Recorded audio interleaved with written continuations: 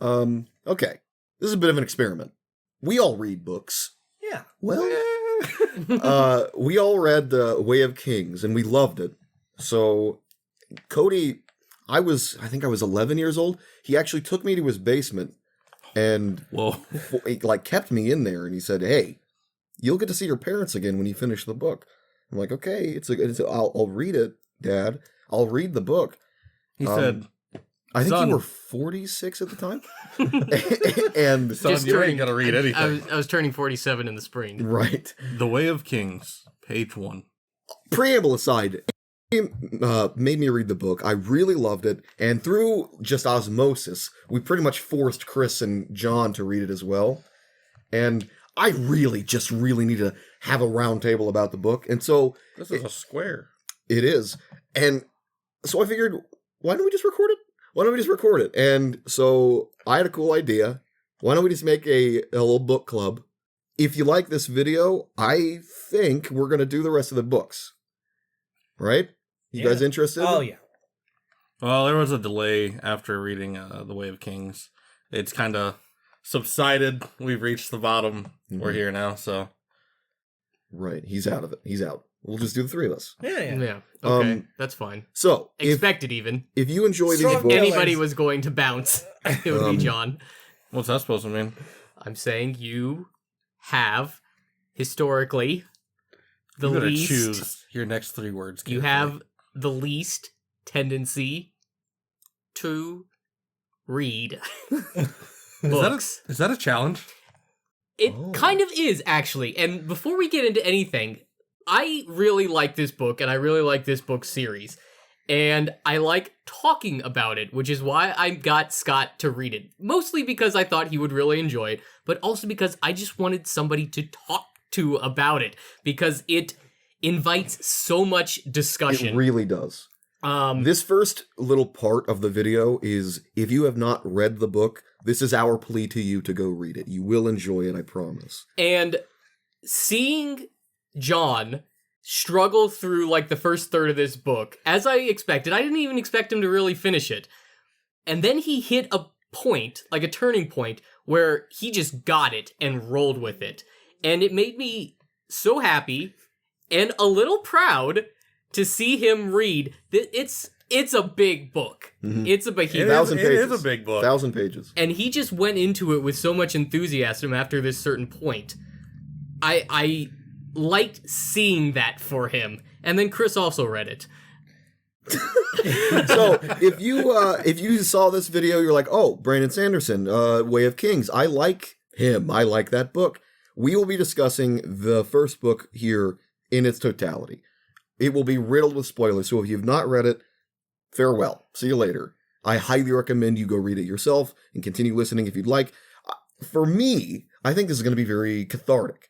I feel like I'm going to have a similar feeling to that we did with the House of Leaves one, where I just get all my thoughts and ideas out of my head, and it'll be all on the table, and I'll feel good afterward.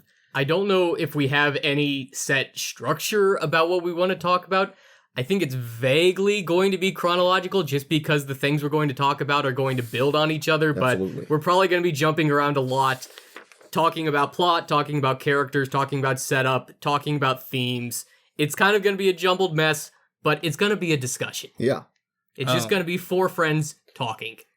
I can tell you, we all said like, hey, let's just kind of put our notes together and go from there. A lot of my notes a fair amount of my notes have to do with like how beautifully written scenes are, and like the height of like how everything escalated to the climax of the story, and how I despised how slow the first third of the book was. It's tough that it's so backloaded, I guess. It really gets going after, I think, a certain scene at the end of... I want to say it's part 1? End of part 1 is Honor Chasm? Or is it part 2? End of part 1. Mm-hmm. Okay. You know what it is? The novel is written like a marathon. And it's slow, like almost walking pace at the very beginning. And then as the parts continue, it gets faster and faster until you're a full-on sprint to the finish line. Mm-hmm. And it is Yeah. You mentioned in our Discord, because you were the last one to finish it, and you said, I want to go to bed. But there keeps being another Kaladin chapter. They just keep coming. The hits start coming and they don't stop coming. There were times. I mean, there were times where you're like, "Hey, let's play Apex," dude. I'm like, "No, not right now. I need to read this Kaladin chapter." Dude, And honestly, exactly what I said. Like, I felt bad that you blew me off because I wanted to play Apex, but I was also happy that you were doing that. Yeah. I have like an hour and a half bus trip to and from work, right? So I do a lot of reading on the bus, and nothing made me more angry when I had to stop after a paragraph and be left on a cliffhanger that didn't exist in the book because the chapter continued. I had a cliffhanger because I had to go into work. I would have skipped my ex. I would have called off. You know, Journey Before Destination is a kind of ironic theme in the book, too, because maybe this is something I picked up on, I feel. It has a really strong ending, I feel.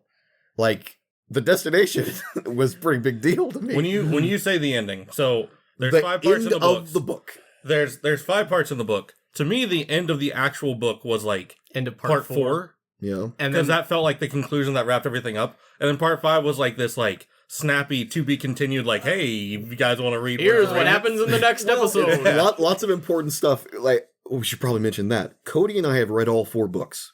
None of the novellas. Yeah, I'm gonna be I walking have out. I'm reading Edge Dancer. I'd love to, but Cody and I have read all 4 of the books. Chris and John have only read the first one. Chris, you've maybe absorbed through osmosis a lot of the stuff that Cody and I have just discussed while you were in the Discord call. But still, you're fresh. I've read compared to us. 5 pages of the prologue of Words of Radiance. Because you're weak. And then I stopped when I realized how long it was going to take Chris. And I wasn't going to be able to separate the Way of Kings and the Words of Radiance in my head. Without further ado, Yeah, let's Journey get Before into it. Destination. Let's go do this. It's interesting that you say that the beginning of the book is very slow and walking pace. And while I believe that that is true, the prologue chapter Yeah. is very action-packed. I think that's actually what turned me off the beginning of the book most, was the change of pace between Seth. Oh no, I'm panicking. What is it, Chris? There we go. Son Villano, Ruthless of Shinovar. Seth Son Villano wore white the day he were to kill a king. Yeah. Awesome, amazing opening intro, and like that whole thing was like scripted right out of a freaking anime for me. It really did feel like an anime. Like, that's the first thing I told you, I think, too, is I want to see this as an animation. I need to see this. Mm-hmm. I need to see Zeth flying through the air. And people have made animations of the beginning, and it looks awesome. Even if they're like low detail stuff, it's so amazing. And then like it follows up with Sin, the first chapter that introduces Kaladin. And I'm like, oh, this is also awesome. This like is in the amazing. middle of a war scene or something. And then it's slow from there on out. What's interesting about the pacing of this book is there are actually 3 prologue chapters. Yeah. There is the prelude to the Stormlight Archive, which A bunch of stuff that you two don't even know what's going on. I think I'm curious. Give me. Try not to use any of the things you've osmosed from Cody and I. What do you think's going on there? All right, then I'm not talking about that. All right. Okay. 9 of the 10 Radiants gave up. Okay. that's kind of the backbone of the whole story, is that for an amount of time, centuries, millennia, I don't know, there were the things called the Desolations, and humanity fought the Voidbringers, and during the prelude, we are meant to believe that we are watching the end of the Desolations, the last Desolation, because the 10 heralds, who are like God's chosen people to lead humanity against the Voidbringers, have decided that they are going to abandon one of their members to be tortured for eternity by the Voidbringers so that they don't have to be tortured either. It's a little convoluted. It's with just knowing Way of Kings, not all the details are here. Yeah. I don't know exactly how much I want to say. Did they say who the one was? Was it Town? It was Town, Oh, Talanalot. crap. Oh, Because that's awkward. the idea was that with this oath pact, They all 10 would go to damnation and be tortured by the Voidbringers. Basically hell. Basically hell. And whenever one of them basically begged for mercy, then they would be sent back to Roshar along with the Voidbringers, and a new desolation would come by. Mm-hmm. And all 9, or the other 9, had all broken in previous desolations, but they said Taln never broke. Mm-hmm. And in this last desolation, 9 of them survived. Taln was the only one that died. He went to damnation, so they're like, maybe he can just hold it back himself. We were the 9 weak links in this oath pact. And what's important, you might have mentioned this, if any of the 10 who were in hell broke, the whole chain breaks. Desolation happens. Desolation comes. All or nothing. And that is so crazy to me. It is the like ultimate betrayal of biblical proportions. Was it book 3? That all, or maybe it was in book 2. I had a moment where I'm like, oh my goodness! I understand it. I understand all of it right now. That's so messed up. I can't believe this. I had to stop reading the book, and I just had a moment, and I explained the whole thing to Monsi, just because I had to talk to somebody about it. That's the setup. I think you can glean everything that I just said from Way of Kings. It becomes a lot clearer in the following books. I didn't pick up on any of that the first time. Absolutely not. I'm like, what is going on? Honestly, like it's interesting because I picked up who Hoyd was, and I was like, man, I know this name. Mm-hmm. Where did I hear this name? But then the very end of the book, when Talon kicks the door open, and he's like, I failed. I'm like, who is this guy? Yeah. I didn't think anything of it. Interesting note is Wit, who is Hoyd, says timeliness. Mm-hmm. Yeah. Interesting, isn't that? Almost like he's a bit late. Yeah. I don't understand how it seems like Wit knew who he was, and I didn't understand how. Yes. Yeah. You It's are meant to be confused Okay. at this point. Wit, something I'm kind of proud of myself.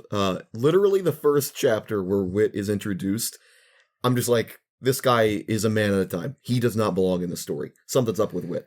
He's like very anachronistic to me right from the get-go, where he's like Jerry Springer in or Jerry Seinfeld is what I meant to say. He's like Jerry Seinfeld in the middle of this medieval fantasy.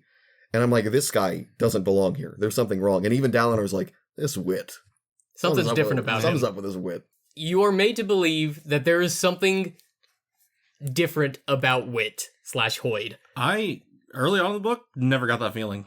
Yeah. I'm like, oh, this is just a jester character, whatever. He makes fun of people. That's cool.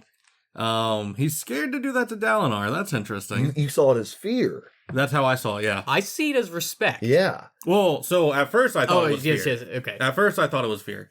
Then, later on, I'm like, oh, he's just flat out treating Dalinar differently. Yeah. Mhm. He's also treating Adolin differently, but not as much. Like, he still pokes at him. like he jokes with Adolin and Renarin. He sorry. I say Renarin too. It's Uh, Renarin. I say Renarin. He hears Renarin. He respectfully discusses with Dalinar. He roasts all the other High Princes. Yeah, he does. And I am here And he for gets it. under Sadius' skin. He has that one line that's really beautiful, honestly, where he says, I only poke fun at the people who stand to benefit from it. Something along those lines. And that's why he was explaining why he teased Renarin in front of Dalinar. And Dalinar's like, bro, he's my son. He's not okay. He's a gentle one. And Wit's like, bro, I just think he could do well. He could serve him. It's a very early mark of sincerity from this character who seems to be nothing but sarcasm and banter. Yeah. Where he's like, I did think he would benefit from the banter. And I think he kind of does. Renarin is Dalinar's second son. Yep. He is I think he has autism. I think he's certainly autism coded. That, or I thought he had like some sort of. Well, they call it like a disease. blood weakness, but Yeah. also he has these moments where he just freezes up and just kind of I looks think- down to the ground. I think he has epilepsy, and I think he has some sort. He's on the spectrum. He's on the spectrum somewhere. It becomes a little more apparent in the following books, but he's just kind of weird, Mhm. and he's hard to talk to, and he just says odd things sometimes, and he doesn't really get social cues. What does Renarin look like? Because in my mind, he always looked like Armin from. But black haired. Honestly, I still imagine him blonde haired. I kind of see him kind of like Harry Potter. Okay. I was gonna say my image is, I don't remember which movie this is. Maybe it's just the last movies when Harry has short hair. Mhm. Yeah. That's what I imagine. I imagine him with more But then- moppy hair. Yeah. So he has all black hair when Adelin's like chopped right down the middle. Well, it's not. He's like blonde or gold, black flecked with blonde, or is it? Oh, I read it as like half and half. Yeah, it's whatever. It's whatever you believe. I don't know if they ever mention if Renarin has blonde in his hair. The fact that they didn't, I'm pretty sure they didn't. The fact that they didn't just made me assume he has dark hair like everybody else. Mm-hmm. Okay. Sorry, I got us off track immediately. No, this is what I like Yeah, to yeah. talk about. Wit is an interesting character, and I won't say anymore. Yeah, Wit's, we're gonna talk about some stuff. Wit's probably the character that we got the least amount about him. But there's just so much. There has to be something there. He knows too things. much. Yeah. Yeah, like Kaladin didn't introduce himself to Wit He when he didn't. met with him, and Yeah. he called him Kaladin Stormblessed. And Kaladin's like, "Did I give him my name? I must have." But It's he's like, a world singer kind of guy. Like, well, I assume He he's a world singer. trained Sigzil apparently. Yeah. yeah. Mm-hmm. Maybe is Wit a fourth wall character? Here's the thing. I was Chris. flirting with that idea when I first read this book. I'm not going to spoil anything for you, but I made myself stop thinking that way because I started disliking the idea of him understanding the narrative. Mm-hmm. Of any character, I suppose, he's the one that knows he's in a novel the most. Yeah. Okay. Whether that's intentional or unintentional. Oh man, the fourth book. But what does that mean at the end? What in the hell does that mean? I don't know. Anyways, Uh, let's go ahead and get the early beginning of the book out of the way so I can talk about the things I want to talk about. Yeah. I want to mention the feast again. Okay. At the beginning, Zeth, Sun Villano, Truthless Shinigbar, wore white the day he was going to kill a king. Gonna read the whole So chapter. he kills the king of Alethkar, Gavilar, and that sets off this war between the Alethi and the Parshendi. This scene is so important. It is filled to the brim with details that matter.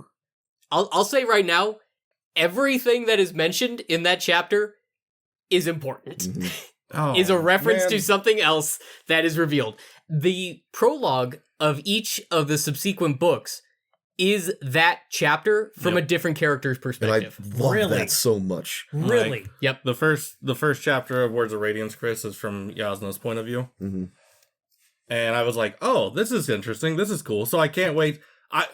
Right now in my head, we're going to get Downar's perspective where he's just drunk and like, Just and like, passed I'm out. going to go back to Way of Kings and look for a spot where Zeth just says like, that guy's drunk.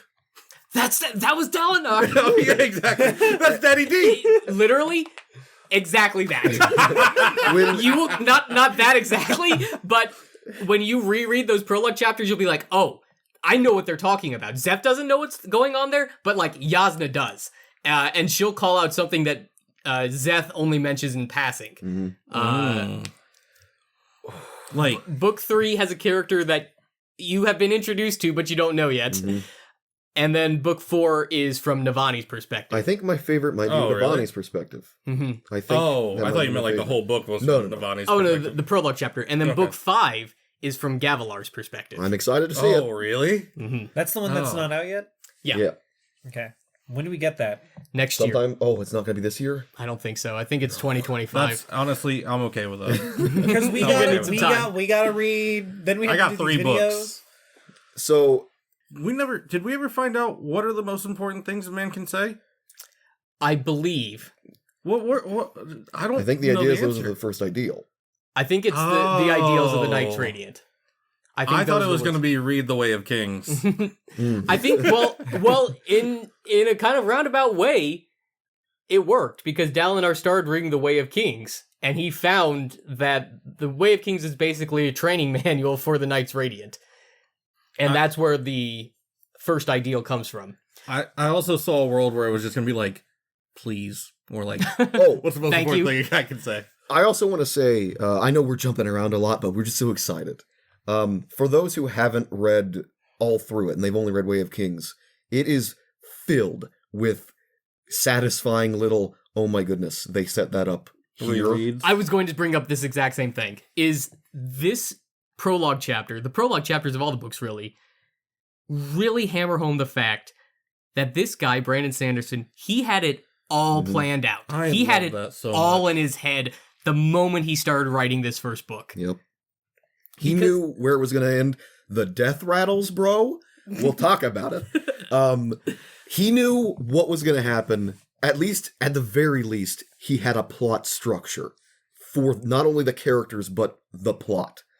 And I love that. And I will say, maybe he didn't, but the way He the pretended way he- enough that I convinced the it way convinced me. exactly Speaking of the plot, the way he though, is if he's just pretending and he just kind of filled in all. This is something that storytellers can do, is they can add just enough ambiguity into the early parts of their story so that when they write the later parts of their story, they can fill in all those details, and suddenly, instead of it just being something vague, now it's foreshadowing. Mhm. And a reader will reread the earlier books and be like, oh, I know what this is setting up.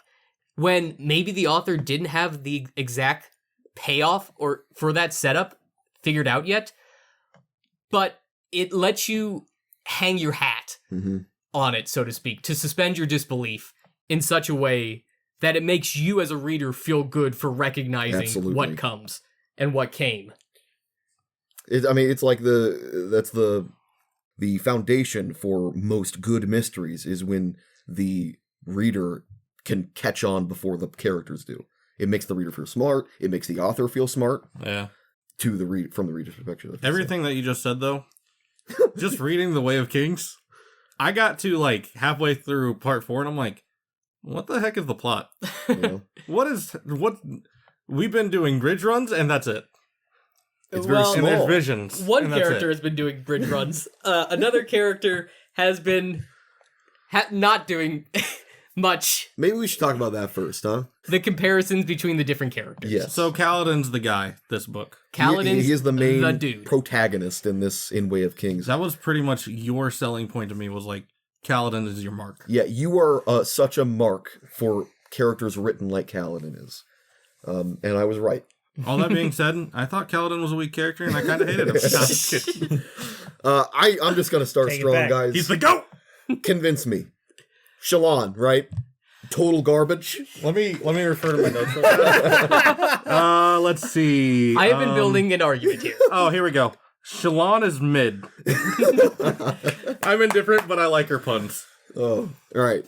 For real. My initial impression of Shallan on the first reading, she managed... Let me see the book. You talk for a bit. So here's my thought about Shallan, right? Specifically about why you hate Shallan, and I think Shallan's okay. Like, I no longer think Shallan's awesome. I was gonna say you started out while reading the book Really loving liking Shallan. Yeah, but What then changed? it got to a point where I'm just like, I got You to were a sick point of her? where I felt like the Shallan chapters are filler, keeping me away from the Kaladin and Dalinar chapters, and I'm just like, dude, give me more of the book I want. Just cut these. It's so Please interesting. cut these things out. It's so interesting because all of the Shallan chapters didn't really feel like they did anything to matter until part 5. Yeah. And it's like, Until the very end. oh, this is like the most serious stuff that has happened. So part 5 was great because it was just like, here's your ribbon and your bow. Now your package is all tied up and everything's ready to go. Filled Here you with go. jam and bread. Yes. So I'm going to read a section of the book, and this is... Let him finish his... Oh, I'm sorry. I thought you finished. I Let the wasn't man listening. cook. So, I want to design my own card game, so I watch a lot of things about designing card games. And so, one of the creative directors of Magic the Gathering for the past, 10 years was doing this conference, and he was talking about the scale that they use to grade cards when they're in playtesting phase. And it goes from 1 to 10, and 1 is hate it, it's trash, right? You should get rid of this. 10 is this is perfect, this is wonderful, I love it. And then everything in the middle is, Mid. So he, from a design perspective, well, I want people to, like my game, right? I shouldn't have any 1s. I should have a lot of 5s and then some 10s. Uh-huh. But, What are you rating Shalon right now? For me, she's like a 5. For me personally, he's a 1 for Scott. She's a 1 for Scott. But the thing is, games are built on 1s and 10s. I got bad news. Because not everything is a 1 and not everything is a 10 to everybody. This is a book. This discourse causes... I can't play a Way of Kings. This discourse Actually, causes coming out with a card discussion, game soon. right? and strategizing, because you strategize around cards that are awful. And Chris, you were cards that are losing great. me almost Yeah, as you much as were the first really- part of the book. What I'm saying is that Shalon is a 1 for Scott, and that generates discussion. Because even though he hates the character, he will take any possibility that he can to say how much he hates the character. I don't think that Brandy Sandy wanted me to hate her. No, but I'm saying that there are people that 1, sympathize, and 2, can put themselves in the perspective of Shalon. Let me read this section. Well, and just to pinpoint that, you're saying if everything is just a 5, everything is just meh, not a lot of feelings. But even though 1s generate hate, it's that people's passion that still leads to discussions. Passion.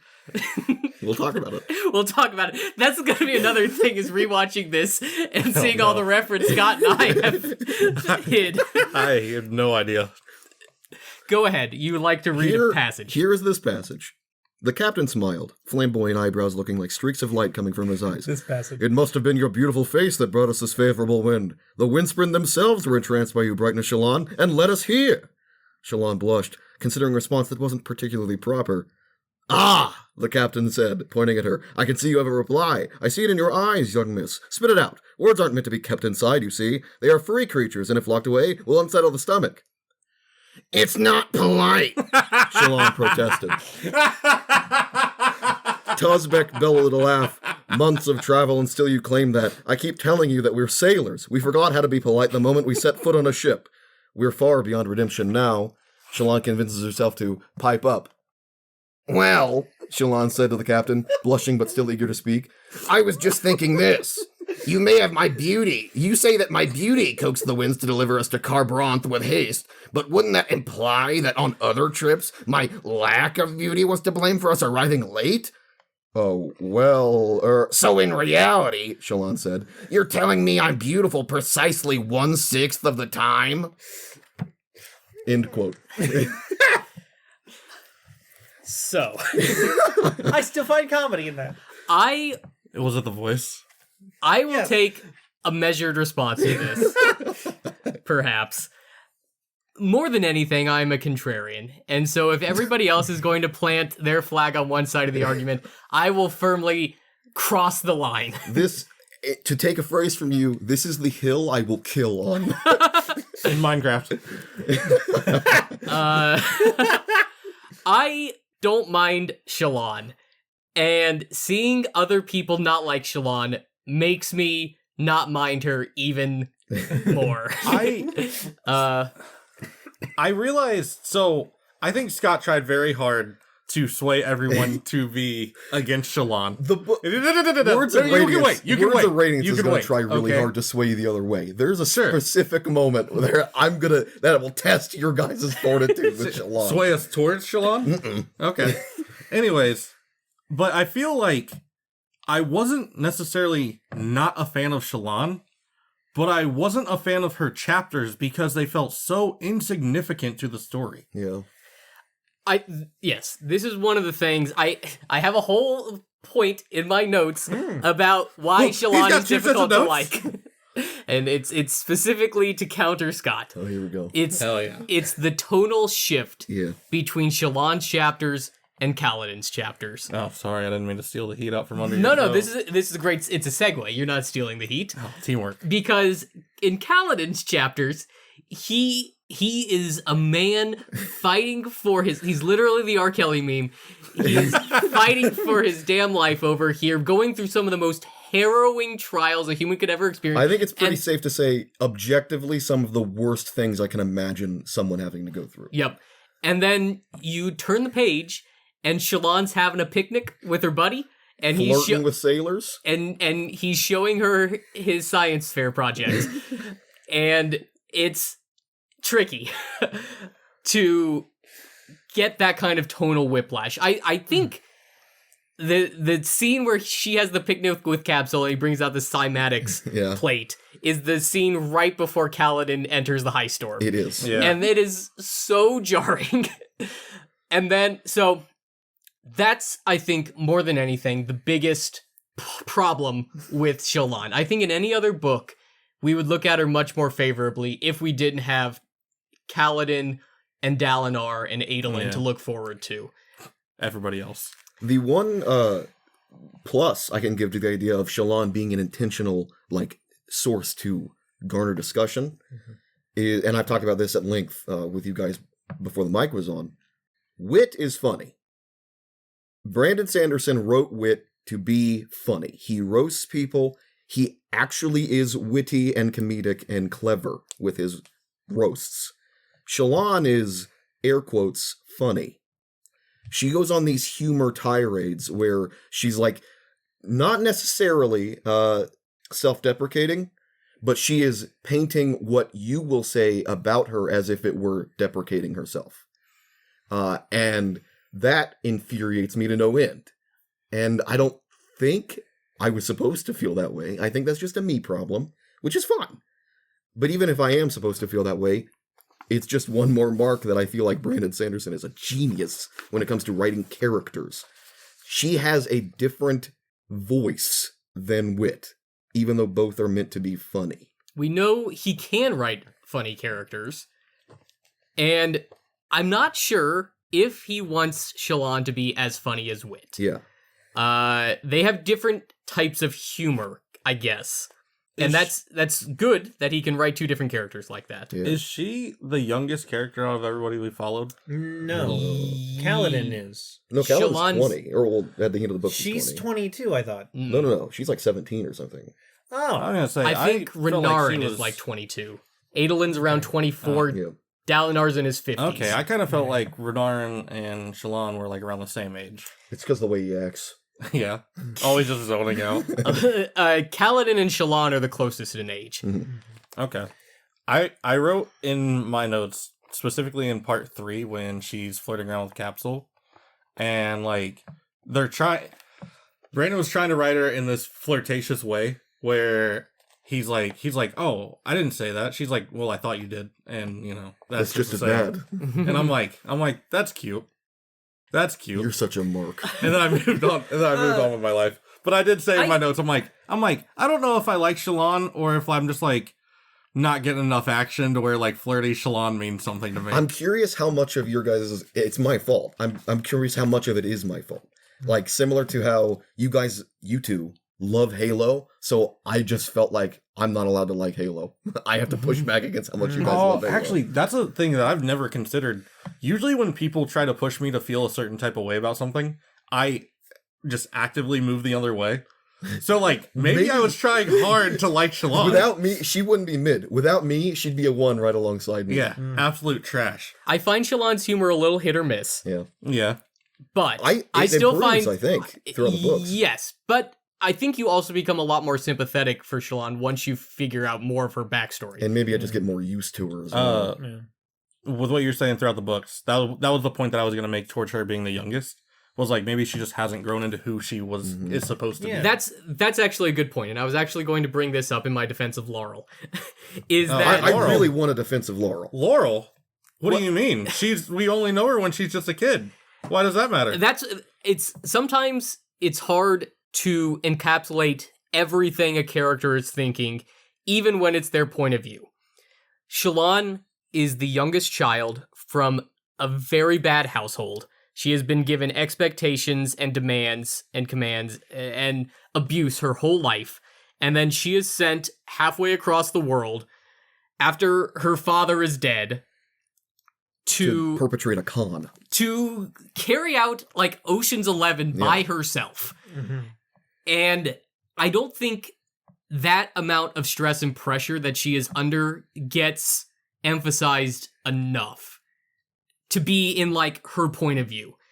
And I think some of that nervousness and some of that anxiety makes her hard to talk to people, I guess, to converse and socialize. There was one moment through in this book that I genuinely felt sympathy and I felt empathetic toward Shallan, and it's when Yasna dressed her down after all the con had come out, and Shallan was just like, we see her thinking to herself like, I wish I had just cut myself deeper. I'm like, oh, bro, that's pretty sad. Don't do that. Yeah, and that's the thing, is that even though she's meant to con Yasna out of her soulcaster, she has really learned to respect her and respect her scholarship.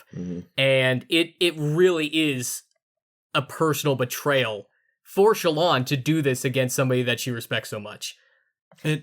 So we're going towards the debate topic that happens in the middle of the book, where 3 dudes get murked to prove a point. Sure. 4 dudes. 4 dudes. And one more defense for Shallan. I reread more of Shallan's chapters than I did of Kaladin's. There is definitely more to... I don't know if I'm comfortable saying that. Maybe book 4 is changing my view. I think the philosophy in Shallan's chapters is very explicit, and the philosophy in Kaladin's is effortless. Yeah. It's not trying to be about the heady thoughts. You are just thinking heady thoughts when you're imagining what Kaladin is going through in the Especially turmoil. with Syl.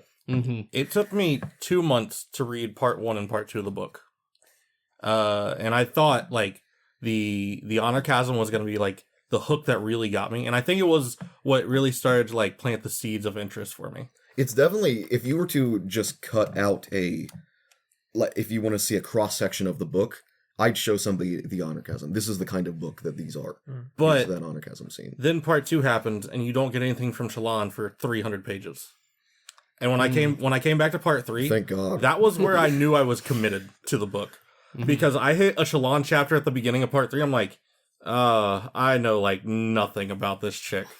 And I went back and I reread things. And after reading parts of things with the shard blades and, like, understanding more about them, there's, like, a memory that happens for Shallan in the first part of the book that, like, she's talking about a sword that can cut stone like it's water and stuff. I'm like, I remember texting you, Cody. I was like, does Shallan have a fucking shard blade? And he's like, yeah, I don't know, man. You should keep reading the book, though. Because you're flirting with that idea anyway, there are so many little hints like that hint to something that isn't explicitly stated in the book, but if you can pick up on it, you're like, hold on a second. And I love that. I just have it in my notes and I want to share it. We've kind of moved past the topic, so it feels a little out of topic. But I will give you a couple of points against Shallan. A couple of scenes Thank God. A couple of scenes that stood out to me. When she goes to the bookshop in Kharbranth and has to buy all the history books, she dresses down this book merchant, just verbally sparring back and forth with him. And it's actually, it gets a little merciless. Like, it goes on a little too long, and the bookshop owner, this is what I mean by, it's not just me who finds it difficult to like Shallan, it's not just Scott who finds it difficult to like Shallan, but a lot of the other characters find it difficult to like Shallan. This bookshop character gets verbally abused by Shallan, and then he's like, I'm gonna go see if my wife needs any help finding those books. That to me is like, he's like, I don't want to talk to you anymore. Yeah. So that And this guy does not know how to read. He cannot help his wife in any way to find these books. He just wants to be out of the room. Like what's the impetus. this book called? That's not the section, honey. The impetus behind I think the idea is the impetus behind her letting it loose on this poor innocent man who maybe said something, like made an assumption about her, and that's it.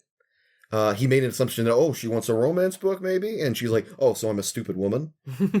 But the idea, I think she says she had just gotten denied by Yasna, and she's like, I've been holding this in. Yeah. I'm gonna let it loose on you. That's an interesting point. Could you not like Shallan because you think she's a stupid woman? That's possible. I'll go woke. I am okay. I am a known misogynist.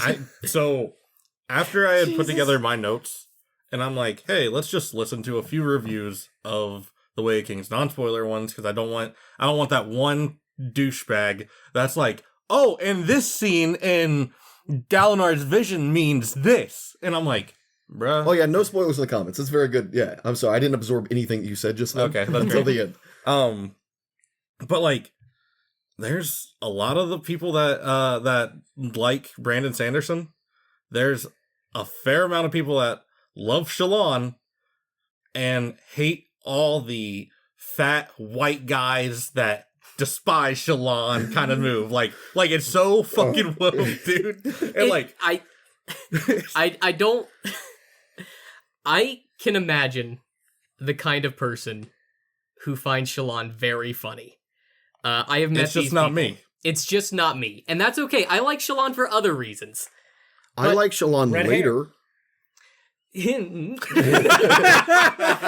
There's also a really tone-deaf scene that never really gets mentioned the way I think it should, is when Yasna is having Shallan learn about Gavilar's murder. Oh yeah.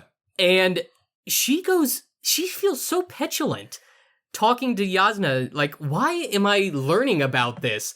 It's like boring, and it's just And it's like very about her father's It's death. literally Yasna's dad, but Yasna doesn't bring it up at all. Maybe because she's a better woman. Maybe it just wasn't part of what Brandon was And thinking. Shallan has like no self-awareness about that. Mhm. At least I we think don't see it in text.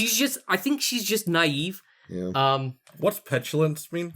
Just like childish. Yeah. Oh, yeah. okay. Like Joffrey from Game of Thrones is a All right. petulant child. Okay. It really stuck out to me that Yasna didn't call her out on this. Like, hey, that's my dad that was killed. And I think it's because she isn't. She's more mature. Mhm. She's a more realized person than She's Shallan more is. mature, and she feels like a person that's on a mission. Mhm. She has something she wants What do to you? accomplish. Speaking of Yasna, tell me about Yasna, you two. What do you Yasna's think? great. Yasna's the best part of the Shallan chapters. Yeah.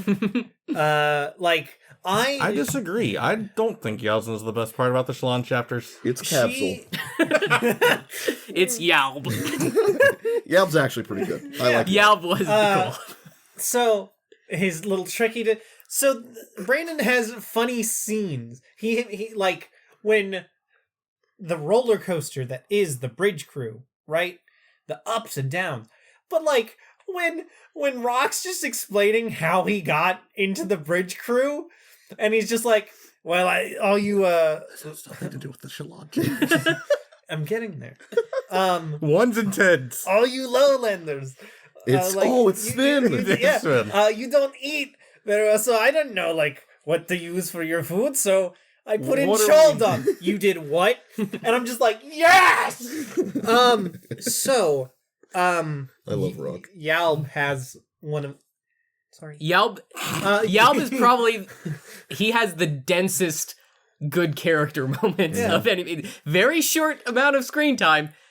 Basically bangers every time he's mentioned. But like Yalb has the whole like comedic scene where he helps He pretends to be the messenger kid or yeah, whatever. for a rival book company seller, and then he comes in and is like, he's trying to trick you. Come back with me to my master. And I was just like, How'd you know it was worth that much, Yelb? I don't know. I just assumed he would screw you over. It's worth this much. a lot of racism thrown around by characters. That's interesting that you bring that up. I had something to talk about at that. But go ahead. But I feel a lot of the comedy in the Shallan chapters are less about what Shallan says to try to be witty and more about the unbridled awkwardness of this 17-year-old girl trying to be witty and failing. And a point against me as well, Yasna does point out, like, you're not even good at this. Yeah.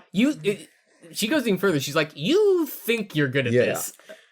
So maybe Brandon does know. Maybe he is writing her a little cringy. Yeah. That's what I'm saying. And like, so I think we've just convinced me that, not that she's great or anything. No, she's great. But She's that, good. but that he was going out of his way to make it so that she's not Like, the most likable. Yeah. I feel like she is clearly this character that is young and impressionable and has not fully grown into who she is supposed to be yet.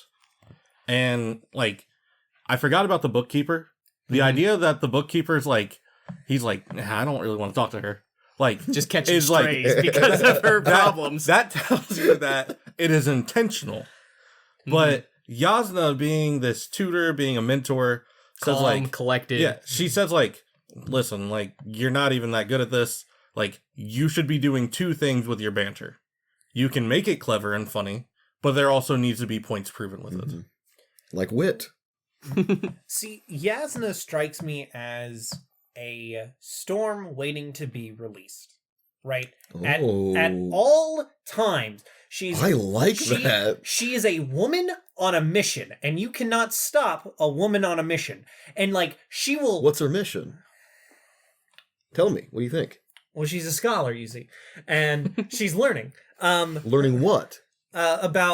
Specifically about the Voidbringers. And what do you think about that? What do you think about her? There was a big revelation. The big at the end. revelation Yeah, she yeah, has. What do you think? Well, she didn't have that. Like, she already knew.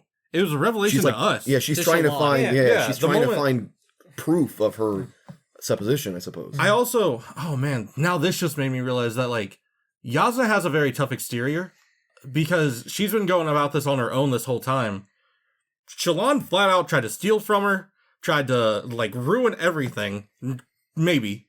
And then she's like, get out of here. You're never going to be anybody's ward again. You're done. You're toast. Like, no one will ever need you. And then immediately she's like, oh, We believe. me? okay, well, read this then. Yeah. You're in. Like, she needed somebody to carry the weight with her. Shallan has what I will call a Sherlock Holmes moment, where it's like an epiphany, and she puts all the pieces together and figures it out. And then Discombobulate.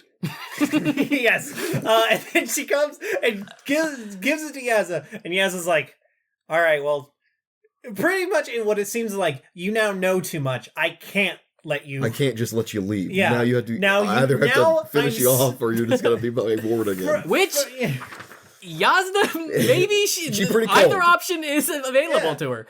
But what... The Shallan chapters did do a great job of making me sympathetic toward Yasna because she has to deal with the Shallan. Yasna, it's a meme in the community that Yasna is the big titty goth GF everybody wants. Absolutely. What you mentioned when she actually throws Shallan out, when she realizes what she's been up to.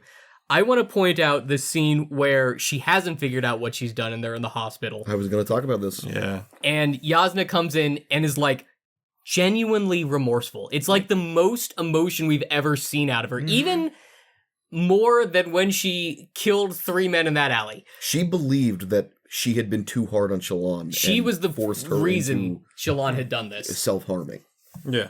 I enjoy that kind of humanization of her. And I enjoy that made Shallan feel really bad. Mm-hmm. And I'm not saying that to be jokey. I really do. At least Shallan can recognize, oh man, this has all gotten out of hand.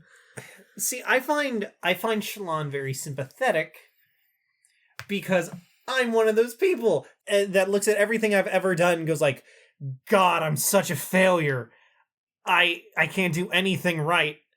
And so that to me is Shallan she's constantly like seeming to be fumbling over her own feet. Yeah. I didn't completely feel that way. Go for it.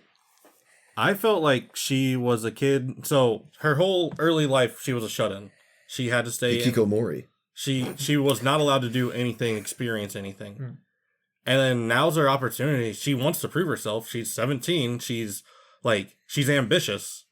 And she realizes that, you know, everybody's the main character of their own story. And actually, now that I say that, Brandon Sanderson's characters feel that way. Everybody is their own main character. That's a great way of putting it, too.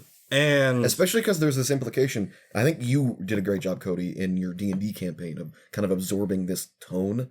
There's this implication inherently that everyone on screen has their own thing going on. Mm-hmm. But we're listening to you right now. Mm-hmm. And just like there isn't much of a character to Yalb, but I believe that there's quite a lot of stuff going on with Yalb. But, and even more explicitly, there are characters that we know they know a lot more. There's Wit, there's Yasna, there's a lot of characters who... Zigzel, honestly. Zigzel. Yeah. Oh, is it... Do you say Zigzel? I do. Yeah. How's it spelled? S. Zigzel? It's spelled Zigzel. Yeah. Okay, sure. Okay, that's fine. I listened to the audiobook. Right, yeah, that's just... That like one, a good foreign man. Such a nerd. That's great. Such a Oh, nerd. man. Here's the thing, though. I think that everybody is the main character of their own novel, right? Our own story, whatever. It really hits home in this book because of the interlude chapters. Yeah. Because Absolutely. like the first one that you get, I wanted to wait to bring up the interlude chapters. right? Ishik. Ishik. Thank you.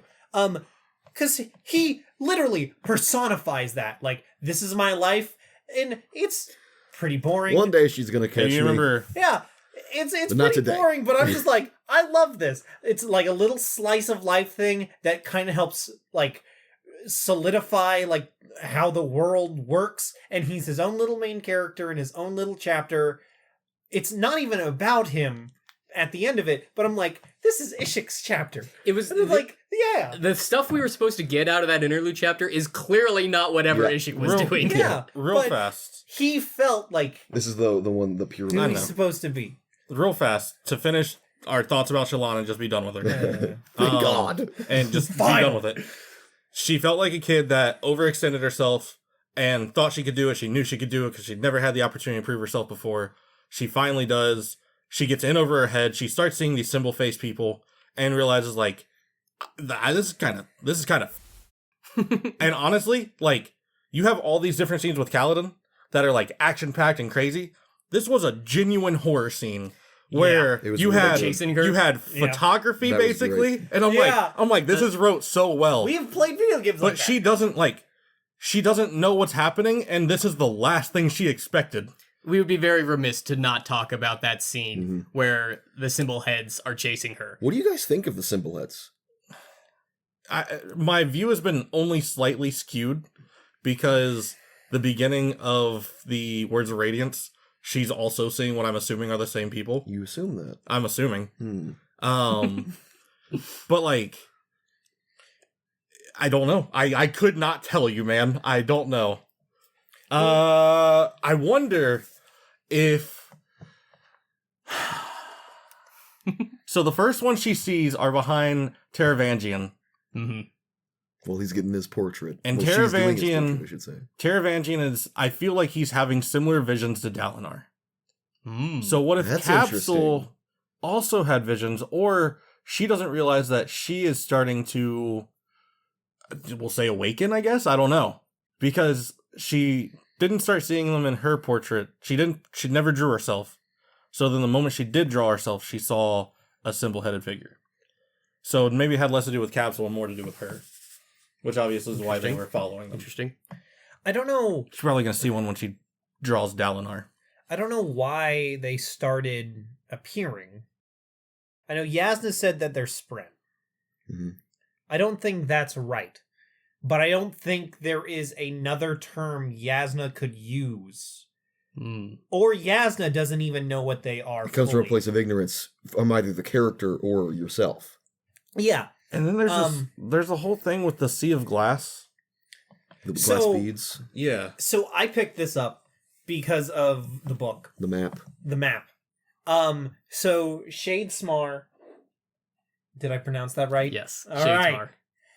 Shadesmar. Shadesmar Shadesmar. is a physical place. Yes. Well, look, It has that's a and map of everything. Shadesmar, and That's it's odd that they would print that in this book. But the thing Is it like a flipped version of it? everything Yes! that is land Oh is my water. god, it's the upside down. Yeah, Kinda. I was looking at this, and then I was literally holding my book, so that He's having trouble. I could look at both the maps. He Oh, almost that ripped scares I his don't me. book in like it. half. I don't like it. So I could look at both the maps, and I realized, yeah, all of the land is ocean. It is hurting me and what you're all doing of to the that book right ocean's now. land. I don't like and it. I was just like, this is so cool. So yeah, it's the Shadows Fell. It's the Shadowfell. Yeah. It's the upside Lord of down. the, It's the not upside Lord of down. the Rings. From D&D. Yeah. I was like, well, That is everything. probably the That makes best me feel like comparison. that's where like the Voidbringers are at then, or some crazy shit. Okay. Well, I don't think they're there. I think They're there. I think it is They're like I think Shadesmar and Roshar are parallels to each other. And then Heaven and Hell, Damnation, So you think there is separate. Is there a heaven? They mentioned the Tranquiline The Tranquilin Halls. Halls, Yeah. that gets mentioned at the very least. Yeah, but currently we do not have, because it is a fantasy novel and the supernatural does exist, because of all the magic and the artifacts and things, we currently have nothing saying that the Tranquiline Hills exist except for Halls. myth and legends. Halls, thank you. However, we do know that Damnation has to exist because who shows up at the very end of the book?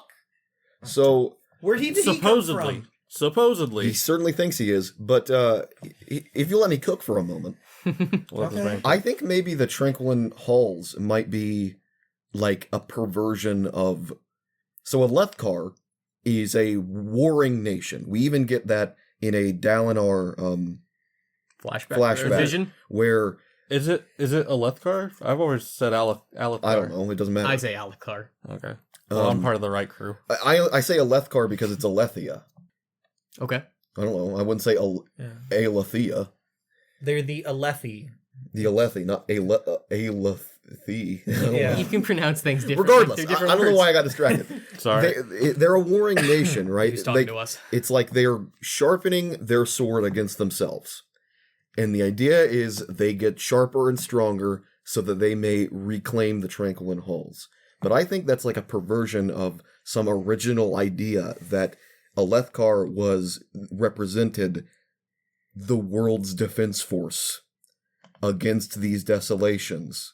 It definitely does seem like And the power Tranquilin front. Halls are defeating the last desolation, and Roshar becomes a peaceful world. Oh, okay. I believe in Vorinism that after the last desolation, the heralds banished the Voidbringers to the Tranquiline Halls, and the heralds are fighting the Voidbringers in the Tranquiline Halls to get it back. to reclaim the Tranquiline Halls. I think that's the theology. And when you die, your soul goes to the Tranquiline Halls to fight alongside the heralds to reclaim them from the Voidbringers. Doing whatever you did in life good enough. Mm-hmm. So, which I think is really neat. Like, you can be a farmer, but you're a really good farmer, so you get to make soul wheat for the Yeah. fighting force, Mm-hmm. because you're just as important. Can we take a small detour Wow. and say the world building in this is So one of the best I've ever experienced? So let's back up and go back to the interlude chapters, since I kind Yes. of pulled us away from that, because I that was is going to- exactly what that first interlude chapter did for me. When he's just chilling, barefoot, walking around like an ankle deep water. at one wondering point. why all of these whatever he calls them. What does he call them? Fish? No, like the people who aren't from the Pure Lake. Oh, foreigners? Yeah, Whenever all these foreigners running around, they have someplace to be. yeah, because they're where scared you have to about be the so high fast? storm showing up. Where do you have to And be I'm so like- fast? I'm like, This is a why? country bumpkin, and I love it. I'm sitting there and I'm reading this. I'm continuing reading, but I'm like, why does he not give a shit about the high storm? And it's because it's the whole other side of the world, pretty much. At this point, it is just like mild winds and a little bit of rain. Yep. And I'm like, oh. And the Because as the high storms pass across the continent, it gets weaker and weaker till by the time you get to the end, it's just like a rain shower. however, apparently the lake recedes when the high storm comes over, though. Yeah, I remember reading that. I can't remember exactly why. Is it like a pressure thing? It Or must be. So that's what my thought was, that there are like underwater caves, right? And the barometric pressure of the front coming over for some reason pushes the water into it, so that's why it dries up for like a split second. It's not- What if it's what not if it's deep. some crazy thing like there's like a root system? God, this is real crazy. But what if it's like there are some sort of caves, and when the high storm comes out, all the other plants extend and open up the caves? Oh. something. Oh, I don't okay, know. yeah. That's just total conjecture. I could totally see that something totally like makes that, though. sense based on Yeah. what I know about the world. Yeah. I'll bring up a different interlude chapter to express how much I love about the world building and how much I learned from it. I had like an aha moment A from lot of these ahas rereading this book. I'm like, oh, how has it never been explained to me that this is how you could write a story? So that I want to talk about the Risen chapter. Bro, Risen is best girl. And I think Oh. she's best girl because this I love this the- chapter so much. Is The chick at Shinovar? Yes, Okay. she's in Shinovar. So yeah. the complete opposite side of the world, not relate as far away from any of the plot as you could imagine. Yeah. And I want to compare this chapter to the Ars Arcanum in the back of the book, because there are two different ways you can do world building. There is the Ars Arcanum, which is basically just Brandon Sanderson's OneNote document labeled world building, Yep. just copy pasted into the back of the book. It's dry, it's methodical, it's very well put out or laid out and everything, but there's no oomph to it. Rissen's chapter, we get so much world building. I learn so much. They're so casual. Oh yeah. And it's because it is a character that we are experiencing the thoughts and actions of in a scene with other characters. So we learn about Rissen and her character and her story. We learn about different fabrials, the like recon fabrial that can learn when Yeah, people the are alarm coming. thing. Mhm. We learn about how the Thalen merchants operate and her apprenticeship. We learn about how the Shin experience the world and trade with other people. We learn about just the biome of Shinovar. And not only that, so we learn about the Shin, we learn about the Thalens, we learn about Shinovar, and we all learn about it from Rissen's perspective. So she doesn't know everything. She has her own biases. She has her own understanding of the world. But all of this world building is expressed through her eyes in a scene with conflict. There's barely any conflict in it. There's also a confusion with like grass and stuff, if I remember Yeah, correctly. she looks at the grass. It's another reason she's best girl. She takes that pot of grass, and she still has that pot of grass. Did and she come back up? spoilers, yes, she does come back several times. But Is she book 4? regardless, she doesn't understand, like, what's this grass? If a high storm blew through there, it'd be gone. There's no way it survives a high storm. And I'm just like, yeah, but I never. Wow. So like part of this story is literally geographic. Mm-hmm. And it's so interesting to even consider that. Like, and we were talking about this briefly. When I imagine Shinovar, it's like Midwest, U.S. And when I imagine the Shattered Plains, to me it's like Jersey. like Utah. Arizona, Utah. Like Oh, okay. what are those terms? The canyons. Oh yeah, slot candy. Slot canyon. I imagine slot canyons when I imagine the Shattered Plains. I read those interlude chapters for the first time. I'm getting to it, you Chris. I read those interlude chapters for the first time, and I'm like, how could anybody write exposition any other way? Yeah. I think that's the reason in our D&D campaigns we write these little short stories. These little short stories now. We could for backstories for characters. We could give a list of physical attributes and a very dry 1 or 2 page Wikipedia summary of this character. Or we could just write an interesting, dramatic scene that this character is involved in that can express all of that, but with drama, with conflict, with tension. And with unanswered questions. Exactly. And part of this That's low-key the best part about it. Yeah. This loops into my philosophy with this book. So with House of Leaves, I did not allow myself to look up stuff on the internet, like other people's interpretations. That the idea behind that was I want my own unfiltered interpretation for this book. I want it to be my interpretation. It felt personal to me. With this, I did the same thing, but it's less about my own personal interpretation and more like I trust I have all the pieces here. I could just read these 4 books and I trust that I should be able to answer all the questions that are able to be answered by now. Mm-hmm. And when we get to the end of this discussion, you and I are going to cook a bit. It's going to be pretty hardcore. It might get messy. It's going to get a little bit warm, and I'm going to walk out of the room.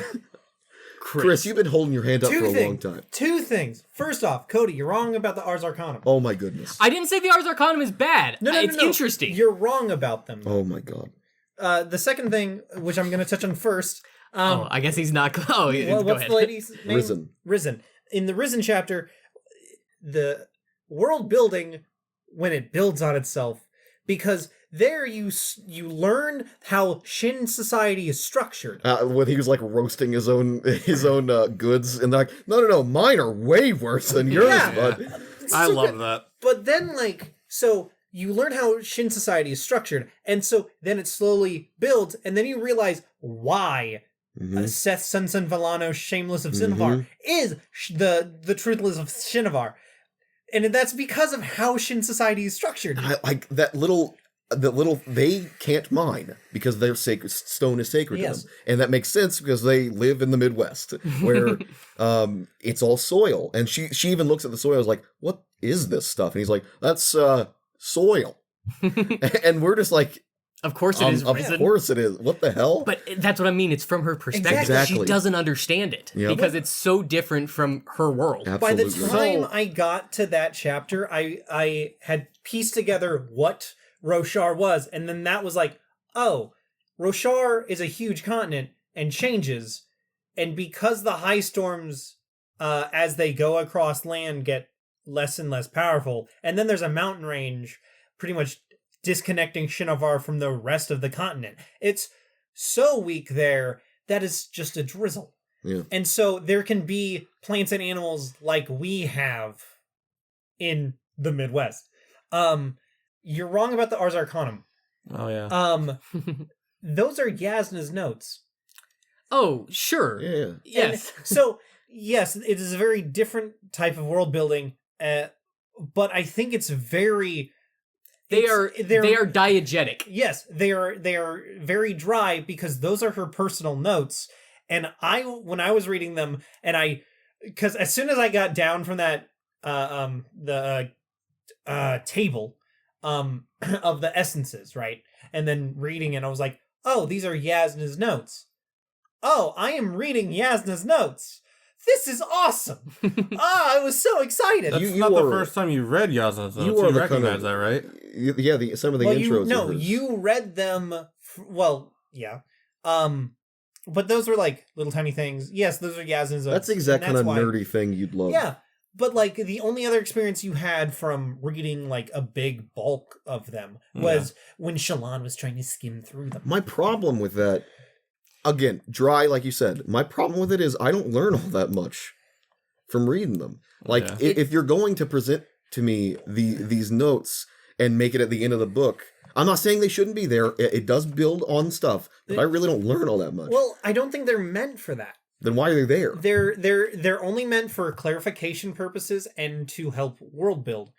So it tells us that there is at least one character other than the character doing the cool thing, because it talks about the lashings. So Yasna knows about the lashings.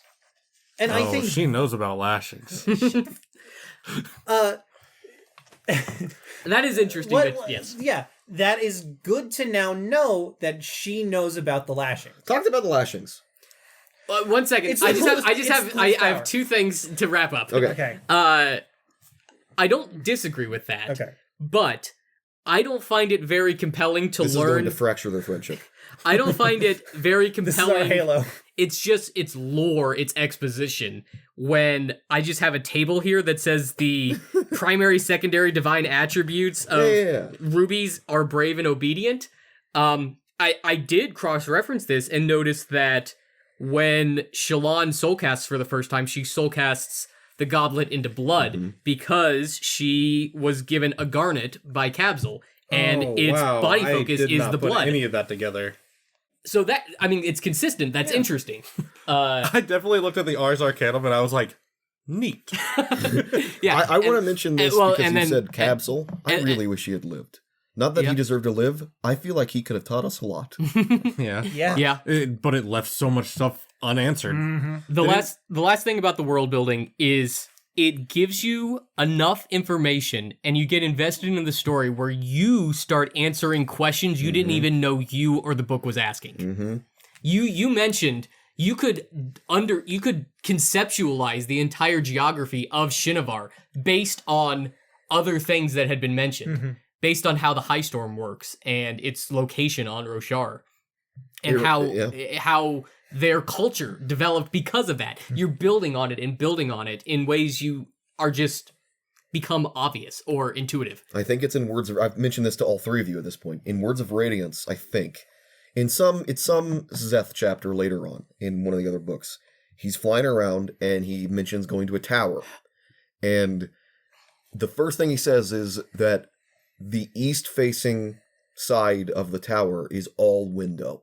And my initial reaction to that was, that's absurd. What about the high storms?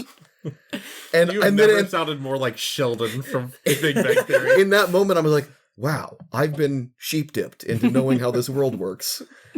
And I loved that. I loved feeling that I just intrinsically understood something. And then when you understand why the tower is built that way, you're like, you feel good because you're like, I understood. It didn't make sense, but it did make sense. I just didn't have all the information. I understood the inconsistency. It wasn't a plot hole. It was a reference, basically. It was something to hang your hat on to understand an inconsistency. So I want to talk about the lashings, but I feel like if we start talking about the lashings, it'll lead to Kaladin, and that's going to be a big old chunk. I want to get the Laurel thing out of the way. Okay. Yeah. So I talked about this with them before we started recording. On the reread, I think Laurel is kind of a reprehensible character. And I have weirdly thought about her actions a lot. Like way more than I would have ever thought that I would have before the reread. And I'm curious, I want to be convinced otherwise. What are you guys thinking? I've put together a whole defense of this. Okay. So, Laurel... I guess I should give my take. Sure. So, I think it's 6.5 years ago, might be 7.5, it's her, Tien, and Kaladin just chilling out. Tien's doing his thing, Kaladin and Laurel are just like chilling out together. And she's like musing about how... she's flirting with him. Definitely. She's sending all the signals. But she's saying things like, if you go off to war, then you can fight a Shardblade, then you can be a Light Eyes, and we can get there. and he's like, yeah. But like, my dad wants me to be a surgeon. Yeah, I can't. And so, I'm busy that day, Laurel. So she like, this is my read on it, she concocts this scheme and sees the older boys over there and like just walks over there, like struts over there, and Kaladin's like, where are you going? And she's like, oh. And she struts over there and starts talking to him. He's like, well, I want to talk to you too. And so he follows her and kind of goads, because at this point they're like 13. She might be 13. I think she's he's definitely 12. more mature than he is. And you get that I get that vibe where she's organizing this situation where Kaladin is forced to defend himself and look honorable or something in her eyes. She's trying to convince him to be a soldier. You're making him make notes. Good. And he ends up getting beat up by the older kids, and he's literally just lying on the ground crying, looking up at her walk away with this scornful look, and she just turns like, well, that was a wasted time. That's the vibe I get that she's giving off, is that was a wasted time. And walking away, and Kaladin from this... Meanwhile, Renara just pops up like, hey dude, I found this cool rock. That's not Renara. Tien. That's Tien. Oh, that was Tien. Sorry. My bad. I thought I was bad with names. You just suck at pronouncing them. But Yeah. like what Kaladin gets away from that scene is something happened when I was holding that stick. Something felt right. I have something to bring up about that as well, but we're talking about Laurel right I have now. a lot to talk about with Kaladin holding sticks. Yeah. Regardless, that's my take. And and on top of that, later on in a 5 years ago chapter, he re-sees her in the mansion after all of the drama with Roshon has happened. And she's with Roshon's son. He makes eye contact with her. She blushes, and Roshon's son is like, "Hey, boy, why don't you get us some food?" And she's like, "Yeah, boy, go get us some food, boy." And he's like, "What?" Well, hold on. You're missing a important level of hesitation that she had. I remember know, man. I remember reading some hesitation before she agrees with Riller. I don't know about the hesitation. Yeah. The hesitation might have been the blush, but she was just in on it for me. Not so. When I remember, so another thing that I want to no, we're talking about Laurel. I remember like them making eye contact. She blushed, and I read that as like she saw him, was like, "Oh crap, he's in here." I did not want these two people to meet, but she has to pick a side. I read that like the blush for me was at first it was a hopeful, oh, maybe she thinks about Kaladin too. But then like I thought the only reason I thought that was because I think it was in that chapter that Kaladin admitted to himself he hadn't thought about her in a long time. Because it had been dramatic, and he'd been like worrying about if I'm going to leave to go to be. Yeah, he's got other stuff going on. I fully think that like old boy was like make us some food, you dark-eyed twerp, and he's like Laurel, you really gonna let him speak to me like this? And like that's in that moment was the hesitation. I didn't sense a hesitation. And to me, like there was clearly something going on in her head where she had to pick sides. Just because the audiobook can demonstrate more emotion in a character's voice, I definitely felt that there was some hesitation there. Meant to be hesitation there. See, how it was... I could be wrong, but with how it was written, it seemed like it was broken up with Kaladin's thoughts to show that to at least give us a small amount of time passing to then show hesitation, right? Because It's interesting. you can't read them one after another. You have to read this. Maybe it's block because I of read text. too fast. It is interesting because Brandon Sanderson does use that trick later in the book where I think it's Elakar asks Dalinar a serious question, and Dalinar goes on this whole like internal monologue, and then Uncle, you've been standing looking at nothing. Yeah. it seems like you're having an internal monologue over there. Yeah. So maybe we are meant to imagine that there is a little more time in certain points. Do you have anything else? No, I was agreeing with John Okay. because someone has to have his back because Scott will just stab it. Wow. Like a certain character that I hate. Shalon. No, even worse. Who? Oh. We'll get to it. Sin. I want someone else to say. I want someone else to say the name first so I can mimic them. Because if No, not, I'm gonna go get- ahead. Say it. It starts with an S, boy. Seditious. Sadius. Oh, okay. Sadie. Okay. I say Sadius just because of like sadism. Yeah. Like, or I guess sadism is Yeah. my. I say Sadius. Yeah, God, I hate him. absolutely. He's very hateable. Yeah, That's on. what I like about him. Hate lightning. I know World. this is about. He is I see the Tallbone. derail train happening right now. Yes. We need to stop. Let's talk about another character Scott hates. And as I wouldn't always, even say I talking hate about the Shalon? character. I hate Shalon as a character. I think Laurel is reprehensible as a character, but I don't hate that about her. I don't hate that. here's my defense to be a contrarian, because you can certainly read Laurel's actions and betrayal, I guess, of I call it a Kaladin betrayal. as very reprehensible, especially because we're getting it from Kaladin's perspective. But again, I caution us to try and look at everything going on with the character to imagine why they are the way they are. So, Cal and Laurel have been friends for a long time. And we learn later that it might not even be entirely organic why they are friends. Yeah. We learn from Kaladin's mom that they were trying to hook Kaladin up with Laurel to begin with. Oh yeah. to see if they could get married and have a better life.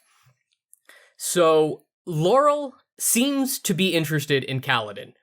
My take on this is that Cal does not seem interested in Laurel romantically, at least early on, or really ever at all. I don't know, man. He seemed pretty whenever I look at her, I feel weird. I guess. Yeah. Sure. But it seems, and it's reinforced through other moments in Kaladin's life, that Kaladin is hard to be friends with. He's also just hard. So he's not only hard to be friends with because he goes through these levels. Depression. I was gonna say, you see it in the first flashback. And that's another reason I really dislike her too, that I wish I had remembered until now. Like, she says that so just brutal line where she's just like, it is so hard to be around you when you're like this. I don't know how Tien does it. It's sad that you even just said that. But no, I'm saying, like, that's what she said. She's like, you always change when Tien shows up. Because Tien was, like, the person that brought him back from being he the could rich just like, look at this all rock. that time ago. And he's just like, oh, Like- man. like- Tien, oh, man. That is a rock. You always find, what's so special about this one? Well, you see on the other side of it has a crack right here. Like the weeping chapter, and he's just like, I'm always just So sad. so depressed when the weeping happens, and he's just on the roof in the rain, And then the dad, it's shows like up. out and of a is music why the three of you video. on top of that roof? What are you doing? But then like Tien shows up, and he's just like, Tien, and I'm just like, that brotherly bond. I have stuff to talk Yeah, about I'm there. sorry. I have so much to talk about there. Laurel. Let me say, let's start out here then. Laurel is a kid. Mm-hmm. She is a teenager, and while I don't like the actions she takes, I can understand them. I have never been a teenage girl. I have never really been on the receiving end of a teenage girl's scorn, really. But I can understand there is a certain level of pettiness that can arise when a girl is chasing another boy and he's just clueless. Mm-hmm. And Laurel probably gets resentful of Kaladin for not just taking the hint that she's interested in him. Well, like, And so let me continue. I'm sorry. So she's already a little upset with Kaladin for not getting it. And then her father dies. Mm-hmm. Mm-hmm. That's going to screw anybody up royally. And to compound that, there are rumors that like Kaladin's dad is responsible for her dad dying. And people are saying he stole was to steal the shard, what are they called, spheres? Real quick, I don't remember them ever mentioning her mother. Was there anything about that? They don't ever didn't mention her it. mother. They didn't mention her. Okay.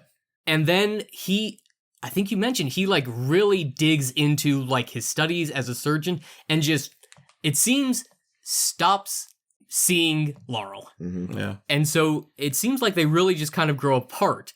And where that kitchen scene, yes, it's terrible what she did to somebody she had considered a friend. But I also can just understand like the pettiness of like getting back at somebody who you perceive has wronged you and just like want to make him jealous, which it did.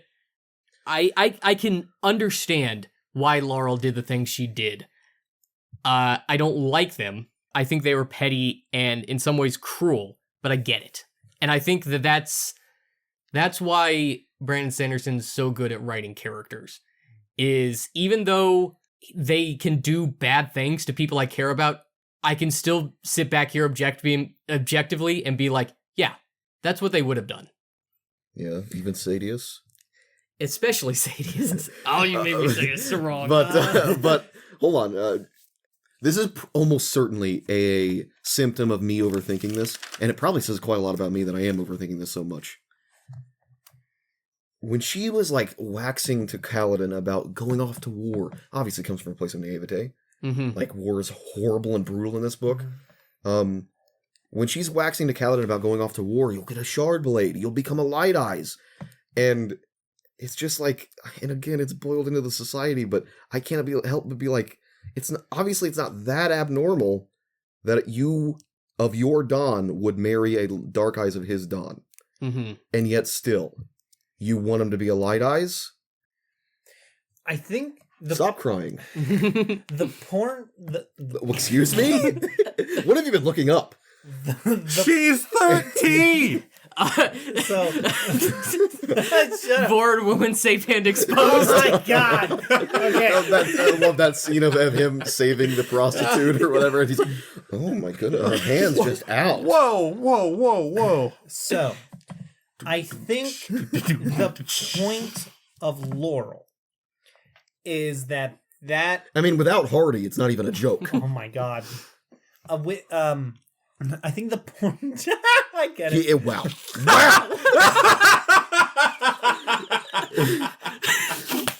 The point of Laurel is the fact that she is Kaladin's seemingly first Light Eyes betrayal. You think? Oh, interesting. Because if we take Scott's young boy who doesn't know what his emotions are, because he's never seen two axe hounds go at it like all the other farm boys have, because he's been too busy studying to be a surgeon. Mm-hmm. So he doesn't understand that part. Do you realize how absurd what you just said is? I've been studying to be a doctor. I don't know what that means. So what I'm saying is that in being like, yeah, go fetch his food, boy, is that betrayal sets him up to then be betrayed by Amaram. Will Black Betty. Great. Did you get that I've been one? waiting for that I one. did. I got that reference. I have been. I chum it in a bit. To then be betrayed by The whole Satan. reason I wanted to talk. I'm gone now. It's just, and then just right before then, his dad plants the seed of, the Light Eyes, they don't care about us, they never have, and we're nothing to them. And then Laurel's just like, yeah, you're just a servant boy. I never really thought about that. Yeah. He never really mentions Laurel as somebody who betrays him, but that is It's an like interesting internalized, perspective. maybe. Yeah. I'm so glad that his dad wasn't crazy racist. When he was giving that speech about there are two kinds of people, I'm like, oh no, Here we go. uh-oh. But no, it turned into a weirdly hopeful thing from Because it ended up being about like the people that people like who save help- and people who kill. yeah. And Kaladin's like, no, there are three kinds of people. There are people who save, there are people who kill, and there are the ones who are just... Well, when he's talking to his father, he's like, there are people who kill to protect. And Lyran's like, no, that's just the second group of people. Yep. But then, like, when he's the wretch, Kaladin's like, there are people who save, there are people who kill, there are people who kill to protect, and then there are just people who die. Mm-hmm. The people who are killed are the people who are saved. So we're transitioning into Kaladin talk, right? I think so. We're transitioning into Kaladin. And then... I feel good talking about Laurel. Part 4 is Okay. so... Okay, let's back up. Okay. Hold on, because there are key moments that I want to talk about for Okay. Kaladin. I'm just And the saying, first thing I'm gonna say is the way that they did the flashbacks. I read these as like this is the time that he is thinking about it, not the time that Brandon Yeah, Sanderson absolutely. wants Yes. to introduce us Especially with Very the true. With Tien Tien chapter. at the end? Oh, Absolutely. It was such a huge build up all the way through. What I'm saying is that we cannot forget what Scott said about the 3-4 types of people. No, Because Kaladin it- said that. Yes. Because that is why in part 4 that is so important. Mm-hmm. We'll wrap it all up Okay. by the time we get there. We'll come back to that. Before we get into that, I just want to point out a little statistical thing I just noticed in my notes. I have notes from chapters like the beginning until 17. Huge dirge of nothing, and then 42. And I don't know if that's because most of my notes are stuff that I observed based on this being a reread. I see. And I don't know if that's because that's where the main chunk of plot is for this book. I don't know. Where would you like to start with Kaladin? So for me, the story did not really start with him until the Honor Chasm. Mm-hmm. That was what woke me up to be like, oh wow, hold I on. know who he is now. This is interesting. And Dude, like, I cry at the Honor Chasm. I didn't wish do I that, could but I feel did text things. you. I did wish I could immediately feel get a things. hold of you when he. So like it's just all this down. You see him at the top where he is in Amaram's army. and he's controlling his group, and then it just ends there when they see beating the guy on with a the shard shield to blade. send out signals. Yeah, and like you get the idea of who he is because like Sen's about to go down, and like he rallies around him to protect him. They get everybody together. Then you see the guy with the shard blade, and it's like, hey, we're gonna go win this battle for Amaram. Don't know who Amaram is. I don't know who he is at that moment in time. Mm-hmm. He's a nobody. It's just a name. And then 8 months later, he is just a dreg to society. A wretch. a slave. He is being pulled around. He talks about how like he's tried to escape a couple of times. He's gotten people killed doing it. And he hates himself for it. He hates himself for it, but then he still is willing to damn everybody because the guy taking him to the I'm blanking on the place. Shattered Plains. Is like, hey, you know this map, like, where are we going? And he just rips it up in front of him. So, like, you're killing everybody that's with you in that moment. Yeah. I wrote a note that's just, I called it the duality of Kaladin, where he is despondent in peace, but determined in action. Where he is just this wretch for most of the time. But there are moments where he just seems to get, like, this renewed vigor and strength, and we understand why later, where he just can, at a moment's notice, jump into action to help somebody. When they're in the slave pens, and I can't remember exactly what it is, but he says he's just so tired all the time, and then he just like jumps to one of the other slaves' rescue. And I'm like, where did that energy come from? He just has like this innate store. I didn't even pick up on that. To like jump into trust action. me. I'll laser focused on all that stuff because I know what this goes. Once you reread all the bridge runs, if you'll be like, there's so many times where I'm like, how did I not pick this up? I picked up like early on in the bridge runs. I'm like, so he's got some sort of superpower or something. And like the Parshindi are like, they shoot the arrows and like, huh? Yeah. And he's like, why are they so confused at me? Just charging at them. Why are they so confused? Go ahead. But the first major character moment for me was the honor chasm. And I think that's pretty accurate because everything else is kind of stagnant. But even Gaz is just like, he's like, nope, cool, go kill yourself. Like, I knew you weren't gonna last. Even though he's the one that lasted longer than anybody. He's that day, he is the last person in his crew the day he started. Everybody else has died. And I love how throughout the book he keeps referring to the man whose sandals he's still wearing. Yeah. The nameless bridgeman. But I thought it was interesting, especially after making it far enough to go into the Wretch chapter where he started just like falling back into it again. His whole thing, he looked down there and then he's like, no, I can save these people. I can do this. And it's adorable that Syl, this is the first time we're bringing her up, I think. Yeah. Which says a lot. She shows up chapter 2 or 3 of him traveling, and she just shows up with that same leaf that he had that's like could easily kill a guy. And was she like, just hey, didn't understand. Like the innocence. This made you happy, so here you go. And then he's like, dang, that's who I've been this whole time. Now I'm gonna keep these people alive. And he throws himself into the chasm. He throws the wretch into the chasm, but he's really just lying to himself because like he knew it was gonna come back. It always came back. Yeah. This is about to get pretty heavy. Yeah. So I identify most with Kaladin more than anyone else in the book, easily, because I just know it. I feel that. I know exactly what Brandy Sandy's talking about when Kaladin's going on about how I just don't feel it today. I'm not feeling it today, and like the despondency and peace.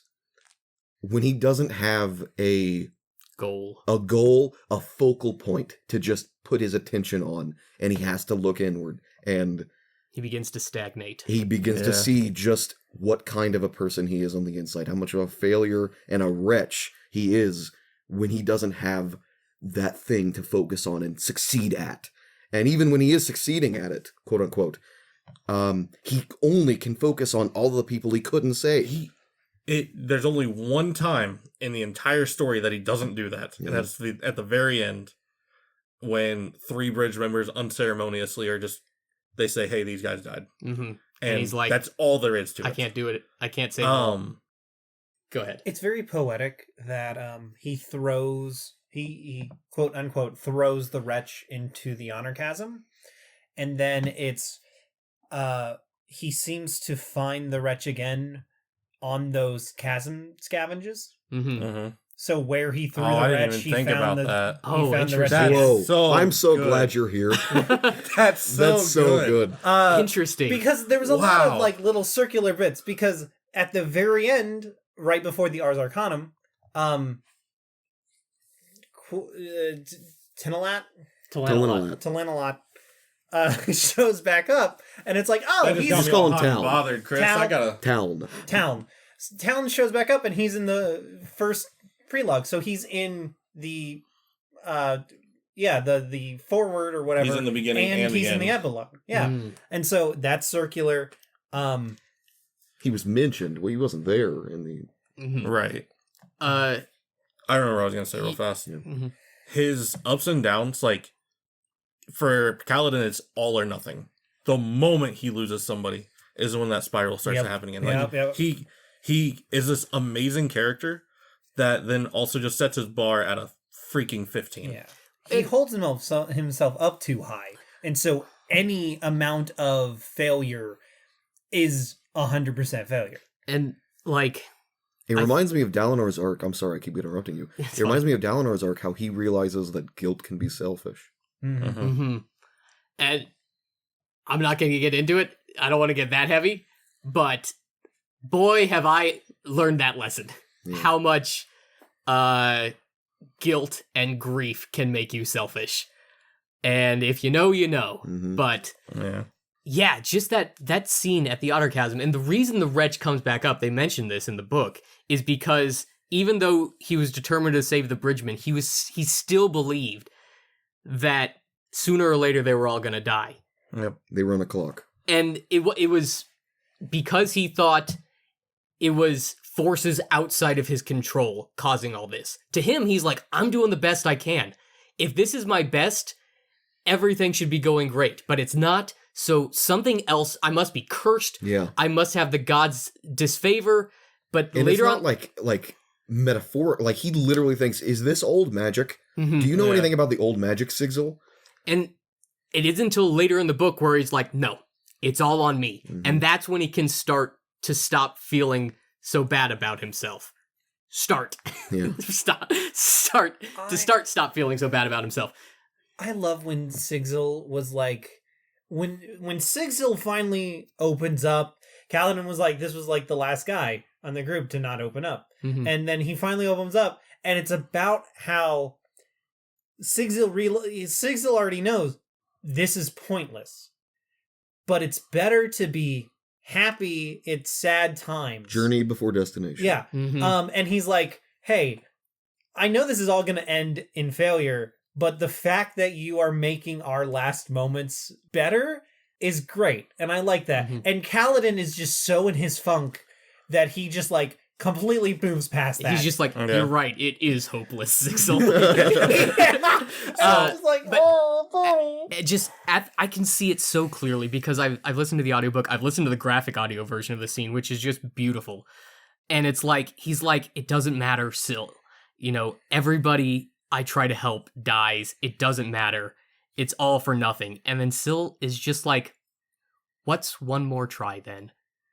Why not just try one more time? Everybody should have a sill. And like, I can see it so clear. I can see it like I should write a script. Get off me. I should write a script for this because I can see it in my head. It's like, imagine like a POV I'll of play Kaladin in the rain. He's looking at both of his hands. Syl is in one of his hands. The Blackbane leaf is in the other. And then his fist crumples up. And then the camera is up, looking up from the bottom of the chasm. And he just stands up and throws the Blackbane You into see the it chasm. sprinkle down. And sprinkles Now down. And he that's turns interesting. around. This doesn't really matter. It- This really doesn't matter. It's just interesting that I noticed this. The Blackbane leaf was in your left hand. mhm. It was in my right hand. Interesting. And then like Syl's trying to convince him, and she's like, just try one more time. And he remembers the bridge member who looked like Tien, who died on the bridge run that day. And he's like, I cried over a boy I didn't didn't know. even try to help. Not just I didn't know, I didn't even try to help him. What gives me the right to be guilty over somebody I didn't try to save? And it's just, I'm getting teary-eyed just thinking about it, honestly, right here. It's just beautiful, and just like the resolution that he feels in that moment, it is the turning point of the book, I think. And then I think it was also interesting. He takes like that frustration and is productive with it. Mhm. It's not like he's upset, but he knows like this is the next thing I'm going to do. I'm already even going through all this. He can think through it clearly, and he's like kicks the door in on Gaz, like, hey, puts him in his place. Gaz is like, what? Grabs You him by didn't- the throat. Yeah, he's like, dude, dominant Kaladin scene. I'm like, oh, this is Daddy K. Yes, Yeah. Daddy. But I was like. I died in that chasm, Dude. Gaz. There's nothing you can do to me. Now you have to deal with my vengeful spirit. Oh my god. But it parallels all of his other guilt. He's like, I feel so guilty for the people I did try to save, and now I'm feeling guilty for people I just stopped caring about. No, I can't go that far. I'm not even that bad. So then the very next day, he gets up. Actually, even before that, before he goes to bed, he goes and he asks everybody's name. Yeah.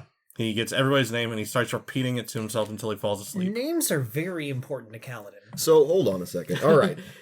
I've been struggling on whether or not this is a now conversation or a you and I conversation after the podcast. And I think I've settled on this as a now conversation. So if you'll allow me to wax on for quite a long time about something that might not matter. This is just my read. I'll stop you if I don't want to listen to it. This is something I definitely overwhelmingly felt on my first read, and if anything, it's doubled down on the second and third and fourth and fifth read. There is something going on in this book in regard to, I'm going to call it post-determinism. The idea that what happens is because that's what happened. Okay. Like Syl, bring it up over and over. Do winds spin? Are they drawn to the wind, or do they create the wind? Yeah. I ask you, is Syl drawn to honor, or does she create honor? I have an answer to this. I'm going to continue. Okay. I have a whole paragraph in my notes about this exact Let me thing. check my notes real fast. What the f*** are Sprin? Does Kaladin become what he is because that's what he believes of himself, or does he become what he is because of the connection that he and Syl have forged? When they measure the flame sprin, it stops changing shape. When we measure the bond between Syl and Kaladin with these ideals, it stops changing shape. What does that mean? What do you mean? Elaborate more with Syl. So like, there are the idea that it's called the first ideal implies there's more. Right. That's how we measure the bond between Syl and Kaladin, surely. So if that can be measured, just like the flame sprin, when it's changing shape, when we measure it, it stops changing shape. I disagree for things because of reasons that are explained in future books. Okay. Even those, I think I know what you're talking about. Even those reasons, it makes me think that maybe this all is like this. I mean, the boy, Kaladin, literally grew up on Windrunner River. And that makes me think, I'm tuning most of this out right now, Chris. You shouldn't be. This isn't a spoiler. I'm not spoiling I'm not anything. going to tell you anything that comes after in later books. I want my own revelations, though. I think this is a very important discussion to have because it's during a very pivotal scene at the climax of the book. When he grew up on Windrunner River, and it just feels post-deterministic. He becomes a Windrunner because he's a Windrunner. I disagree. Okay.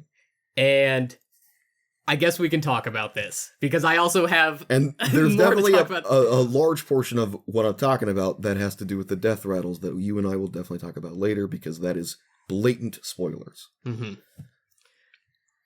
So, Kaladin has always had this darkness in him. Mm-hmm. We see it from the earliest chapter of his life in one of the flashbacks, that he's always been sad and despondent, and he's always had a little bit of this wretch in him.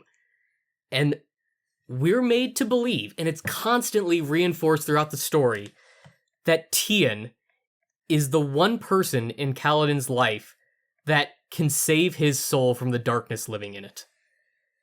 And then Tien is ripped away from him in the cruelest and most unceremonious and unfair way possible, right in front of him. Still smiling. I was gonna make note of that. His last living memory of Tien is Tien smiling. Definitely not his last memory of him, though. No. Quick tangent. In the final flashback chapter, where he and Tien get recruited, and he promises his parents, I'm going to bring him back. We're both coming back. I promise you. You read that and you believe it that this Kaladin can do that. But you want to believe it. I did when I read it, but the cruel fate is that you have known from the very beginning of the book that he fails. Yep. He cannot keep that promise. You don't know how Tien dies, but you know that he is dead. And so that one harbor that was holding him away, that was holding back the darkness, is violently taken away from him. I wonder if Kaladin was born to be the good man that we see. I think there are hints that imply that Kaladin was meant to be a very bad person. We should stop talking about that. You and I are going to talk about that specific thing. I'm only talking about stuff in this book. Okay. His skill in medicine came from years of diligent study and practice. And his ability with a spear was almost instinct. Yeah. He never shows any joy in surgery. In fact, Liren mentions a couple of times, he's like, I don't know if you're cut out for this, Cal. You can't feel for everyone, Cal. The only time Kaladin is shown experiencing any pure happiness is when he is committing violence. This is what I mean when I say post-deterministic. It's like this I say post, but it's this preordained thing where he just grabs the spear and something's right. Mm-hmm. I think this is just, I think that there's just, maybe it's a little too spiritual, I guess, but I think that there's just darkness in some people. And if it's not kept in check, they will do bad things. I just had a revelation that I can't you guys can talk about later. But when he's holding a weapon, all of his doubts, all of his insecurities, they just melt away. I think if it wasn't for his family, the motivation of Liren, the compassion of Hesina, and the innocence of Tien, Kaladin would have grown up to be a very evil man. And I think the characteristics that he gained from his family are what led him to be so honorable and what attracted Syl to him. I think maybe even that dichotomy attracted Syl. Oh. That fighting against this darkness. Oh, especially once we get into further books, we understand that it is people who are hurting the most who have the best chance of bonding with Spren. Mm-hmm. Who are hurting the most, but rise up and despite it. Yes. So when Syl asks Kaladin, do Windspren make the wind, or are they drawn to it at the very end, when he's deciding whether to go back for Dalinar? Syl says in the Honor Chasm chapter that it was Kaladin's kindness towards his fellow soldiers in Amaran's army that drew her to him in the first place. I think Spren are attracted to these qualities and characteristics because of that. And when she says that she is Honor Spren, we have this question in the back of our head already. She just asked it. Are Honor Spren drawn to honor, or do they make it? I think she knows the answer. She's saying that Kaladin is a good man, he's a noble man, he's a son of honor. And she's asking him, without actually asking him, she's asking him with this question about the Windspren. Will he abandon all those men when he has the opportunity to help them? And they both know the answer already. It goes back to the other part of the Kaladin chapter, or the Honor Chasm chapter, where he was crying over a boy he didn't even try to help. It's like, I know what you're going to do, Kaladin. You just need to know it yourself. See, what I find very interesting in this topic about the Spren and about Kaladin is that it goes something I think Jordan Peterson said, Okay. right? If you have no ability to do harm, you are not righteous in not doing harm. I don't like that you're quoting Jordan Peterson. Exactly. However, I think I've heard that before. But somebody who is capable of doing harm and is choosing not to, there's a difference. Yes. So I think there is no honor in being inherently good. There is honor in fighting back your darkness. Which Kaladin has in Absolutely. spades. Yeah. So it's in that attracted Syl. We need to Agreed. get to the end of the podcast. Oh no. So- oh no. Okay. Well, so I'm going through the whole story. To me, the real story in this is the progression of what we feel about Kaladin all the way through. Mm-hmm. And who he is at the end of the book is completely different than who he is at the beginning, for me. Minus, like, some very broad topics. But where I last left off, he gets the names of everybody, and then the very next day he says, okay, everybody get up. Get up, we're gonna start doing work. Mm-hmm. And he makes an example out of Moash. And this is the beginning of learning who Bridge 4 is. Yeah. They all painstakingly get up early in the morning to see him ready to start doing training and working out. And they just look at Gaz, and he's like, you guys don't have to do this. And they just all go back to sleep. But Kaladin worked himself to the bone the entire freaking day. And then felt like crap when he did the bridge run. Except for times he didn't. Except for the rare times that he Isn't did. that interesting? I wonder what happened. Yes. Upon rereads, it seems so obvious that whenever Kaladin gets these sudden bursts of strength, it's him breathing in Stormlight. Because they always mention that the spheres he has have suddenly become done. They bring it up multiple times. That was the first one that I picked up, was at the end of that run.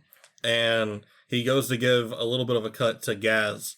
And he's like, bro, you're giving me a done spear? He's like, it wasn't done this morning when you gave it to me. Okay, wait, hold on. Hold on. He's been breathing in Stormlight this whole time? And that's that's another one of those things where it's like, is that a plot hole? Is that an inconsistency? No, he brought it to our attention. Because there is a part, it's mentioned several times, where you do not leave your possessions back at your bridgeman barrack, because there's like no door, there's no lock, there's no People nothing. just take it. People just Yeah. take it. So he has to take any of his spheres that he has with him. It also reminds me With of him. real life prisoner activity, where Yeah. prisoners will just have like literally a pin cap, and this is my pin cap. Yeah. It's the only thing I own. But that also means when he didn't have any, where was he getting his energy? But that means those other bridgemen around him had done spheres because he was breathing in their stormlight. That reminds me of when calm down.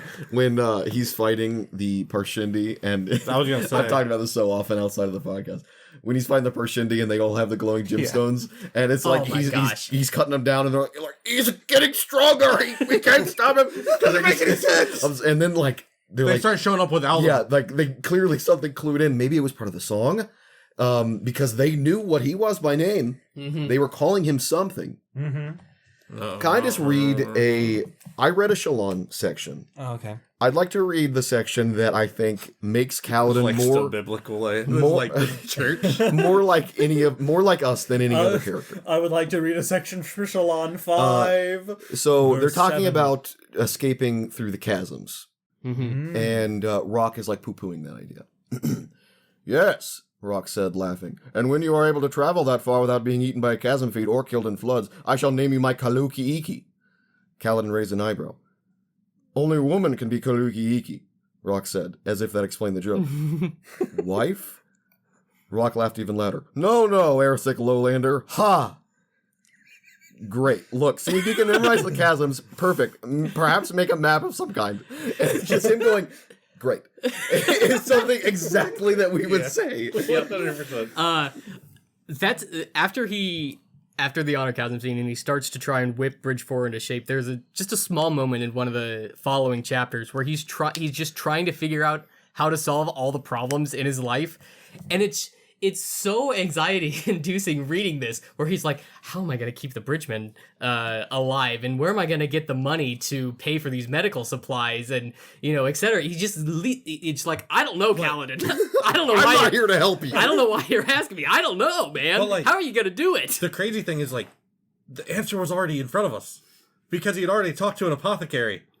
And was like, they were like, oh yeah, no, this is actually grown, like, all around this area. Oh yeah, this interesting herb sweat. If you sweat the herb, it makes this. You get 1 drop tops. 1 drop tops out of the stock. And I'm like, that was it. That was all we got. And so, like, he's over here trying to, like, figure out all of his life problems. And then he was like, oh, I have Syl. Syl knows what these looks like. Mm-hmm. And then all of a sudden, Rock can see Syl, and he's like, this actually works out What's great. up with that, huh? Yeah. That's odd. Here's a... Do we want to get the real Spren conversation fully out of the way? What are we talking Just kind of what because John doesn't know. Well, what's I want to know. Okay, you probably have picked up a lot from us. You mentioned Flame Spren. The interludes do so much to make you question what is a Spren. Because that one in particular, other than that, like you that hear the about blue Syl, guy, and that's it. like seeing the gigantic ocean spren thing. Yeah, like, what is that a time Spren? Because it shows up at the same time every day. Is that what it's ocean supposed Spren? to do? The idea Tide Spren? I The thought idea I it got was was Spren. Old Faithful. Yeah. It was like a geyser. that's but that's the spirit of it. Was Yeah, that you want to go see the Spren? Oh, Old Faithful, always this time. And we're just gonna have to completely disregard that he can tattoo his notes on his body at will. He can just will a hangover to go away. He's like, oh man, I'm hungover. And That's really one of those chapters where, like, don't know what that was about, and just move on. I love it so much. It was also one of the most fun interactions I'd seen because like beggar there was a beggar in the back alleyway. Yeah. And he's like, you crushed the East Wing. And he's like, I did what? Last night I wasn't even in the East Wing. Bakery's gone too. yeah. He has this whole It's okay. trash The family city. was something like that. Oh, that's good news. But they were at the temple, which is what I crushed with your head. Yeah. Well, I'm gonna need that towel. You can't take the towel from the village. Well, maybe if you give me the towel, then I'll save the rest of the city. See, the vibe I got from it was like the guy believed what he was doing, and so he like whips the towel at the blue guy, and the blue guy's like, Yeah. and the guy's like, oh, I guess the towel works, and he throws the towel at him, and he's like, thanks, bud. Dude, I thought that was so fantastic. wholesome and fun. Yeah, Just some crazy guy living in the alley. crazy guy. Again, it's just an example of how you can just show people stuff and move on. Hey, guess what? This is interesting. Read all 4 books. I don't know. Oh, he never shows back up? Oh, he does, Oh, but it doesn't okay. get any clearer. Okay. So Did he ever see a captivity Spren?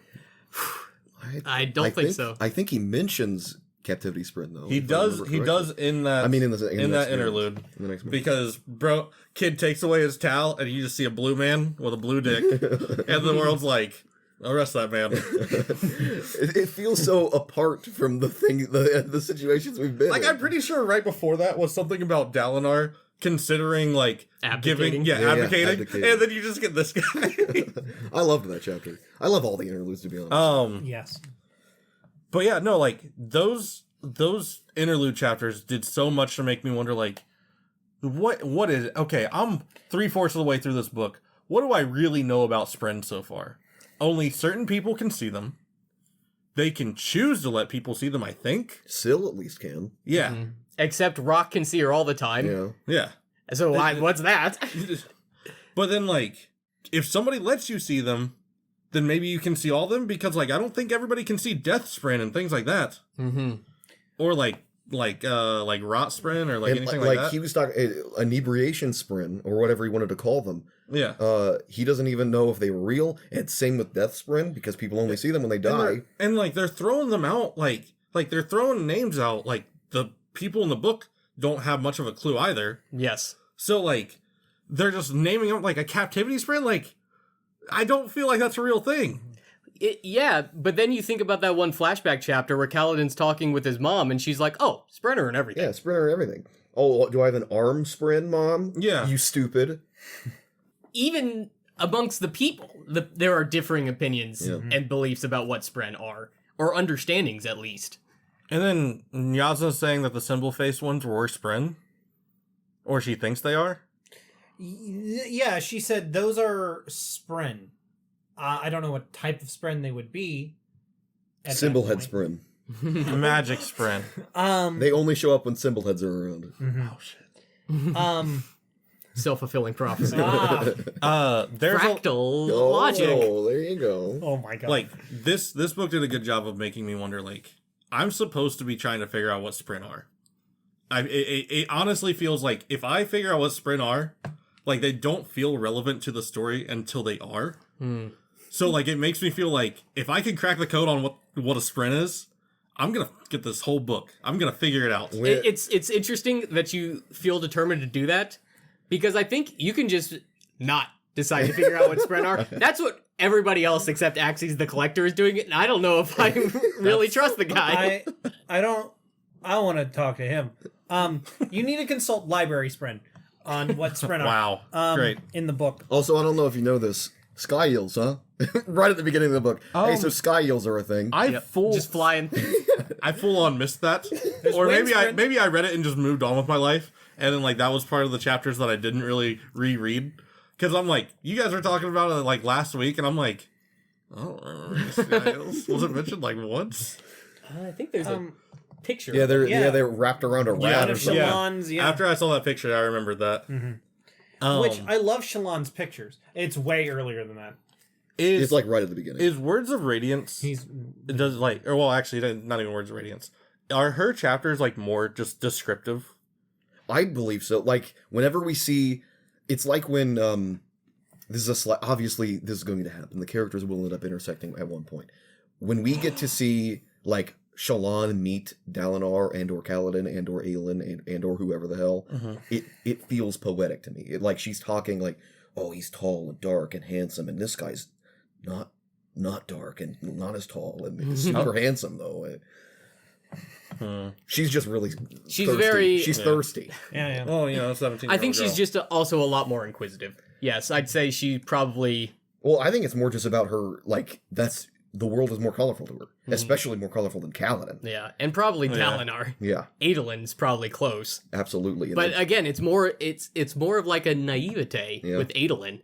We haven't even talked about Dalinar and Adolin haven't. once, and we're 2 hours in. So we'll move along with Kaladin. Before we move along with Kaladin, here's This is gonna a be a 4 hour long. I'm video. sorry. This isn't big. Kyle, go home. This isn't a big deal. Here's a BuzzFeed question. Favorite bridge men? Bridge 4, specifically. Rock. Scar. Ooh, because it's Scar got shot in the genuinely foot. made me laugh. He made me laugh so hard. Nothing's better than Choldung and all the food. I mean, Teft Yeah. is honestly a good one. It's yours. 3, 2, 1. Teft. Teft. Yeah. It's obviously tough. I was gonna say Close second is Sigil because I know Sigil knows stuff. I want Sigil to teach me, Sigil. Oh, yeah. It I was would gonna probably spoil be something, but it would probably be Moash or Scar for me, because I love the idea that Moash is like, in the heat of the battle, he still tried to keep up with Kaladin across the bridge. The and as vibe, far as like- we know, he's not bonded to a Spren. Yeah. So it's just like he's just keeping up with him. An interesting vibe I picked up on the reread is Moash feels more like a contemporary, and the rest are like soldiers in Kaladin's Oh, yeah. unit, so to Yeah. speak. But Moash is like, hey, what are you thinking?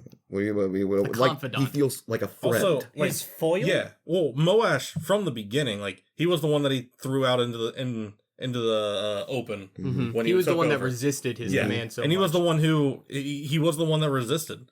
And then, like, at the end of the day, he's like, why did you make me a captain? He's like, because you're good at what you do, Moash. I can tell. You just know what you're doing. He's like, thanks. I don't need a yes man. I don't need I it. need somebody who just says Yeah. yes at me. Okay. Dude, part 2 had so many like Act 1 guns set up. Chekhov's guns. Yeah, like introduced. that paid off in part 4. Like, they're going through. They finally start to get on board. It starts with Rock. When he takes over the front, he's like, "Hey, I want to be in the front. This is my honor as bridge leader." And Rock's like, "Oh, okay. Airsick lowlander." Yeah, freaking idiot. And then like you get more hints that Kaladin has superpowers. But then Kaladin just like, even after that, he's like, "All right, hey, we're not done. I need to go save people. I need to go pull them out." And like you see him raising that standard that we talked about at the beginning so far beyond. Not only is he running in the front of the pack, trying to be the leader that is out in front, not the lead from behind or beside. Even then, after that, the people that got hurt and injured, he's like, "I'm not giving up on you." Mm-hmm. Even when Gaz says like, "You can't do that," he's like, "Dude, just let us." What are you gonna this." do? Yeah. I'm a bridge man. And especially like that scene with Hobber after they get back to the barracks and he's checking on him after the next morning. And Hopper's just, he's like in tears. He's like, "Thank you. Thank you for saving me." And it was just like very emotional. When Rock was the first bridgeman to like Airsick lowlander, and he goes to help Kaladin with the other wounded guys, I came within a hair's breadth of feeling something. Yeah. That was pretty hard. Yeah. Man. And then the like Taft, huh? they hear the rules. They're like, "Hey, we're not paying these guys. We're not gonna give you extra food for them. Like, they're just gonna die. We don't care about it. We're just gonna get more people. This is how bridge crews run. They're meant to. What's the? Bridgemen were meant to die. We're meant to die. Yeah. And like he asked the crew who don't give a shit about him yet. And Rock's the only one. He's like, "Well, you saved my life, so I'll pitch in." And that's when the apothecary thing happens. They come up with the way to make money, and it works. Mm-hmm. And you have your heartfelt first moment of like the soup late at night. Everybody gets a little extra meal. Even the ones that are injured are hobbling out. Everybody at all the other bridge crews are like, "These guys, you guys are stupid. I hate these guys." Because they're supposed to be the lightning rod of all the bad luck. Yeah. Bridge 4 is. And man, I feel like part of the reason why we like Kaladin so much is because Brandon Sanderson made Bridge 4 just so diverse and fun. Mm-hmm. The only thing that I wish I would have saw more of, they did it with Shin, was I wish there would have been more controversy. Yeah. Like, I wish there would have been somebody with like a dark past. Somebody that probably shouldn't be redeemable. Okay, well, he looked at you. That's interesting. Okay. That's interesting that you say that. What do you know about any of the bridgemen? Not They even all that. seem redeemable right now. Not even that. At what point? Except Earless Jax, he didn't make it. At what makes somebody not unredeemable? What makes somebody irredeemable, I should say. These are the kinds of themes that the book brings up, not in text, certainly, but when Yasna goes to kill those 4 men, who's at fault? When the betrayal happens. So if you were to learn, hold on, before you, the Sadius betrayal. Oh, if you were to learn that Rock is like a hardcore serial killer or something, There's a reason why he's good with a bow. something like Skyrim. that, Mhm. he's like a hardcore war criminal, did something real bad. What happens? So not to get like spiritual or anything. Go for it, man. I'm the opposite of Cody. So wrong. Got him. Everyone has something good in them, is my thought. Okay. And it's not that you have done bad things. It's that, can you move above your bad things and still do good? I don't know if that's very different from what I said.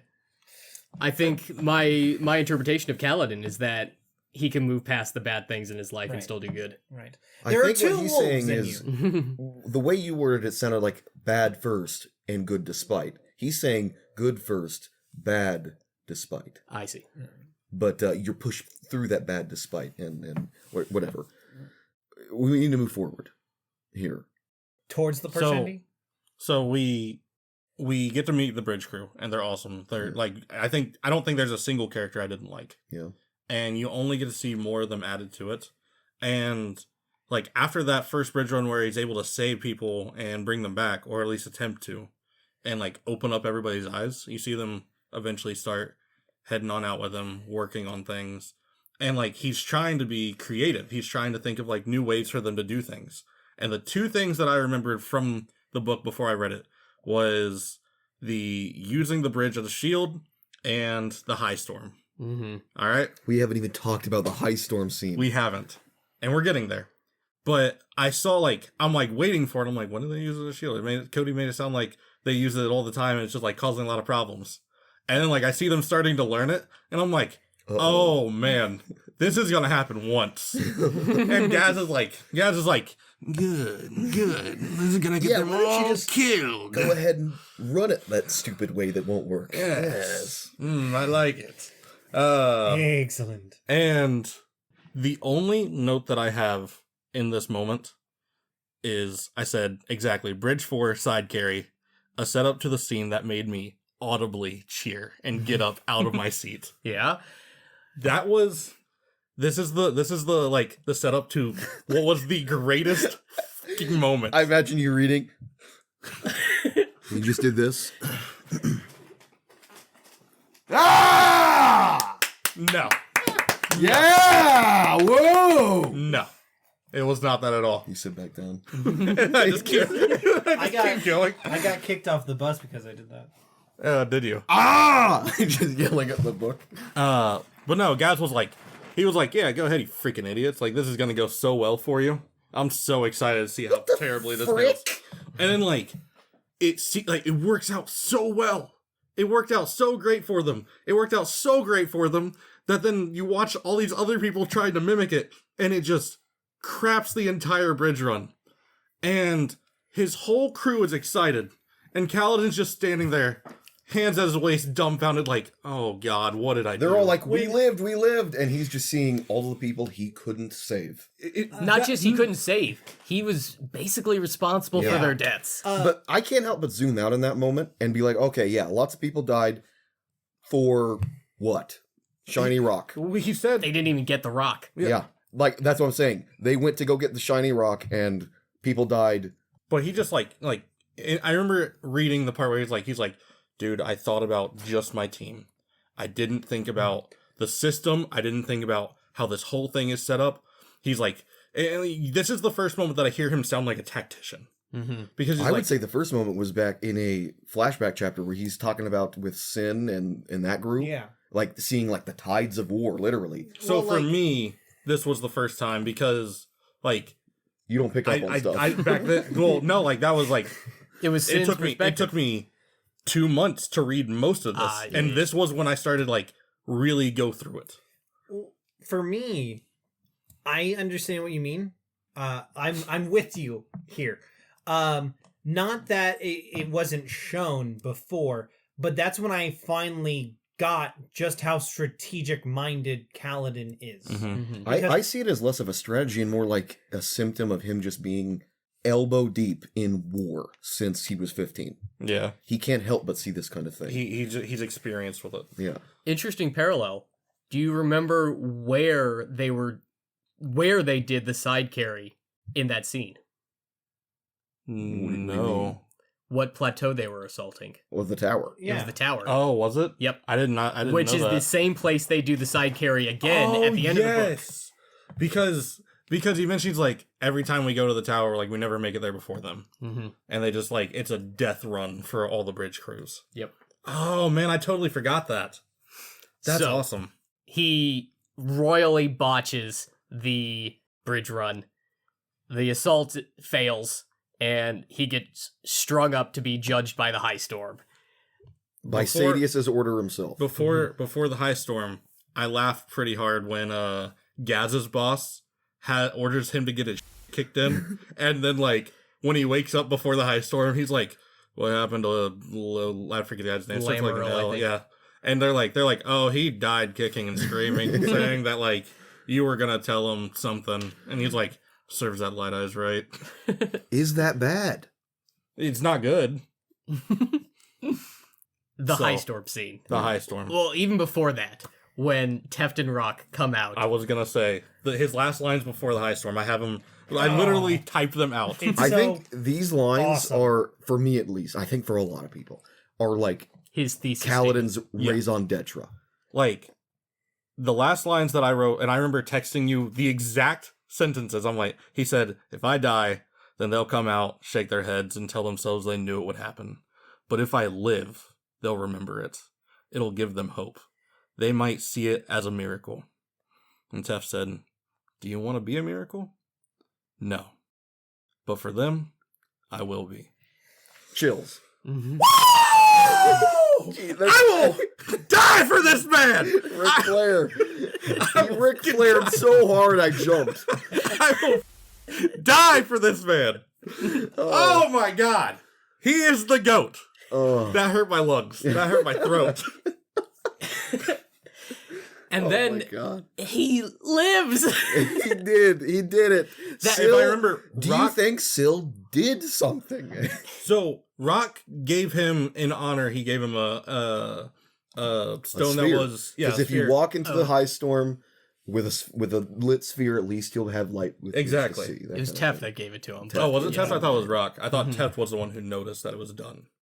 He noticed because he had given it to him. Oh, okay. Yeah.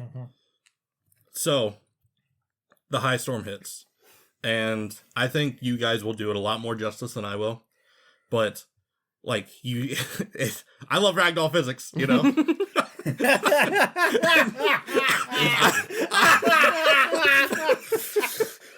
I love. It was this moment that I realized I love reading about ragdoll. What a weird thing to discover. This book's got something for everyone. but like, even after I got past that, like, I was reading it and I'm just imagining, like, tied up by the ankle. Man, you are going places. You got 3 feet of you got 3 feet of slack in a dream. Like, but after I was able to move past that, like, you see that, like, really, like, Syl was so important in this moment. Oh, man. Because, like, it said so much about her when, like, there was an instance where he was able to grab on and hold on for a second, and you see her trying to use the wind to just, like, dampen the storm a little bit, cleaving it in half or something. and then later on, like he sees her for a brief second fighting off Deathspren. Mm-hmm. Like, She has a little sword. So much was said in just, like, in these scenes, and I'm like, man, if you didn't like Syl, like, you have to like her now. And, like, it's hard to understand how much she was doing. Yeah. Because, especially in the during the high storm, it seems like it's mostly just kind of like a perfunctory thing. Like, I think she believes she's doing something, but surely... Is that good enough? Surely just one wind spread against an entire high storm can't be doing anything. Right.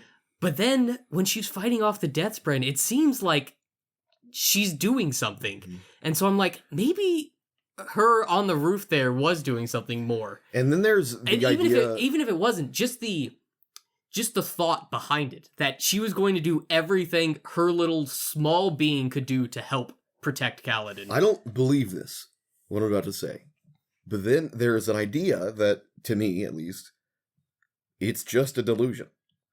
He didn't literally see Sven with he just imagined Syl with a sword. He was just like holding on to life at every step. Mm-hmm. And in his delusion, he saw the only way he could fight back against the literal force of death. Everything else he sees during that chapter is a delusion, a dream, or a hallucination. So yeah, maybe. I don't know. I like to believe. I certainly believe that, because Syl is my little baby, okay? Syl is the best girl. Syl is of amazing. Course. But I swear to God, like when Syl shows up at human shape and size, I told you this when I first read the book, Cody. When Syl shows up as a human-sized person, I'm like, don't bang it. Don't. Please there's Rule 34. Don't Not that I would ship know, these but... two. These two are just deserve each other in a way that transcends romanticism, okay? Mm-hmm. Don't bang it, dude. Kaladin. So, from my understanding, he sees the Stormlord. Mm-hmm. Absolutely. The Stormfather. Smiling down on him. There's a brief pause in the storm. Like the eye of the storm. Yeah, exactly. The eye It of the storm. calms. In the eye of then- the storm father. And then he sees the Storm Father. And I honestly, I can't remember anything else. I want to say like there's something that's said, but I don't remember. I think he like calls out to it, but I don't think there's any reply. Okay. Hold on. But it's pretty much right after this that he has a dream where he is a high storm. It's a little later. It's a little bit later. I think but it's in part 4. Mhm. But Is it in part 4? Oh, I thought it think was in so. part 3. I I could. think it's at the beginning of part 4. Do we remember what chapter that is? Mm-mm. What? I know it's in part Which 3. chapter? No, which chapter? I can find it. What's interesting about part 3, tangent a bit, is it is Kaladin and Shallan are the 2 point of view characters, but it's a blink and you miss it kind of thing. There are actually more point of view characters in this part than just Yeah. Kaladin and Shallan. This is where we first get Teft. This is where we first get Teft, because he is tending to Kaladin while he is recovering from the High Storm, and he's the one that discovers that Kaladin is a Knight Radiant. Mm-hmm. Who's the other point of view character that's not listed? And I bring this up semi-importantly. Who's the only one that's not listed? Was he a In bridge part crew? 3? In part 3, Gaz is given like Oh, Yeah. he is! Yeah! is given like a page and a The half. briefest Because he's point of view. looking at them do the shield, the half carry. Yeah. Man. Because there's And there's a like, faint moment where he thought he saw Syl. Or he thought he saw something. well, he in the keeps- darkness in the of his darkness left of eye. his left Yeah. eye. It made me feel bad for Gaz. Yeah. That horrible piece of garbage. The one humanizing thing about Gaz is the fact that he It's is pretty much from this point on, we don't Only one see eye. Gaz again. Basically, yeah. I bring that up because Gaz is not the only character in this book who talks about seeing things, seeing creatures just outside of his view. So does Shallan. Shallan does mention seeing creatures just outside of her view. I remember because how she said it reminded me of the Doctor Who episode where it's like this weird eel thing and it's like just out of the corner of your eye, and then he reaches and grabs the thing. There's a third character who mentions seeing creatures just out of sight too. I will if you don't remember, that's fine, but it'll become obvious on a reread or just in subsequent books. Is it Seth? It's not Seth.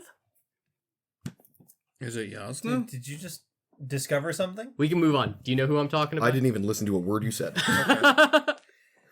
There are several characters in this book who mention seeing creatures just bro, I already know what you're talking about. Okay. It's something I wish that something you hinted at when I first read the book, Yeah. and I didn't click. It didn't click with me until this book. Put a Until the pin in it. reread. It'll make sense later. And I just want to say to everybody listening, if you noticed, I noticed too. I didn't Who? on the first What? read. Not on the first read. Huh? Don't worry about it. Okay. I want to know now. No. Can you show me? Shut up. So, Go ahead. So my next notes about this era of Kaladin's life is down in the Honor Chasm, or not in the Honor Chasm, but in the chasms. Mhm. He said the first ideals. Mm-hmm. Yeah. And he was told about the first ideals while he was still recovering. Also, actually, let me just back up. Man, he's like on death's door, and when he's finally coming back, you see the whole bridge crew still keeping routine. Yeah, Rock, dude. Rock is the guy. It felt good. Like, it's working. And I'm not there.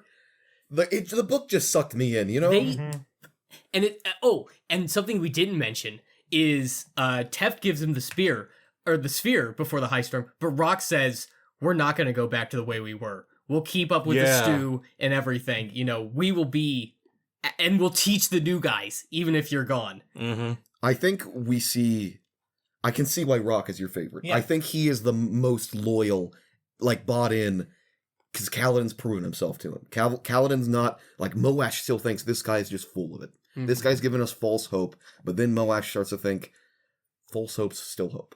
Yeah. It's still something. It's better than nothing. And maybe, if I meet him halfway, it doesn't have to be false. Yeah. Yeah. Oh my god. I just give myself Bridge chills 4 again. is best boy. But Bridge 4 I can just see in general. when Kaladin says that, and Rock's first thing is, "Oh my God, I believe you. You're gonna survive this ice storm. Mhm. I'm gonna come out, and you're gonna be alive." And then Yeah. and then Rock's like, "He stopped his eyes open. They even like set it up in like that suspenseful scene where like, and then his eyes opened. Yeah. Yeah. And I'm like, You mentioned Bridge 4 being best boy. Some of the individual members of Bridge 4 get their own point of view chapters in later Love books. 'em. do they? They're some of my favorite chapters in the whole Oh, I series. can't Wait, wait. can- I can't Can wait. I ask for a small spoiler? Go ahead. Does Rock get one? Yes. Absolutely, he does. Rocks might be my favorite. I Okay. think So my happy. favorite. I'm not going to talk about How it. long until I get it? Damn. Book 3, I believe. God. Okay. I mean, that makes sense. I think It's- there's at least it's a some in downer book 2, for sure. Yeah. At least Some small ones, like in this one, where it's just like half a chapter Yeah. of Teft or a couple pages of Gaz. So he has the powers to lash Mm-hmm. prior to the ideals, but it seems like he becomes more powerful and more in control of it after he says the first ideal, which is the only one Teth knows. I believe he starts being able to manifest his powers once Syl starts hanging around with him. Mhm. Little things. Which, Okay. like on the bridge runs, where Okay. the arrows kind of move out of the way for him. It's I like think I that's him kind of accidentally. That makes it so. You mentioned that like Syl will come and go. I've never paid attention to the correlation of his powers whenever she's there, whenever she's not. But I wasn't just BSing when I was talking about the ideals being a measure of their bond. Yeah. That's quite literally the case. Okay. The more ideals you're in, the stronger their bond is. Okay. And the stronger they are as a Night Radiant. Absolutely. That's why Dalinar is all like, when they're having this discussion and it's like talking about how the superhero power, the superpowers of the Knights Radiant are all myth and legend. And Sadie's is like, do you believe that they could do all these things? And Dalinar's like, well, no. But you do get like kind of powers from wearing your suit and I stuff. was gonna say it's like an Iron Man suit, Yeah, but but you that's become because, crazy strong. That's because nobody who's wearing shard plate and has a shard blade now are Knight Radiants. The only one, well, we know 2 people with lashing powers. One of them is apparently a Knight Radiant. One of them we don't know. Do you notice something? I'm curious. The 2 people, who are they? Seth and Kaladin. You know something different about them. One's bald, Very true. Oh, okay. one wears white when he's killing One King. has a shard blade. Good point. Mhm. Yes. And the other. Does not. A Has a it has spread. a spread, but we Interesting. don't know. Put a pin in it. Yep. At least it is not shown to us that Oh, it's already part of my Shin predictions. has a spren with him. What'd you call him? Zeth. I said You Shin. said Shin. My bad. Yeah. It's He Zeth is a- certainly he never is a calls Shin. attention. Chris. It's to his, Sahin. Great. Right. Sazith. So the Anyways. He Sorry. certainly never calls attention to his sprin. And this isn't a spoiler. This is an observation I made, like a guess I made on my first read. I'm like, he keeps talking about this oath stone. Is that oath stone a sprin or something? Oh, and they kind of hint at it with like the conversation. Like, I with have to do Kaladin's whatever mom. you say if you're holding this. And I'm like, Is that because he's truthless, or is that because of something else? yeah. Interesting. I've never even really considered that. like it's not just the only it's not just the only honorable thing that he has left is having to do whatever his master says, and his master is whoever owns the stone. There's actually a magical thing about the oath stone. So like maybe it is a fabrial, whatever it's called. Maybe it is a body of a spren. Maybe he had an honor spren that he had to kill. And that's how he became truthless, and he did it with his Do you think you can kill shard Shard? blade. I mean, they're not affected by the high storm, or at least They from seem what I to could cause see. it sometimes. Well, I guess if it's a what? Like, if the wind sprin are causing wind. Oh, I didn't think about that. Well, I think you can kill spren. And the Stormfather is the storm, I mean, he's one giant sprint. is he? Oh, Because like if you It get sprens all the way up. if you this is why I'm saying I gotta learn what a sprint is. If I learn what a sprint is, I crack the code. if you douse a fire, the flame spren stop. They fight the existing. water sprint. I know who See, wins. that's I've seen interesting. Pokemon. And then, Does that kill the flame? but it spread? turns into like I- a lovemaking session. That's when they make smoke Maybe sprint. they go back to where they come from. Maybe not Okay. die. Where do they come from? maybe Where do they Shadesmar. go? Maybe that's the crystal beings are called Spren because they are from Shadesmar. Maybe maybe the crystal beings, Shallan. what do you mean? The symbol guys? Symbol heads, yeah. Maybe Shallan is getting Shallan is getting Challenge Showdown. peeks into Shadesmar. Okay. In when she can't see it, but when she's drawing and she goes into her creations and happy Her imagination palace. Yeah, her imagination palace, she can see them there. So they exist in tandem, and it's them noticing that she's noticing them that made them follow her and are now attracted to where she is. Like, that's weird. Why can you see us? That shouldn't be the case. And so they're as interested. Can you remember in her the as first thing she in the book heard these figures saying? I remember. Oh no, I can't. don't remember. I remember vaguely talking about how they've been asleep It's for a really certainly not long that time. late. It's way You know, it's earlier than 3. that. It's in part 3. It I'm is just gonna part tell 3. you. They say, "What are you?" Yeah, and she's Yeah. like terrified or something along Yeah. Oh, those that's the lines. second time they ask. Oh, is it? She doesn't answer them the first time. Oh yeah. Because she doesn't believe. she wasn't. She doesn't know what it was. So, am I right? I'm not saying I anything. don't know what Fire. we haven't been told that answer. That's how dare you? Okay, that's for us to discover in a later book, or maybe never at all. It's for I'm us. Sure, It's for Cody and I to laugh at you I'm when sure- the videos. Almost. I'm sure at the end of the day, Randy Sandy will not answer every single thing.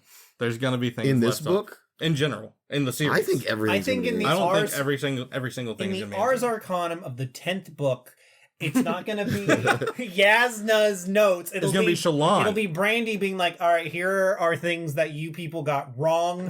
The 10th book for I don't even know, man. The 10th book could literally be like a retelling of Halo. I don't even know. So, I got to read the rest of these books. new dudes show up. The new guy in town that's over all the bridge crews, and his wife, having a hold of him by the dick and balls, is like, "Hey, we're gonna put Bridge 4 on chasm duty all the time, every time," and it makes sense. It makes sense because they get a better familiar idea of like where they haven't searched and where they have. So I'm like, oh man, that sucks for them. This is bad. But at the same time, I'm also like, is Kaladin got to get a fight like a chasm feed down there? Dude. Because there's a moment Dude. that felt like foreshadowing where like they're walking and you hear the and like they're like, Nobody moves. there's something nearby. Their vision's And I'm beast. like, bro, is this about to happen? It was just him and Lopin. Yeah. Oh, we haven't even mentioned we Lopin. talked about Lopin yet. The puddles. Gacho. The puddles of water are just Rippling like a cup of like water. the cup of water. Dude. She didn't even know it, but she was like tying the knot on her own noose by putting them in the chasms. Yeah. Mm-hmm. Permanently. But that's when like the first ideas of escape really started to sink in. And he found jobs for everybody to do. He found jobs for Shin to do, for Rock to do, for Lopin to do, people who couldn't really fight. Even though Lopin, God bless, I'd take that dude to a bar any time of the year because I know if I'm getting in a fight, he's got one side of my back. Considering what happened, I mean, I'm sorry, I was just musing to myself because I said tying her own noose. Considering what happened with Lamorel, is that his name? Mm-hmm. I bet after Dalinar gave up the sword for all the bridgemen, I bet he killed her and his. her no, husband. Probably. Yeah. Probably. Sadius is that kind Camel? of prick. Is the lady's name? I don't remember. Nishal? Something like I that. don't remember at Okay. all. Something. Oh, go ahead. Sorry, this is the first time you see him pick up a spear again. Yeah. And he specifically broke Close the his head eyes. off of it. And he's doing that practice routine. And like most of the crew, except Moash, is like, dude, that's freaking awesome. That's so cool. Teach us that. It's not even the vibe I got wasn't even like that looks so cool. Kaladin was describing what he's doing, just doing a simple kata. Is that what he Yeah. called it? Yeah. And they're just like Kaladin. Oh, it's real. That was incredible. And he's like, I was just spinning a stick, dude. Yeah. It's like, He just no, tossed you it. weren't. Mhm. He just like It's- tosses it to the side it's- after he's done. It's constantly reinforced that Kaladin is one of the greatest spearmen Yeah. on Roshar. Yeah. And it's like, I don't know. I don't know if I believe this, but it seems like he was destined to do violence. Mhm. Like, that is where We have a lot to talk about. You should probably stop mentioning this. Okay.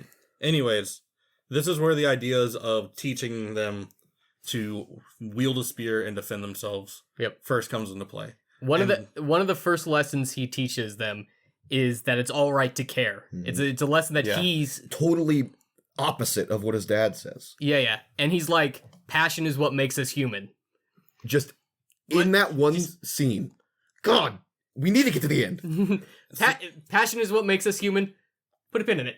Okay. just remember that. Another thing he notes is how they have the greatest potential of anybody he's ever trained.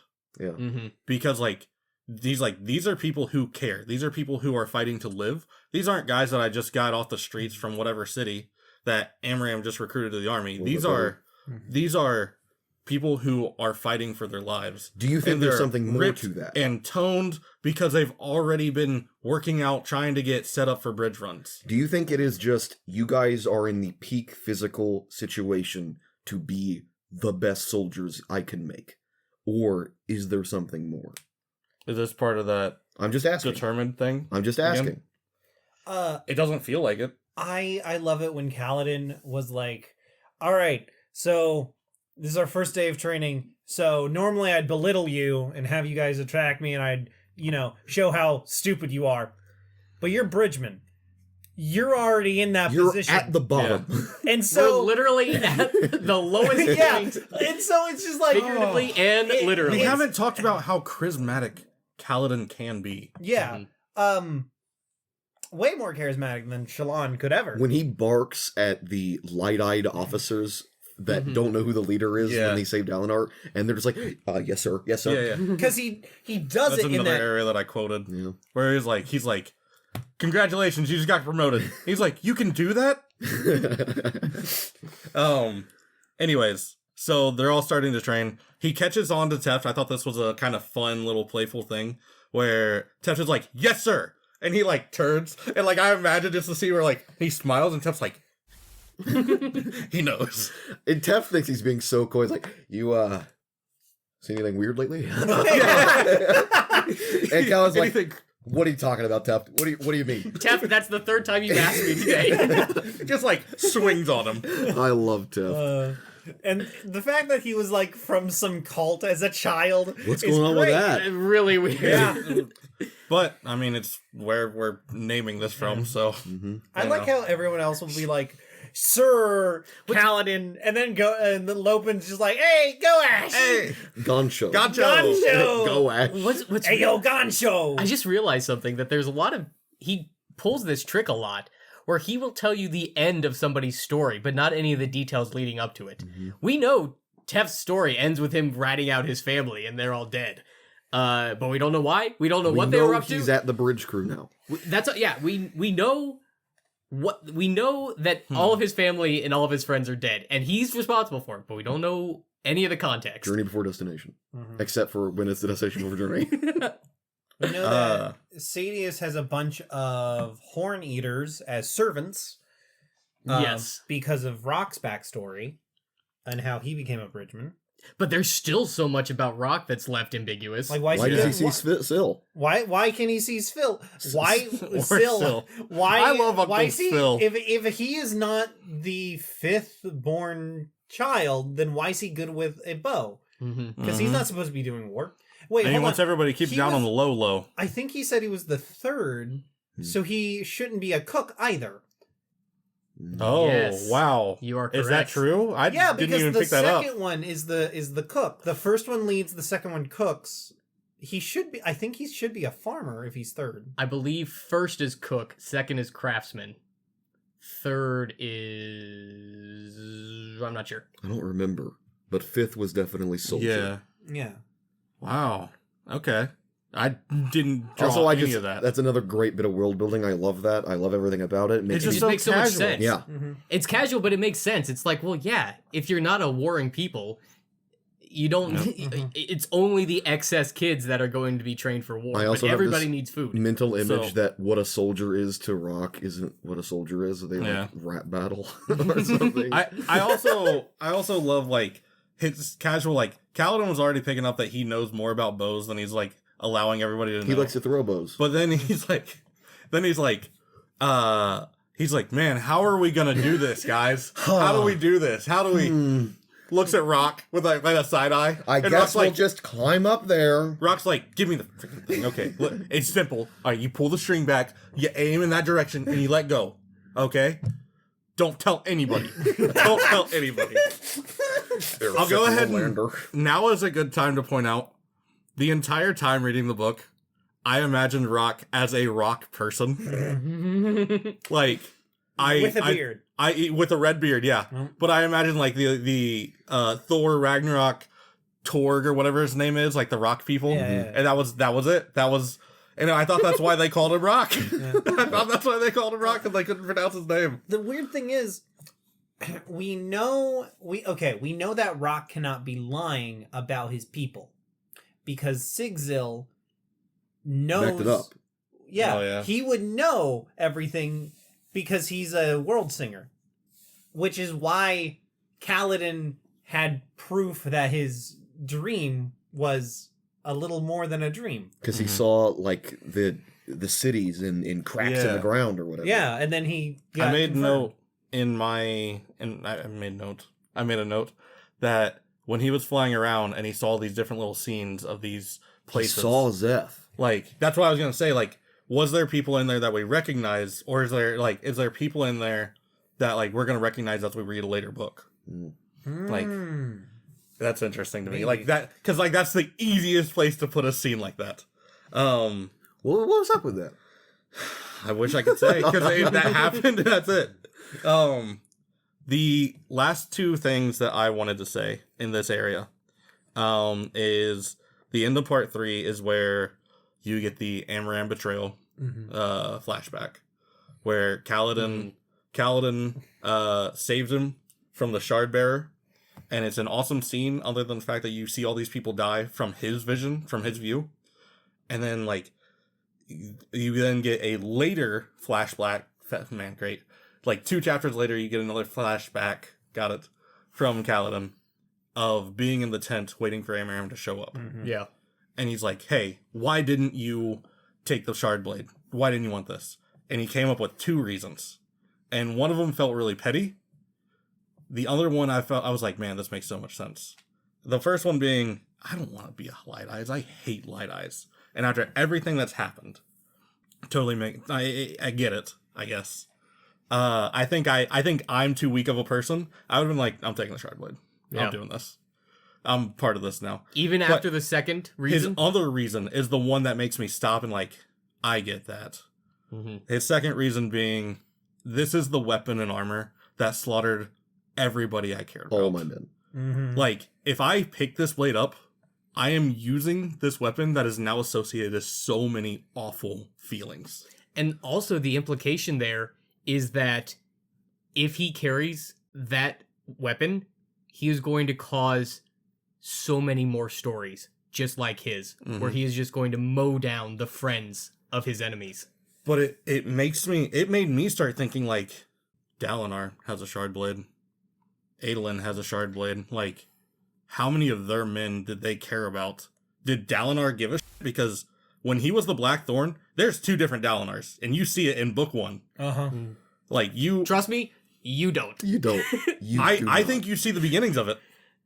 Okay, because like Whatever you think when, you know. when the thrill is happening, This is Shaggy at 1%. you know what? I'm talking to you. Okay, This is Shaggy at 1%. when the thrill is happening, and like he's talking how casually he's murking these people, One swing of the And blade then- and yeah. 16 lives. and then like there was like a slight pin drop of like when he saved Sadius. Oops.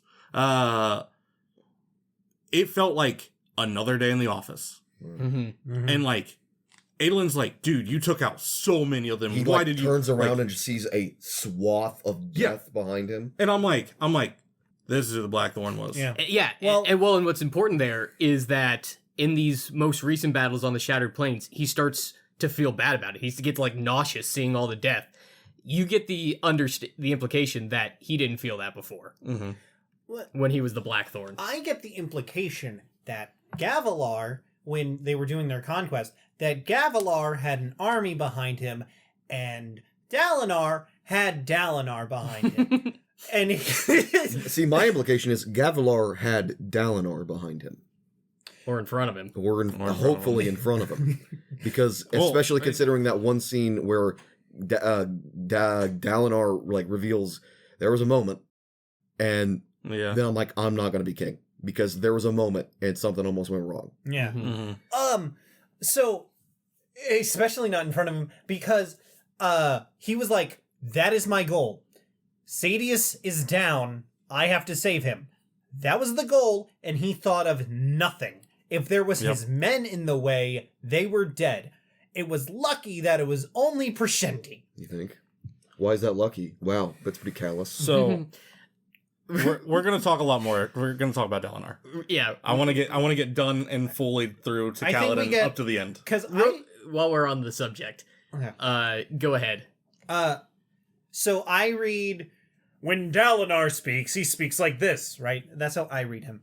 Until in the part 5, where he's not part 5, in the very end of part 4, the last chapter when he confronts Elokar.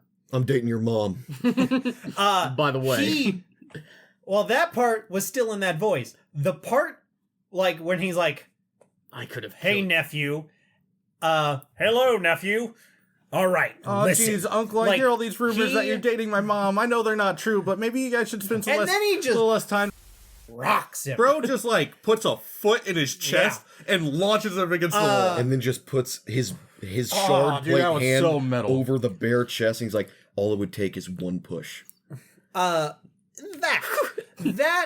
is read in a very different style, and I think that is when we're like, oh, Dalinar is dangerous, and he puts himself in check, and thank God he puts himself in check. You understand a lot better why he is trying Book to three, stop so much war. Book 3! The codes, the Like, Way of Kings makes sure that Roshar isn't just Kalinar, the country. I guess what I'm getting at with Dalinar Dalinar. is he is painted in a certain light in this book. Because you look at him as this honorable man, but there are hints that he was not that guy. Everybody mentions Oh, the Blackthorn. the Blackthorn, and They they don't know trust a him. different They're like Dalinar than we do. Exactly. Yeah. They know a different Dalinar than we do. That's a great way to put it. So the other parts, the last things that I want to say was in the chasms, when they're trying to loot the Parshendi, Shin goes and hovers over one and just like weeping that they're like mutilating the corpse. And we never see Parshman do anything. Yeah, they honor their dead. That's it. Like that's like the most important thing you know about them. And like it's there, and then everybody moves on. Well, and it's also like it's interesting. It's like, do they honor their dead? They just leave them. They don't do any burials or rituals or what's up with that. But they obviously seem to have a great reverence for their corpses. It's odd from our perspective, even from the Alethi perspective. Yeah. And then finally, Kaladin meets Adolin. And I realized at that moment that I was reading 4 different stories. And I'm like, dude, this is what it's like when, like, Sephiroth shows up in Super Smash Bros. like you're like, oh, I know who that is. They're running into each other. Yeah. They're running into each other. Bro. You didn't even have to mention his name, and you're like, I know who he's talking about. Yeah. And, like, he flips him that little Here's like, $5 chip. And he's like, hey, go send a message to this High Prince. He's like, got it. Turns around. Kaladin, that High Prince I think is that way. I'm not going there. Don't care. I'm not gonna deliver something. Do what a Light Light Eyes told me? And like you can tell, despite himself, Kaladin still is like, but that guy, Adolin, That was he was interesting. defending that prostitute. He did what I was gonna do, I guess, or maybe I don't know. I thought. And Kaladin was going in to. so doing, Kaladin would have been killed. Yeah. Yeah. So fast forward to the bridge runs are working well with Dalinar and Sadeas. Battle of the Tower is coming up here. Battle of the Tower shows up, and like you don't realize that you are getting to the peak of the story until like you're on level 12 of 15. Like you're more than halfway up, and you're like, oh wow, it's windy up here. There's not a lot Here of we book go. left. I just realized. Holy crap. And like Kaladin has put together the plan where he cuts off a bunch of the carapace and like he has armor. And they go and they grab it right before they do the dangerous portion of the bridge run. But like as soon as like the bridge run's called out, every single bridge crew is cheering them on. Mm-hmm. And you just realize this moment like where we are their champions. Yeah, you are. I think that's what Ted says. Like you are the leader of the bridge crews. Less than a year ago, this is where people were put to die. This was the crew that always had the worst luck. Mm-hmm. Now everybody is cheering on this team like they are something else. When they started saving the wounded of other bridge crews, I was just like, yay! Oh. That's when Teft understood he's the real deal. And this is the run before the Tower Chasm. Mm-hmm. Yeah, this is the first. Kaladin hops out with the armor on, and the Pershindi for the first time you stop singing. Mm-hmm. They're like, "Hey yo, mark this mother!" Like, and like they fire off at him, and like he's doing all these awesome things, and like the bridge run goes. I just imagine him hitting the gritty in front of and dodging all the arrows. But like the bridge run goes perfectly for them, and like everybody's super excited. Nobody got hurt. 20 bridges get landed. No, it goes smooth, and then there's this like moment that scares you, where like some of the Pershindi hopped over and were about to go attack them, and Dalinar slices them down. But Kaladin has that brief moment where he's like, "Oh my god, we're all gonna die. There's nothing I can do about this." And it's my fault because I'm drawing their attention. And Dalinar saves them. And then does the salute. And where is it? It's I say somewhere on here that like Kaladin begins to have feelings for Dalinar. Aww. What do you guys think the Bridge 4 salute looks like? It's like this. I imagine this. Oh, I thought they mentioned it's out in front of their chest. I don't know. I thought it was this too. Because they say they raise their arms and cross their wrists. Oh, it might be that. It might be this. So I either imagine this, or this. I remember this. Kaladin just like for audio listeners, I'm sure that was very helpful. Absolutely. We'll take pictures and put we'll take a picture after this of every single version. Either it's Wakanda forever, or I guess putting an X above your head with your wrist. I just remember Kaladin is like, this is so dumb. Yeah. This is so stupid, guys. You guys are a cheerleading. But low-key, like, stop I like it. that they're yeah, exactly. You silly gooses. So then they choose for the big run, the final one, the Tower Chasm. You have like I think they chose 4 or 5 people to wear the armor, and they go out and do it. Whole story happens where the run goes well. They are taking on this army, and then the second army shows up. The betrayal happens, and like everybody leaves, and like they're slowly leaving. But man, the whole team. This is after they've already started following the orders. Kaladin's realized like, oh, this is a betrayal. This is huge. Mm-hmm. They're all going to die out there. And like you see all these people that are in Dalinar's army just trying to hold on, knowing that there's nothing they can do. They're just fighting to survive for another 20 minutes, half an hour, however long. It's like he doesn't feel right about it, but at the same time, he's like, this is our chance to go, guys. Yeah. This is our chance to, like, we can leave. And I feel like as soon as he said those words, he already knew there was no way. Well, he was the only one that I think felt that way. I don't even think he did. Like, I think he saw said it. He's like, I'm protecting my boys. Exactly. It wasn't necessarily like trying to do the dishonorable thing, but like, hey, this is our chance to get out alive. Because at that moment, he holds that in higher regards than everyone else, than everything else. Mm-hmm. Like Dalinar saved his men, but this is a chance for him to get his people out. I think Syl and Kaladin are more in unity than even Kaladin realizes. And so much so that I really do think Syl is like an inner monologue for Kaladin in some ways. She is the Tien that is no longer there for him anymore. Reference my previous thoughts from earlier about how Syl knows what Kaladin is going to do. Exactly. Oh. And my note was Kaladin suppresses feelings for Dalinar. Like tries to swallow like, I'm not gonna like this guy. I'm not gonna like him. And I think when it's more like him going through the motions and being like, this is how I back up all the stuff I've been saying. I can save these 30 dudes. Yeah. And I think in that moment, he knows he's not going to. He knows he's not going to be able to run away and abandon the people he sees dying. I'm not sure. No. I think if Syl isn't there, if Syl isn't there, then he's not. But she is what I'm saying. Yeah, exactly. And that's when she took the form.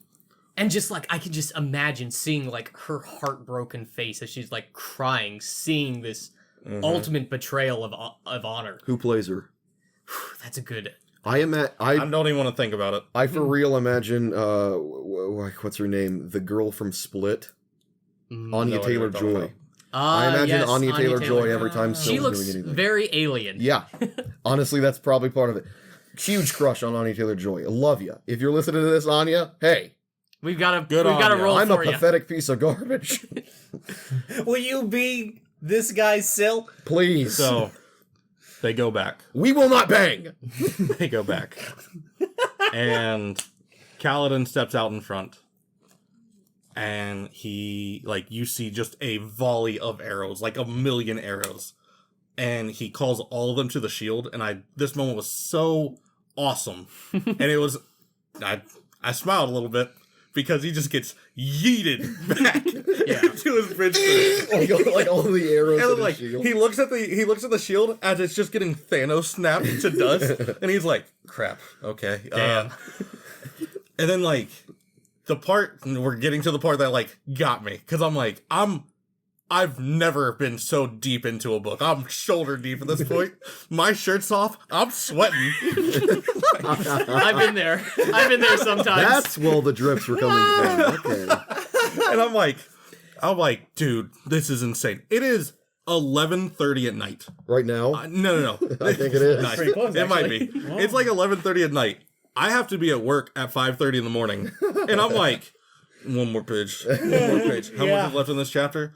And then I read a splinter cell jumps over to another chasm, and they're cross-firing. And I'm like, dude, no. I'm like, I have forgotten everything I have learned about this book at this moment in time. Yeah. I'm not high-fiving you. I'm finishing the Okay. story. And I'm like, so many people are about to die. All these people that I care about. This is insane. Rock, no! And then you just hear Kaladin, he's falling at that moment into the wretch, and he has that spark, and he calls out the Bridge 4 sign carry, and I'm like, let's go! Let's go, dude! Let's go! Wow! Oh my god!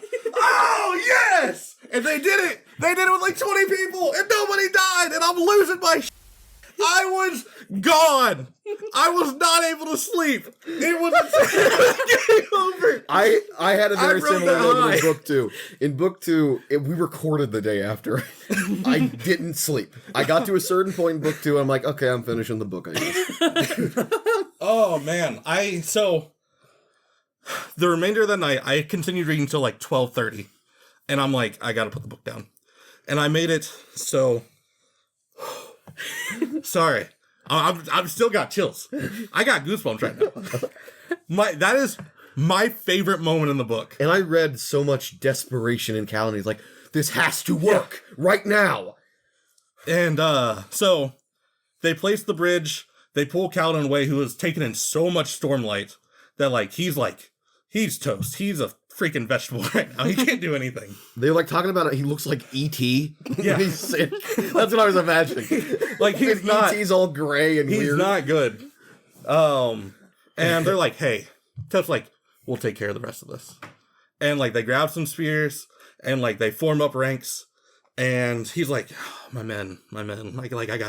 I gotta do something. You got Syl over here Kaladin, you gotta say the words. Say the words. And then he has the memory flashback of Tien. I'm like, you can't keep getting away with this. It's 12:30. We can't do this. Oh. We can't do this right now. And you have the flashback.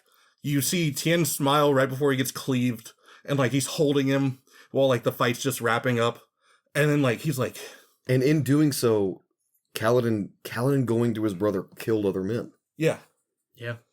And And just the idea that he was just hugging Tien's body all night until the sun set, Yeah. crying on that field. And like he got up, I spit all over my notes. He got up, and you see from the bridge crew's point of view this just lightning streak over them and land and like just start like taking these guys out. But I stopped right when he landed, and I'm like, this is the end of an anime episode, so that you know the next episode is gonna be fire as boy.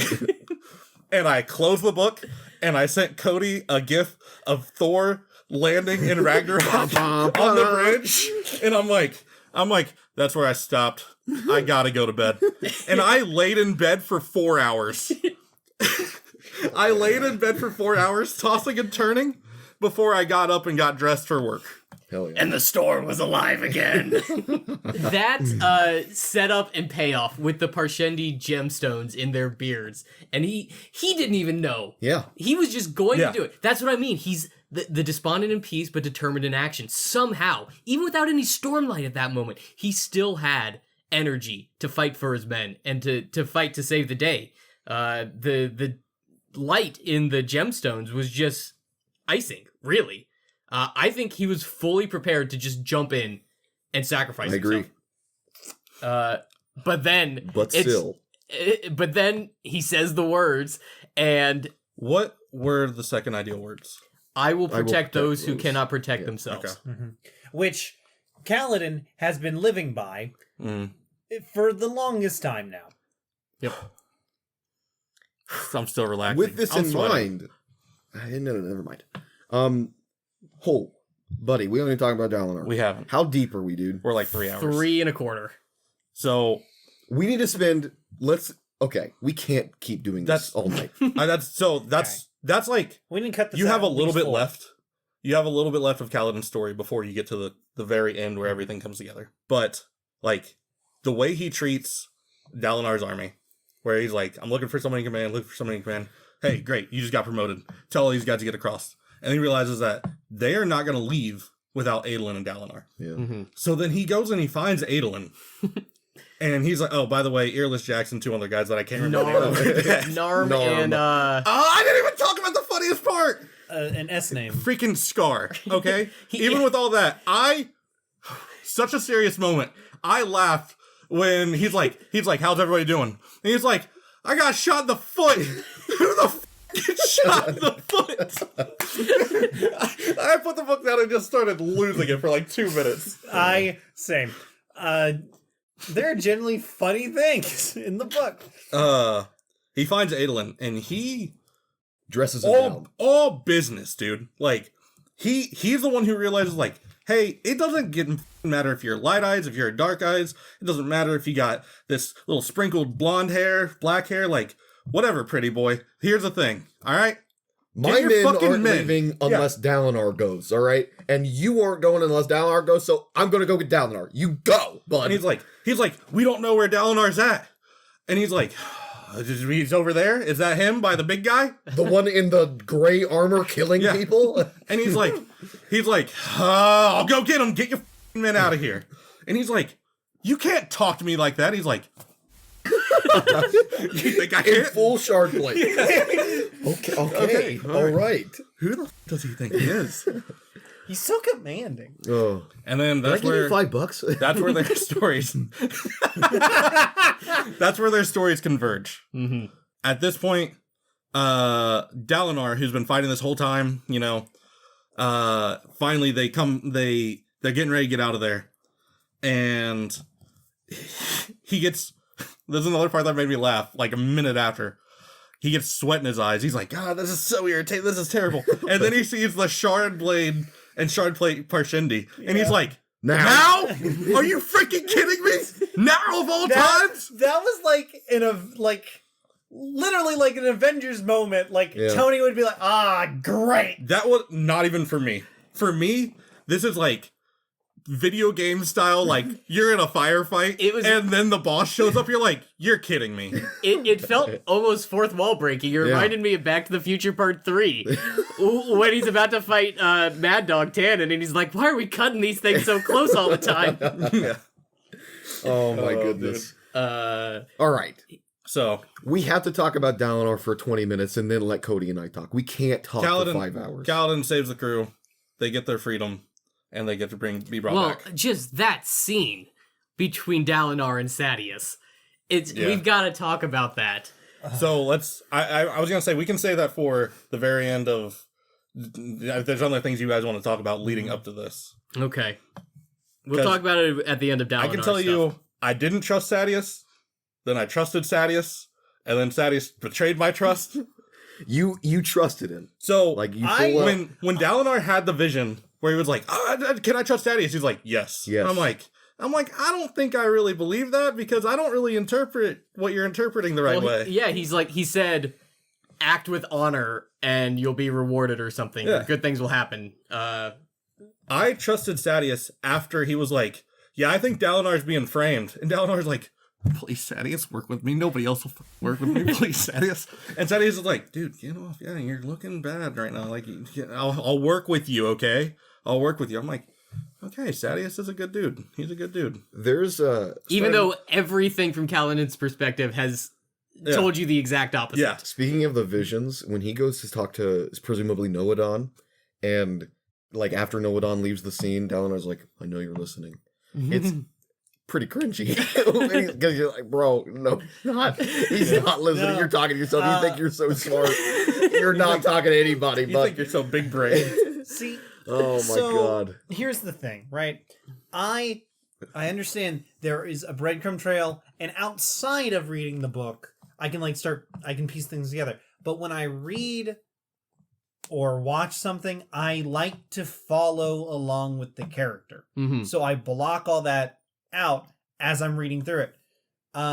So I'm going with Dalinar. Like, he trusts Sadius, I trust Sadius. This is fine. This is good. you trust the voice in your head Adolin- telling you to trust him. Adolin was starting to piss me off with how much he distrusted Sadius. You know, interesting. Yeah, because What's interesting- Dalinar does. Why are you just up? I was going based off the actions that I was seeing, and I'm like, okay, from a political standpoint, like, Sadius is trustworthy. He's actually looking out for Dalinar. When the betrayal happened, my heart stopped beating for You a almost second. died. I felt the way Dalinar felt. Should you keep reading these books? I got very bad well. news, bud.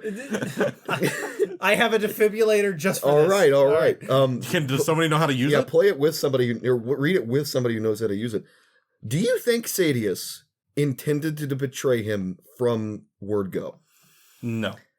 Yes. When I say that, from the beginning of them working together on Yes. Bridge Run. Oh, I no. don't think so.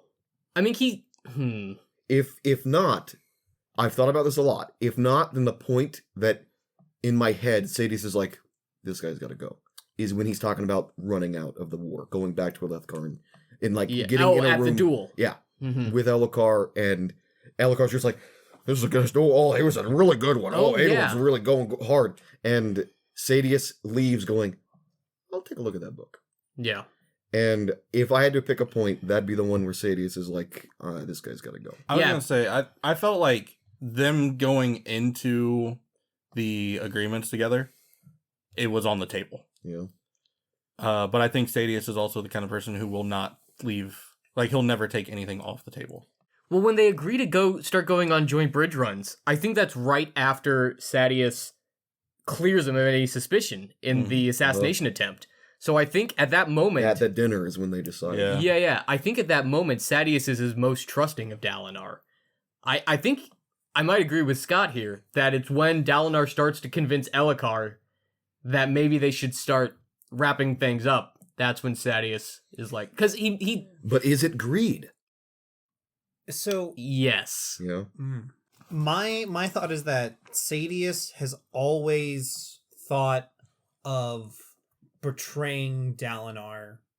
If it wasn't going to be in a bridge assault, it was going to be in something else. A plateau assault. It would have been something else. But Dalinar gave him the means to do it by. And I think because he was already like noticing stuff about Elhokar, right? And he was noticing things about Gavilar, but at that point he was like, everything's fine. It wasn't until Gavilar gets assassinated that he's like, okay, you know what? Nothing is fine, actually. And so when he starts seeing Elhokar do these things, he's like, okay. It's Like- either Dalinar or Elhokar. I Yeah, certainly believe but- back then. And if Elhokar is listening to me, then Yeah. nothing's bad's gonna happen. like I believe back then, Sadius was all in on the throne. He put Yeah. himself on a Yeah. platter to die Yeah. Yeah. when Zeth was trying to kill Gavilar. This is my thought, is that I read the Way of Kings, Sadius asking, can I read that book? Or can You I get a can't copy? read that book. Yeah, He's a can I get a guy. copy to have someone read to me, like what Cody does? That is Sadius's final, like, all right. If in reading, if in understanding this material, I do not see an issue, then fine.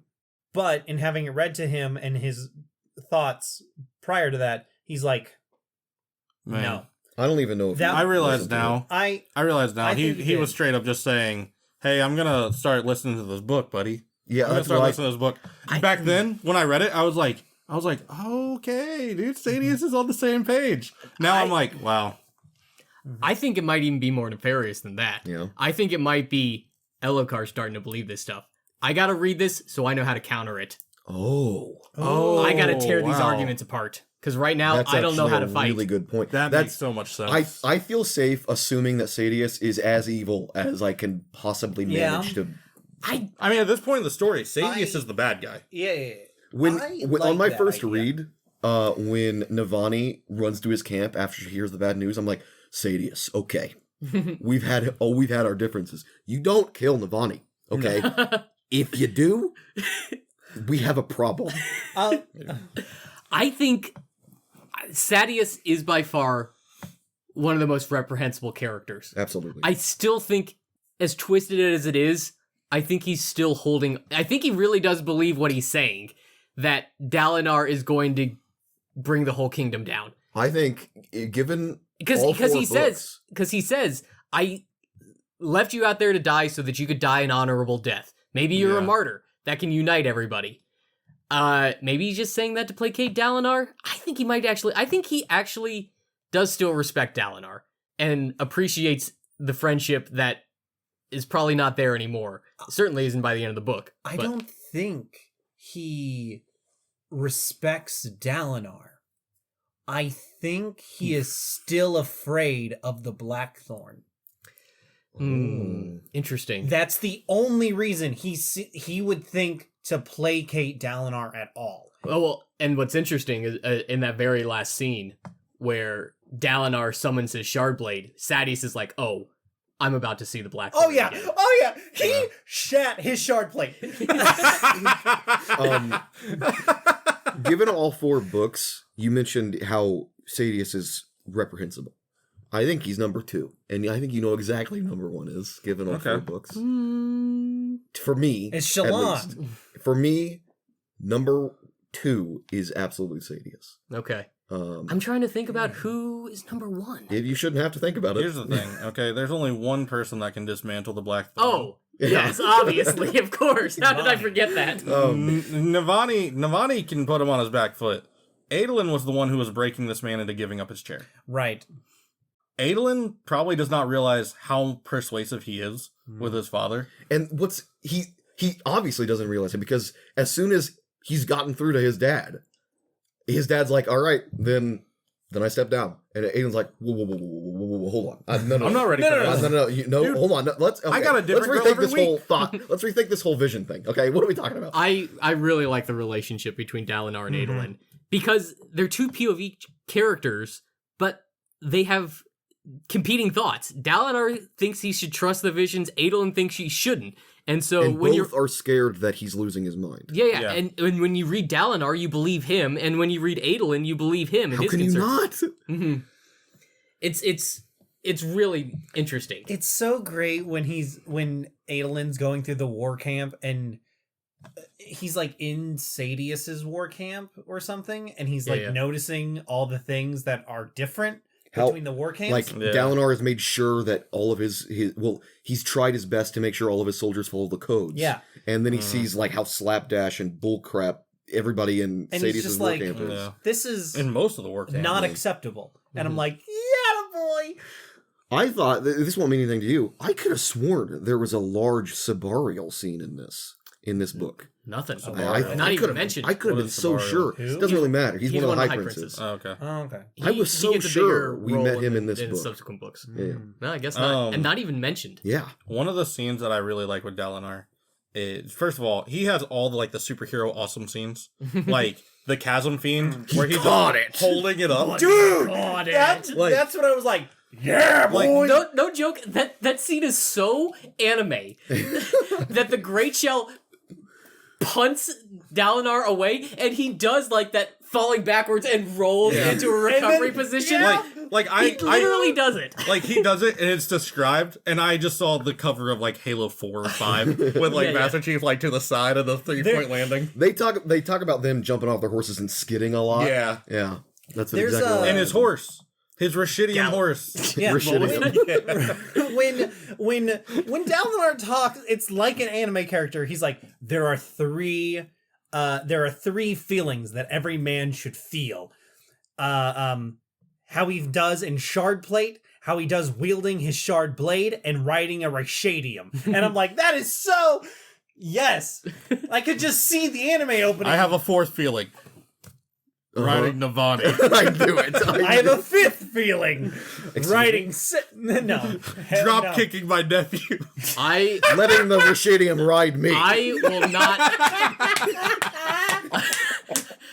Just the right height. guys, Watching my Rashadium ride Navani. guys. Oh, Oh my my god. God. Guys, Jesus Christ.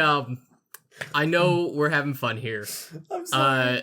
But I promise, any Silladin shippers will be prosecuted to the fullest extent of the law. Absolutely. We do not condone that type of behavior here. Comments will be IP searched and you will be found. This is a hill I will kill on. Absolutely. I'm Oh, going to man. join you back to back. Hey, Oh. I'm feeling that. Speaking I'll bring of water back to skins. back, Oh. I find it also interesting how well they describe Adolin and Dalinar fighting together, staying outside of like arm's reach but covering each other's blind spots. It's very evocative. Like I can just see it. Just like two whirlwinds. Like, Yeah. and they know that like if they're too close to each other, they can easily harm each other. But like at the same time, they're so in unison that like you can tell they've been doing this for a while. And that brings up something that I wanted to bring up a little earlier, but it's that one scene where Dalinar and Adolin are talking after a battle, and Dalinar's just like, "So, you ever feel a thrill out there on the battlefield?" Yeah. Yes. Of course. Yeah. Everybody does. And like Adolin feels a little caught off guard. It's honestly like Dalinar having the talk Yeah. with Adolin. Well, that's because it's very uncomfortable we for don't. both of them. Nobody talks about the thrill. It's Every light-eyed Alethi man has the thrill on the battle. And make sure you're wearing that shard plate for protection. That's very good. What do you think's going on with that thrill, huh? I don't. Does Adolin actually get the I thrill, think or it's is it just a Dalinar bloodlust. thing? You think it's just like Kinda like a raw berserker. bloodlust, Yeah. like berserker mode? It's his barbarian. I don't ring. think he does, or at least he has a more refined version He's of never it. mentioned having it now that I think about it. I Although I we don't get think all that many I've never seen- POV chapters of him in fighting. I think Yeah. so. Yeah. I've never seen Adolin lose his cool in combat either, though. Like The way Dalinar does. Dalinar just kind of like lets it go. Starts seeing red. That's like even the way he verbalizes it Yeah. to you. He's like, I'm just gonna let it take me over. It's yeah. and it's Vomits interesting. a couple times because then he realizes what he's done. It's but then interesting right back to because it. you brought it up, I think, or somebody brought it up that maybe that's what Kaladin is feeling. Because now that you bring that up, it feels that they're feeling very similar ways, where it's just like fluid motion, like they're at peace and balance. It specifies that like Kaladin's moves are all in one motion. He's already starting his next move and thinking about his third move. Yeah. And they call it wind stance when they're using the shard blades. Yeah. Mhm. That's like Adolin's favored stance, and it's very good at Dalinar's visions. Yeah. Dalinar's visions. Yeah.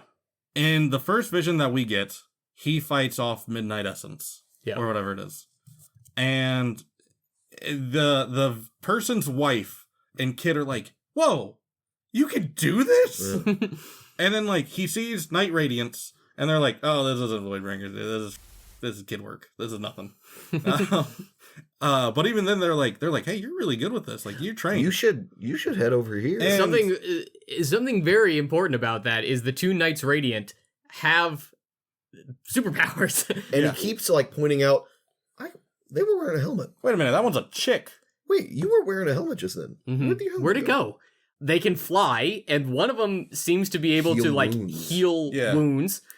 And this is where I think you were talking about earlier about how Alethkar is like the kingdom where that they're just bred for war.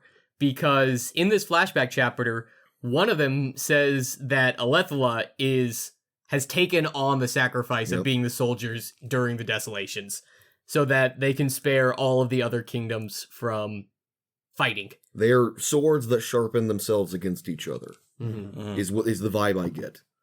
That's why Alethkar is so wrought with war. Yeah. It's just like been It's in their blood. it's generationally been sent down to the people we follow today. To the point where they don't even remember why they're so bloodthirsty Absolutely. or warlike.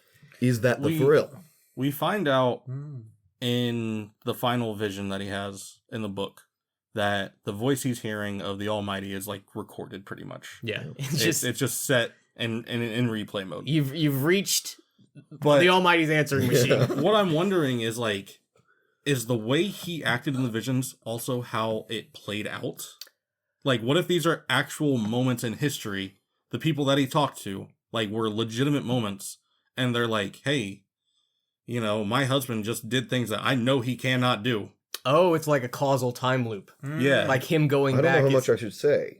Because, like, they played around with it, too, where it was like, you're the guy, you need to write the book, dude. You need to write the book. And he's like, I'm not gonna write a book. we're at war. Why would I do that? Why would I write a book using my own words against me? Did Dalinar plant the seed in Noadon's Yeah, head to write the Way of Kings? You're asking, is he literally time jumping?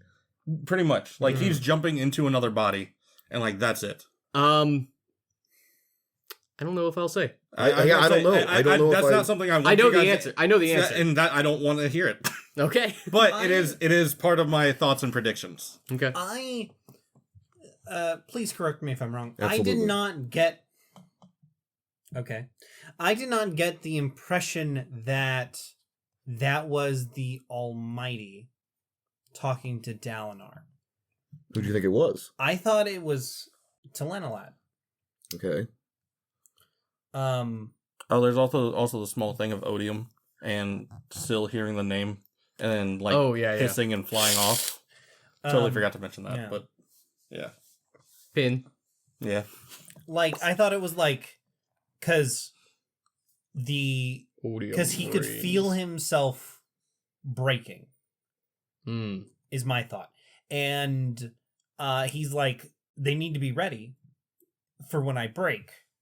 So he's using whatever strength he has to get through to somebody that he interesting. can, and the only person he can is somebody who has read the Way of Kings, and so that's why Gavilar was getting visions. Had it read to him. Oh, my bad. And that's why, Did they mention Gavilar getting visions? yeah, I don't think they remember did. that. no, I don't they remember definitely- Gavilar getting visions. They mentioned that Gavilar was getting visions before he was assassinated. Oh. I think And I don't remember that. don't I know think about you're a that liar. one. They mentioned that he started acting differently before he Yes. was assassinated. I don't remember them saying he got He was visions. following the book codes more closely. I'm pretty sure. I think you're crazy. Okay, well, I'll say this. I have visions. I'm absolutely willing to be incorrect here. With what I know, it does not make sense that he would be having visions. Okay. Chris, reading the book, I don't remember him ever having visions. Okay. But I also haven't read it in like 3 or 4 weeks. So, regardless, I could be wrong. He does in the vision say flat out like, yeah, you would know me as the Almighty. But by the way, I'm dead. I'm probably dead. I'm pretty sure Odium killed me by now. Ton of vast. And I don't even know who I'm going to with this. Which leads me to believe that multiple people are having the same vision that he's having. Or they're having different ones. If he can send out visions, what's stopping Odium from sending out visions? You think that's what's happening with Taravangian? That's what I think's happening with Taravangian. Oh, do you think Taravangian's having visions? Yeah, I think he is. And Okay. he's interpreting it, like, Dalinar's interpreting them in the most good boy way possible, and Taravangian's like, oof, all right.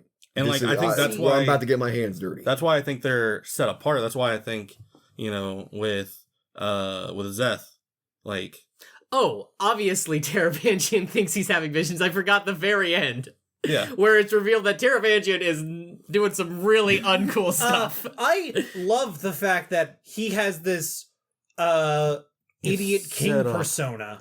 Mm-hmm. And like, he's such a And good guy he's because he's making playing all these everybody. hospitals for everybody. Yeah, and then Seth comes and kills him, and he's like, very Comes to good- kill him. Yeah. Yeah, very good, boy. And then he's just like Come. looking for this. And It pulls was out his set- own it was- sword. Yeah. It was set It up bowed so down. good. He was like, I was ordered to make sure this guy hears these words and acknowledges them.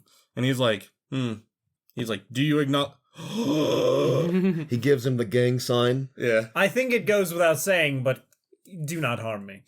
Follow. Pritch 4. And then he shows him the freakiest scene! Yeah. The so cool! the secret hospital When ward. The beginning of each part, or in each part, the beginning of each chapter, there was something specific. It started with the death throes. And then it was, the second part was, I was just like, what the fuck's up with this? This is weird.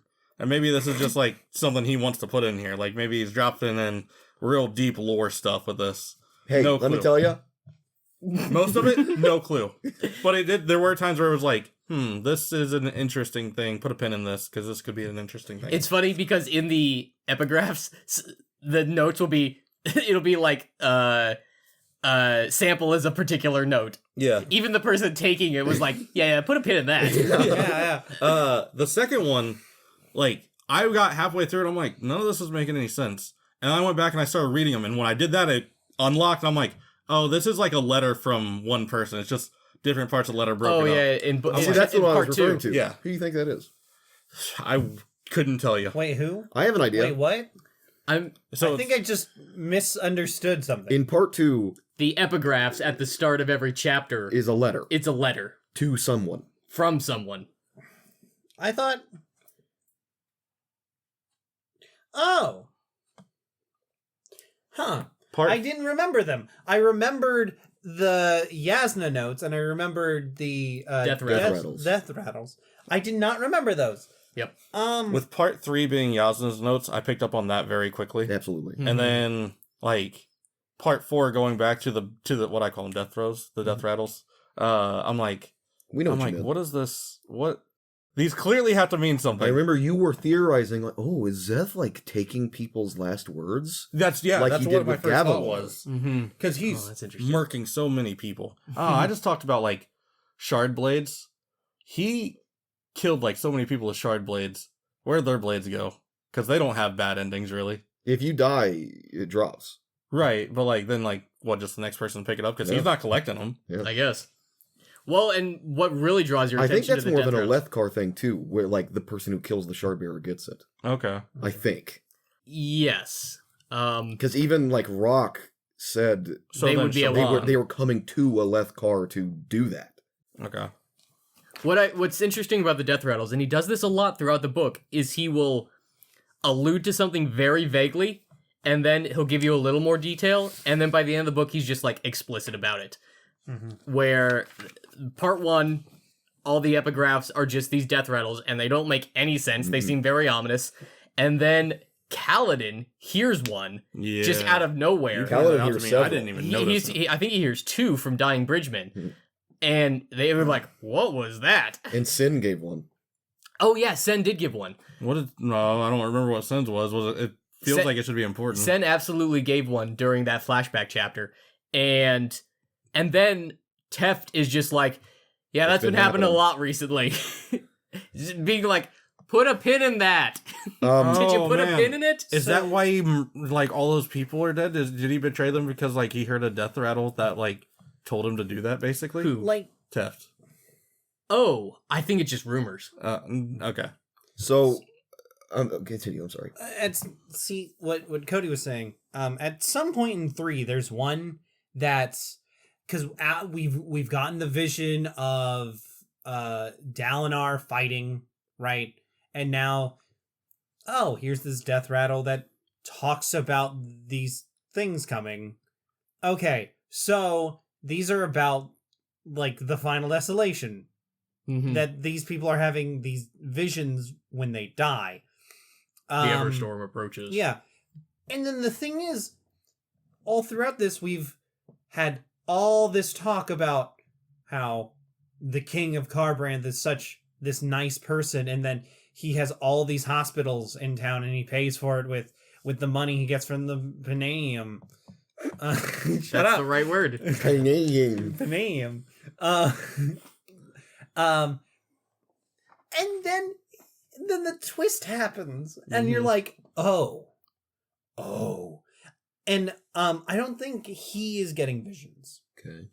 What do you think? I think that he thinks he is collecting visions From these death rattles? because he has created this hospital thing.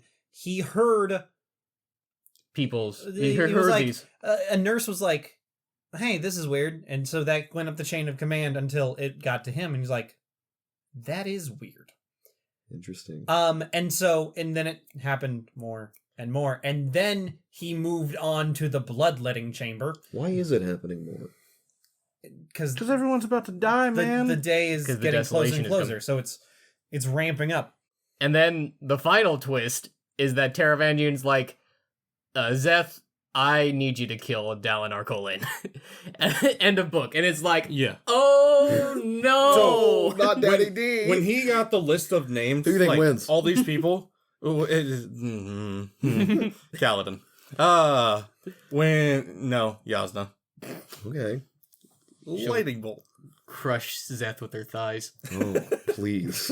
Mommy. No, but when he first got the list of all these names and it said High Princes, I was like, Yeah, that was my first thought. Is Was Dalinar on no. this list? Is Sadius on this And list? it was just like one of the list of things he's killing. Yeah. Like, he didn't even draw attention to it. But you're just like, I know that one. I don't know these other ones, like the And like friggin' you don't know Glutark or you whatever don't know it is. when they're getting marked off. But then like you saw one of them was the King of Yakaved. Yeah. And then like who Navani talks about it. Mm-hmm. And I'm like, And we're she's getting like into the list. scared, Yeah. talking to Dalinar, like, things are going real bad, Dalinar. Like, we're focusing all in the Shattered Plains. You haven't even heard about this. Yeah. There's two major things that I want to talk about with Dalinar. All right. One is after the betrayal happens, Kaladin gives him this light, like this light of hope kind of thing when he sees the bridge crew coming back. And like, he's so set in his way, he's like, oh, Sadius is coming back. He's coming back. Yes. He realized he messed up. Oh, this was just, it's a joke. It was funny. And or like he whatever, like he even plays asks- it off. But You're- like, he's like, that doesn't make any sense. Why would he do this? I think you're superimposing two different scenes. He sees the bridge crew coming back. He doesn't start thinking that Sadius is coming back until he's fought the Shardbearer and he sees Kaladin approaching. Oh, okay. And he's kind of delirious. He thinks Kaladin Yeah. is Sadius. But when he sees the bridge crew coming back, and it was right after he gave his speech to his men, and he's like, this is good. This is good. Like, I don't want... My men shouldn't die hopelessly, knowing that they're just holding out for an extra couple minutes. Like, now they're fighting for their lives. They're fighting for that hope to hold on to. Yeah. And, like, he holds on to that, even after the fight's done. Like, Kaladin gave my men this opportunity. He gave my men, like, that feeling like they're gonna get to live to see another day. I owe it to him to do Yeah. that for his men. And the other thing that I saw in this was like what would have been his final thoughts when he thought he was going to die fighting the Shardbearer. Yep. He was like, dude, I really I should have didn't smooched get- Navani. he's like, I did not get Renarin Ready. Shard Plate. And now he's in a world with people like Sadius. He is the new High Prince. He's like, I wish I didn't leave him in a world like this. It wasn't until this reread until I kind of really it drove home the fact that and they say it explicitly, so I'm not sure why it took me this long to really hone in on this, but Dalinar has so much affection for Renarin because Dalinar is also the second son, Yeah. and he knows what it's like living in your older brother's shadow. Plus, just Renarin needs some more love and affection. Yeah, absolutely. Sorry, another dark thing that I saw when he was like starting to get close with Navani, and like they finally just like Smooch. start going at it. Like Fade to she black. asked him, she said like, hey, I don't know why you didn't just go for it. Like we were friends, and then you introduced me to Gavilar, so like I thought like you weren't interested. She's like, but honestly, I was also kind of intimidated by you. Yeah, I was scared of you. Yeah, but then like he's like, God, I love her. I've loved her from the beginning, but I would have killed my Storm, brother. she's beautiful. And like he's like, I can't let her know this, but like he flat out thought to himself like, I was willing to kill my brother for her. Yeah. I was so upset when he And claimed her. that was like the one thought he was like, never. He's never like, this. I have you now. Also, It just took. what the hell is up with Dalinar and the Night Watcher? Yeah, the old magic. Oh yeah, we didn't talk about that. There's not a lot to talk about. There's really not. My question. So like obviously For you. he doesn't remember anything about his wife. Yep. He just gets that like a static noise. Yeah. And I'm wondering like my prediction on that is clearly we're gonna get information. Yeah. I'm assuming we're gonna get in the Dalinar book in book 3. Like more information on it. But my thoughts are that the question is it the boon or is it the curse? I was What just is about to that? ask. Is Yes. it the boon or is it the I curse? think I'm going to say right now, without knowing anything else, Okay. it is the boon, And what's the curse? and it is the reason why his son has the health that he has. That is the interesting. curse. He couldn't stand the grief of losing his wife. Exactly. So he asked for her memory to be gone, and because of that, Renarin has this blood illness. Exactly. Okay. What do you think? What do I think? What's the boon? What's the curse? Well, the I was the about boon to- is for getting the grief, and the curse is. Well, that's what No, you think. that's my That's, thought. I see, that's I what see. John. I was about to ask John what he thought. He literally just told us. I know. Yes, exactly. I want to say that's the curse. And what's the boon? I think the boon is The shard Done lady with. gave up. Go ahead. Like he's already. It's like a lump sum. He already Like- deposited that in his bank. I think the boon happened. What wasn't something that He got 2 inches at it all, you know what I'm saying? Dude, uh, all I have to do is forget my ex. Are you kidding me? Hey, yo, Navani, you up? I think we haven't seen the boon yet. Really? Because I think the boon was like a there you go. I think at the very Something least... quick. Yeah, something What if quick. it's the horse? What if that's what it was? That's what it was. They are prized. Yeah. Yeah. He Even more loves than his- regular horses. He like we see him. Not it, What was it's the horse's name? Gallant. Gallant. Dude, Gallant's best horse. when we see him. It doesn't feel strategic. It feels like I don't want to lose my horse right now. Yeah. When like things are getting bad, he's like go, and the horse is like and runs away. When we first like meet like Gallant after the fight, and he's like, give this one He's like, earned it. extra Yeah. melon. Sweet And he's melon. like, it never takes extra meal. He's like, it will this time. You earn. And he turns to his horse and he's holding. You its know that face, and horse he's just blush. like, You know that horse No, blush. the horse was like, I don't, and he's like, you do, you earned it. And he's like, all right, okay. I will push back on your theory a little bit, John. And that it I'm has afraid be to push back on specifically him. anything, Mason. Well, just It because feels out of place for the old magic because it feels like it's supposed to only affect him. yeah. that's exactly what I And was that's going to why bring I'm, up. like, all the skeptical on it. other mentions of boons and curses have only affected the individual. They haven't God, affected dude. anybody else. Because the scene that you really the scene where you learn the most about the old magic Is in that interlude. Yeah, and I love that so It's much. Where just- like Chicken's I just love that. chiseling away, and he's like, yeah. I mean, honestly, I'm gonna just use it. Like, I'll be super persuasive. Chisel. Okay, here you go. And this guy's just thirsting after his boss. Well, my dad got the old magic, and he couldn't see. Like, he had to see upside down for the rest of his life. He's like, really? used That to was it. terrible. He didn't Like, even yeah, really he was mind it. used to it before he died. It didn't really bother him. Mallet. That's gonna make a lot of noise. And honestly, what was going on in that chapter? I really want to know. You're gonna.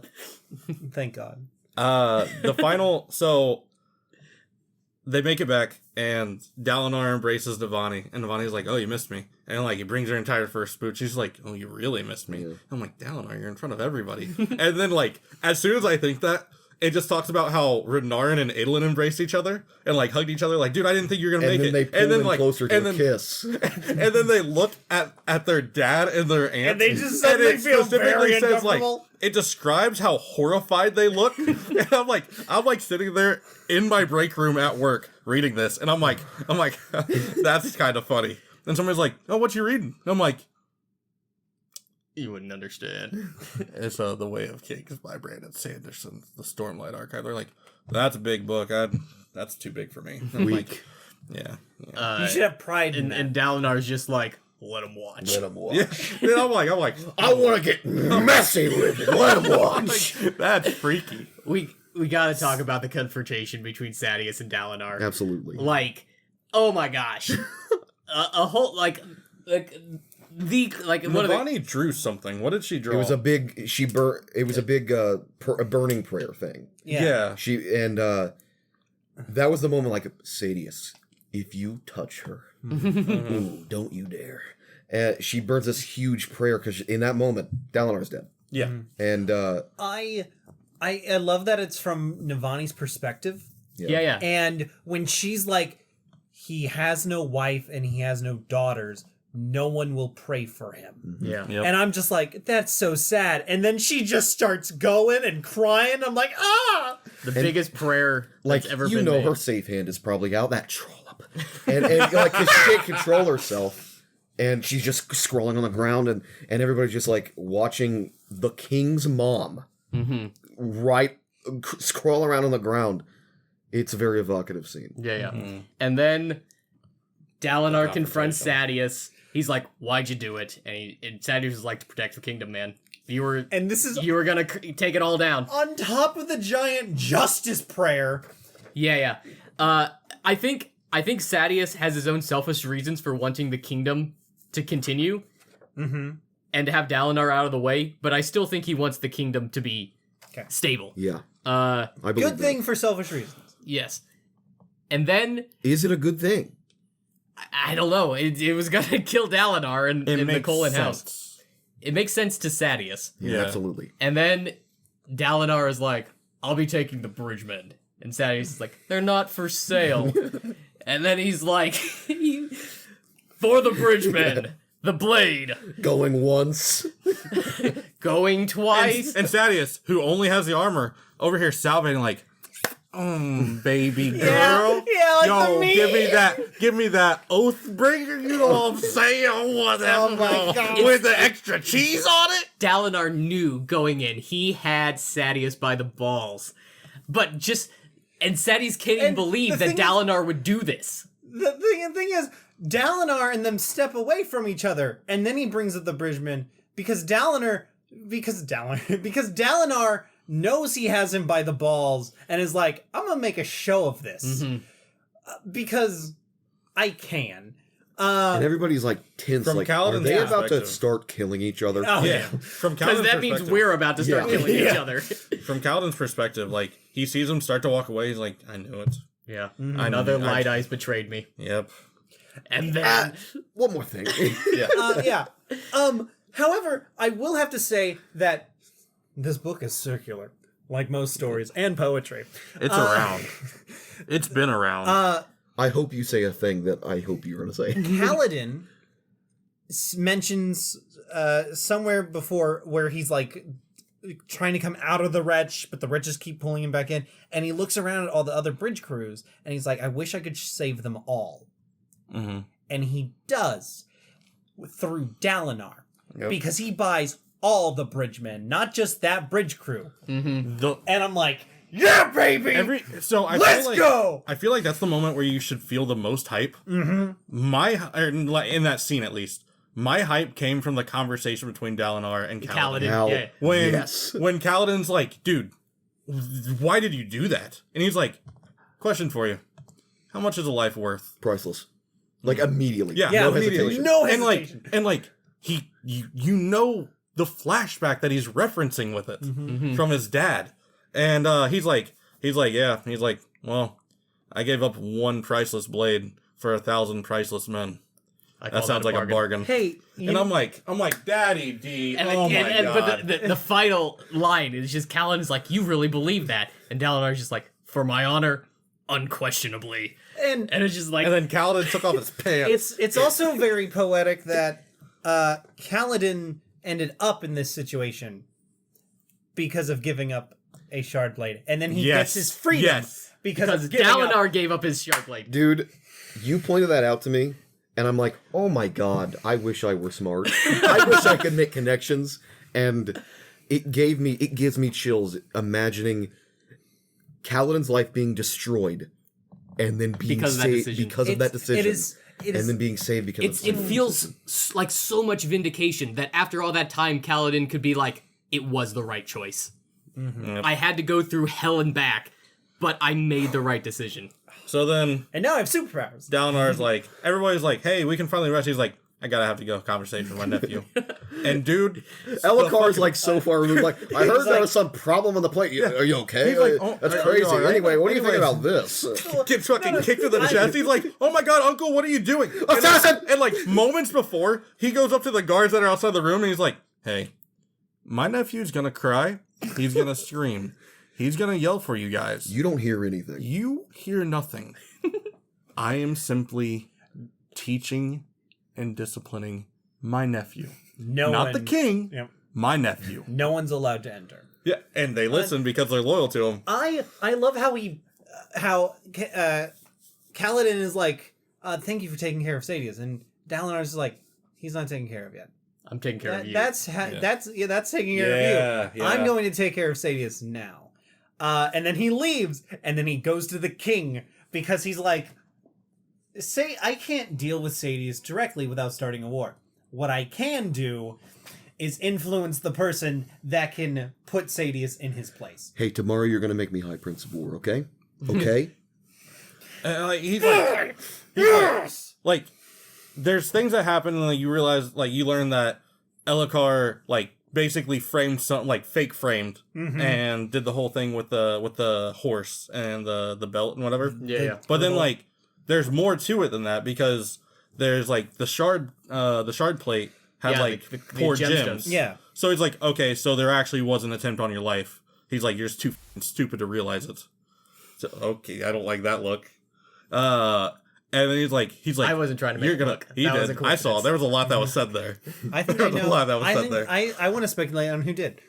I think I Okay, know. sure. Who? I Go for it. couldn't tell you. I think it's Hoyd. I think Wit did it. Oh, You think really? Wit did it? I think Wit did it. Oh, He was there. really? He was there. He showed up very last And minute. he clearly has some sort of magic power, right? He was talking to Kaladin. And like, Kaladin Oh man, we kept... didn't even talk about that story. Kaladin- That was it's such so an awesome good. Yeah, story. the one It's such to- a great story. Love Kaladin There's not needed enough time. that. We're 4 hours in. I know. But he clearly has... Like, Kaladin's like, oh, wait a second. I saw a tower before he said tower. Mm-hmm. So Wit has something going on. Oh yeah. Mhm. Oh, Jeff. I could see that. didn't think it would be Wit. I I couldn't. I've not even. I heard that and I'm like, I probably don't know who this I is. definitely What know is- it's not Dalinar because Yeah. it's his POV. yeah. Yeah. I know it's not Sadius. I'm pretty sure. What if it's Syl? My She's thought- gone for a long time sometimes. Wit mentions to Dalinar that he only jokes with people that he thinks Deserve it. Des- Or will benefit from it. will benefit from it. Elokar, I think it was it was not an actual assassination attempt. It was a learning experience or something. maybe not even for Elokar. Mm. Maybe it was for Dalinar. This is getting too big brain for me. I just assumed it was an assassination attempt. But it could be. I mean, like, these are... Dude, I genuinely was like, oh, so somebody actually is trying to kill the king. Next page. Oh, that's where I'm. By the right way, now, I'm is courting your that- mother. You might want to become acquainted with that. Door Dude, slam. that made me feel so awesome when he's just like, that's the last thing he said. Like his nephew's being helped up, and he's just like, oh, by the way. I also like how Dalinar points out how he looks so silly in his shard plate when there's no chest. Yeah. Yeah. Like his arms are just weighing down. Dude, that was... Do you that was guys so feel great. good? I feel real good. I feel empty. Maybe take a walk. I'm going to. If I had the book, I'd be starting book 2 now. Yeah. Well, Before you guys go, just a quick All right. final thoughts. What do you think happens next? Oh, that's Where do we go hell from yes. here? Hell yeah. Can I say? Well, you kind of you can go spoiled last something. after we leave. Okay. So I know the next book is Shallan's book. Yes. Um. Aren't all of them Shallan's book if you really think about it? So She's the only one who can read them.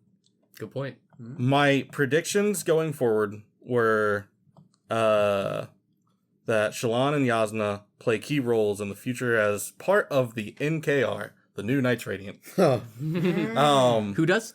Shallan and Yasna. Okay. That they are also going to be, like, because we know that women were part of the original.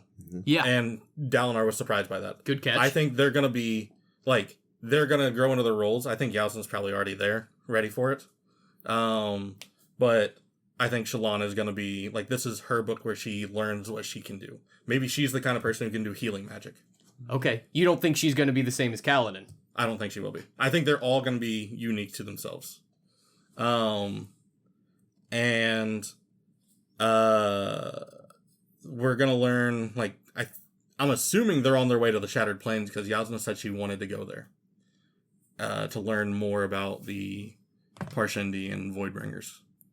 But I think that's what's going to be happening in that book. Okay. Yasna and Shallan go to the Shattered Plains to meet up with all the other characters. Mm-hmm. It's a good guess. I also think that Kaladin is going to return home, and either his parents are dead because, I could see that. like, they at this point they've learned that Tien died and Kaladin re-enlisted, and then they probably learned that Kaladin became a slave, and they're like, "Oh my god!" Did they?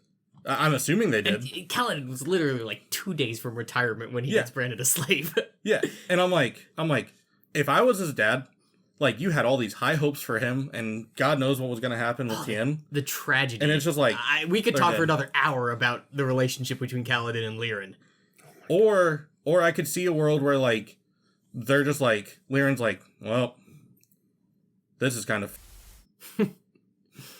They go a couple years and then, like, they start over, but they probably resent Kaladin. Yeah. You think? Because if Kaladin was like, hey, I'm going with him, I'm gonna bring us back, and then Tien dies and then Kaladin doesn't come back. He said he never wrote either. Or he said he wrote once. Yeah. And yeah. Like, And so, and the like- message was, I'm sure the message was like, Tien's dead. So, like, I could see a world where, like, they start over, but, like, they're just like, we're done with this kid. Like, he dipped out on us. Like, I invested so much time into trying to get him to be a surgeon. I'm not trying to steer you in any way. I'm genuinely curious. Do you think you're being tinged by what Kaladin would think? Probably a little, just because this book was from his perspective. Mm-hmm. But I think that's also logical to consider. I think there is this, like, middle of the road. I think they either had another kid and started their family over again, or they just couldn't handle the grief. I don't think there's any other way. Chris, So, what's happening next? I think we're gonna get a lot of Shallan training montage. Right, that's what this book will be. Shallan training montage. I think. I think we will be in Yakavet a lot. Surprisingly, I think we'll be in the Shattered Plains. I think Kaladin. Like this book. Yeah, I don't think Kaladin goes home yet. Okay. There's still war, right? What They're about still the fighting. developments? Something seems to be brewing between Zeph and the plot. Yeah. Yeah, I don't think he gets to the Shattered Plains yet. Right? It does seem like the entire time Zeth forgot that he is in this book. I hope he just flies there at the beginning actually, and kills I'll say- everybody. Zeth might be my favorite character. He was definitely my favorite person to read from. And it was solely because, like, I would go 20 chapters without hearing anything about him. And then, What's like, going on with Zeth? I would pick it up and just be like, right back where we left off. Yeah. There we go. Zeth, I just kind of made this connection, but Zeth kind of seems like end stage Kaladin, where he's just like, Yeah. I don't even care anymore, man. just tell me what to do. I'm gonna hate myself for it regardless. He is Kaladin with the powers if the darkness wins. Well, I don't think so. I don't think so. The thing I love about the inverse between Zeth and Kaladin is Zeth kills despite hating himself and hating everything about the act. Mm-hmm. Kaladin cannot save everyone and hates himself because of it. Mm-hmm. Interesting. They're two sides of the same coin. Because we talked about this before, Scott, but I'm also stuck on the framing of it, like the pay-per-view cover that says the assassin in white versus the black thorn. And like, he doesn't have a shard blade anymore. What does he do? He just tells Adolin, like, hey, let me borrow your shard blade. Wrestling match. You Oh, know? naked? I mean, I think Zeth loses that if he's in shard You blade. lost that battle 9 times out of 10. I think we will see. And what's worse, he brought Navani with him. I think we see Seth Hell yeah. I go in this wrestling book, match. but I think it's him preparing, because we do know that he does prepare if called for, right? So like he when he was going to kill Talanalot. Town? No. Teravangian. When he was Got going really to kill, confused. yep, thank you. Sir Lancelot. When he was going to kill Teravangian, he became a dock worker and he learned the schedule, and then he went to the palace delivering grain. Very Agent 47-esque. That being said, to push back against that a little bit, it seems like he just went screaming, guns blazing into, I don't remember where it was. Kolinar. That was the Yakaved king. Was it Yakaved? The Yeah. banquet. Yeah. Oh, at the very beginning or in No, the no. Yeah, that's the King of Yakaved. The king of Yakaved. Yeah, He yeah. just went screaming and like, these deaths are on you. Yeah. Dude, I love that moment with Seth. He's like crying, like losing it, like he's about to break. This is the end. He's like, why did this have to be on the night of a banquet? And then like tables get flipped up and 2 shard bearers are like flanking, like ambushing him. And he's just like, you planned this. You fucking planned this. That's yet You another- wanted all these people here. That's yet another parallel between Kaladin and Zeth. They both can't stop feeling. Mm-hmm. yeah. I just imagine Oh, like it's something stupid, but it's very anime of the trap being revealed for Zeth, and he just has his head down and just like, huh, now I don't have to feel bad about these deaths. You've made one They're your grave fault. mistake. I can put this all on you. But yeah, I think like I said, when the need calls for it, I don't think Teravangian is going to have him just go into the war camp and slaughter your way to Dalinar. Would that be ineffective compared to how well he's done before? No. However, Teravangian knows that the Blackthorn is ruthless, and I don't think Teravangian is the type of person, knowing what I know about him now, Yeah. I think he's a schemer and a planner, so I don't think he'd just be like, yeah, go and do it. I think He's Seth- also got a sign for the dramatic, because like for the King of Yakaved, he wanted him dressed as he was when he killed Gallo. Yeah. He wanted people to know this was the Yeah. assassin in white. yes.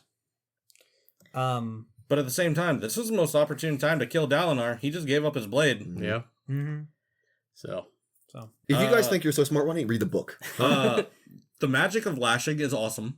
yeah. Zeth, when he's against the wall with the brick, and he's like 1 lashing, 2 lashing, 3, 5, 10, 20, and then like, Dude. it's like rumbling, and then like a full, especially after just yeah. watching Berserk, like it would have that level of blood and gore where just like the brick crushes a guy's head. like a great. So Yeah. I was so enthralled by that second prologue chapter, prelogue, whatever it's called, I don't care, of Seth killing Gavilar, right? That Not Sazeth. He's adapted. They're evolving. Damn it. Every Get out your time bingo cards. everybody. every time I want to be like, this is a great book, I want to talk about it to somebody, I mention like, there's this super awesome scene. You ever watched Inception? No. And I'm All like, right, let's do a this whole dude, thing about Inception. he controls the specific gravity of objects, so he can make like a dresser on. Yes, I know, but that's the easy way to explain it. So he can make. He can make. That's just not what specific gravity I means. don't give a. I don't Great. care. He makes like this wardrobe feel attraction to the wall over there, and That's like a good looking this- wall. Yeah. Then there's this guy that's coming on, and it just falls to the left and then rams into the guy, and I'm like, this is so cool. And there's some really creative ways he does it too, where like he'll cut a hole like diagonally and then like half flashing it up so it floats, and then he can just write it down because he puts his weight on it. And then I'll be like, he held a spear after making a guy attached to the ceiling. I was about to and say then that. Drop on it. That was the moment that I was like, oh, this is about to slap. Where he just gets the knife of the King of Yakavetta, Yeah. I think. Yeah, It's like Yep. right next to the king's head. No, my final thoughts with this is it has left me with very high hopes and expectations John wants to for read what's again. going forward. I immediately fell in love with most of the characters, and the ones that I didn't fall in love with, like I'm still like excited to see what happens next for him. Like, even though we've all kind of agreed that Shallan's mid at best, like I've only heard great things about Words of Radiance. I think it's the best overall of the four. I'll agree. Not my favorite. And this is very clearly a book that was, to me, it was building the world. Yeah. Like, this is your first introduction into it. Like, now training wheels are coming off. I'm assuming. And it's gonna be like, you should know stuff. You should expect to know this. Are there any more talking points?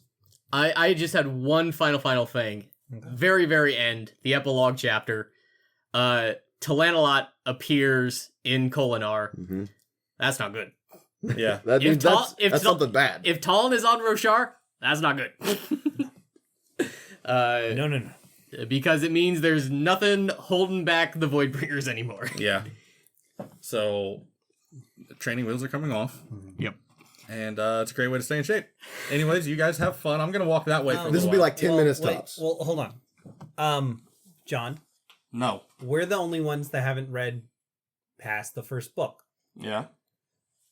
Do you have any like questions about the world or anything? Because I have at least one, and it's nagging at me. Okay. Go ahead and ask. Because the thing is, from the first prelogue, that there are 10 9, because Talanalot didn't break, Right. so his wasn't there. So there are 9 shard blades, but that's not true. So There's so where many did more. where did all 300 of them come from? And the shard plate, where did those come from? How did they make those? What like These are great what happened? questions. This is nagging at me. Very good questions. You will have answers. Okay. Very good questions.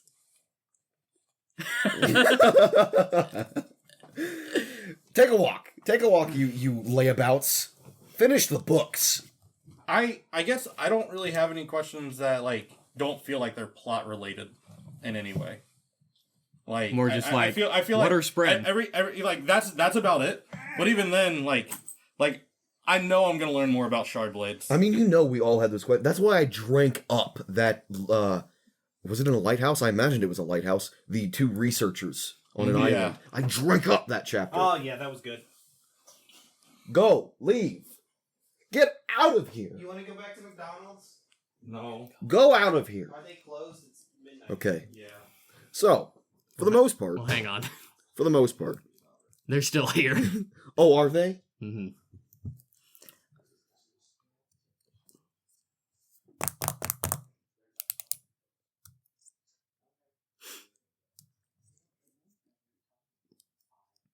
Hey. Hey, shut up. Close that door. Hey. So Gavilar was totally out of visions. Absolutely. Okay. All right. I didn't know that.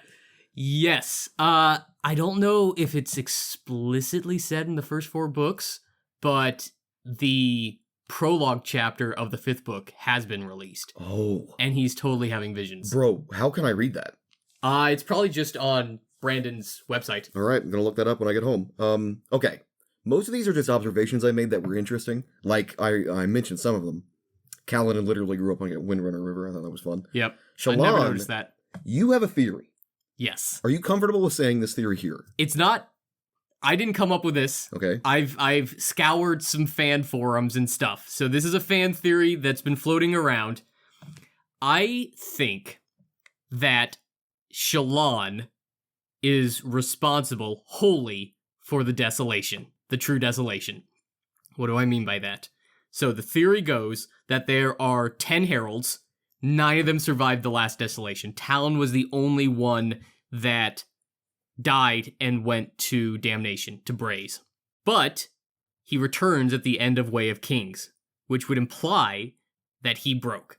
But Brandon Sanderson has confirmed Talon never broke. Talon never broke, which would mean that one of the months had to have died. one of the other 9 heralds had to have died. And when they were sent to Braze, they were the ones that broke and sent both of them back. The theory goes that after the last desolation, I believe her name was Chanarak, one of the heralds, met Shallan's father, and Chanarak is Shallan's mother. And when Shallan started manifesting Night Radiant powers when she bonded with her first cryptic, Chanarak understood what that meant. If the Knights Radiant were returning, that would mean the desolation would come. And her mother tried to kill Shallan. And in defense, Shallan killed her mother. That's confirmed. Mm-hmm. We know that's true. We know she killed her mom.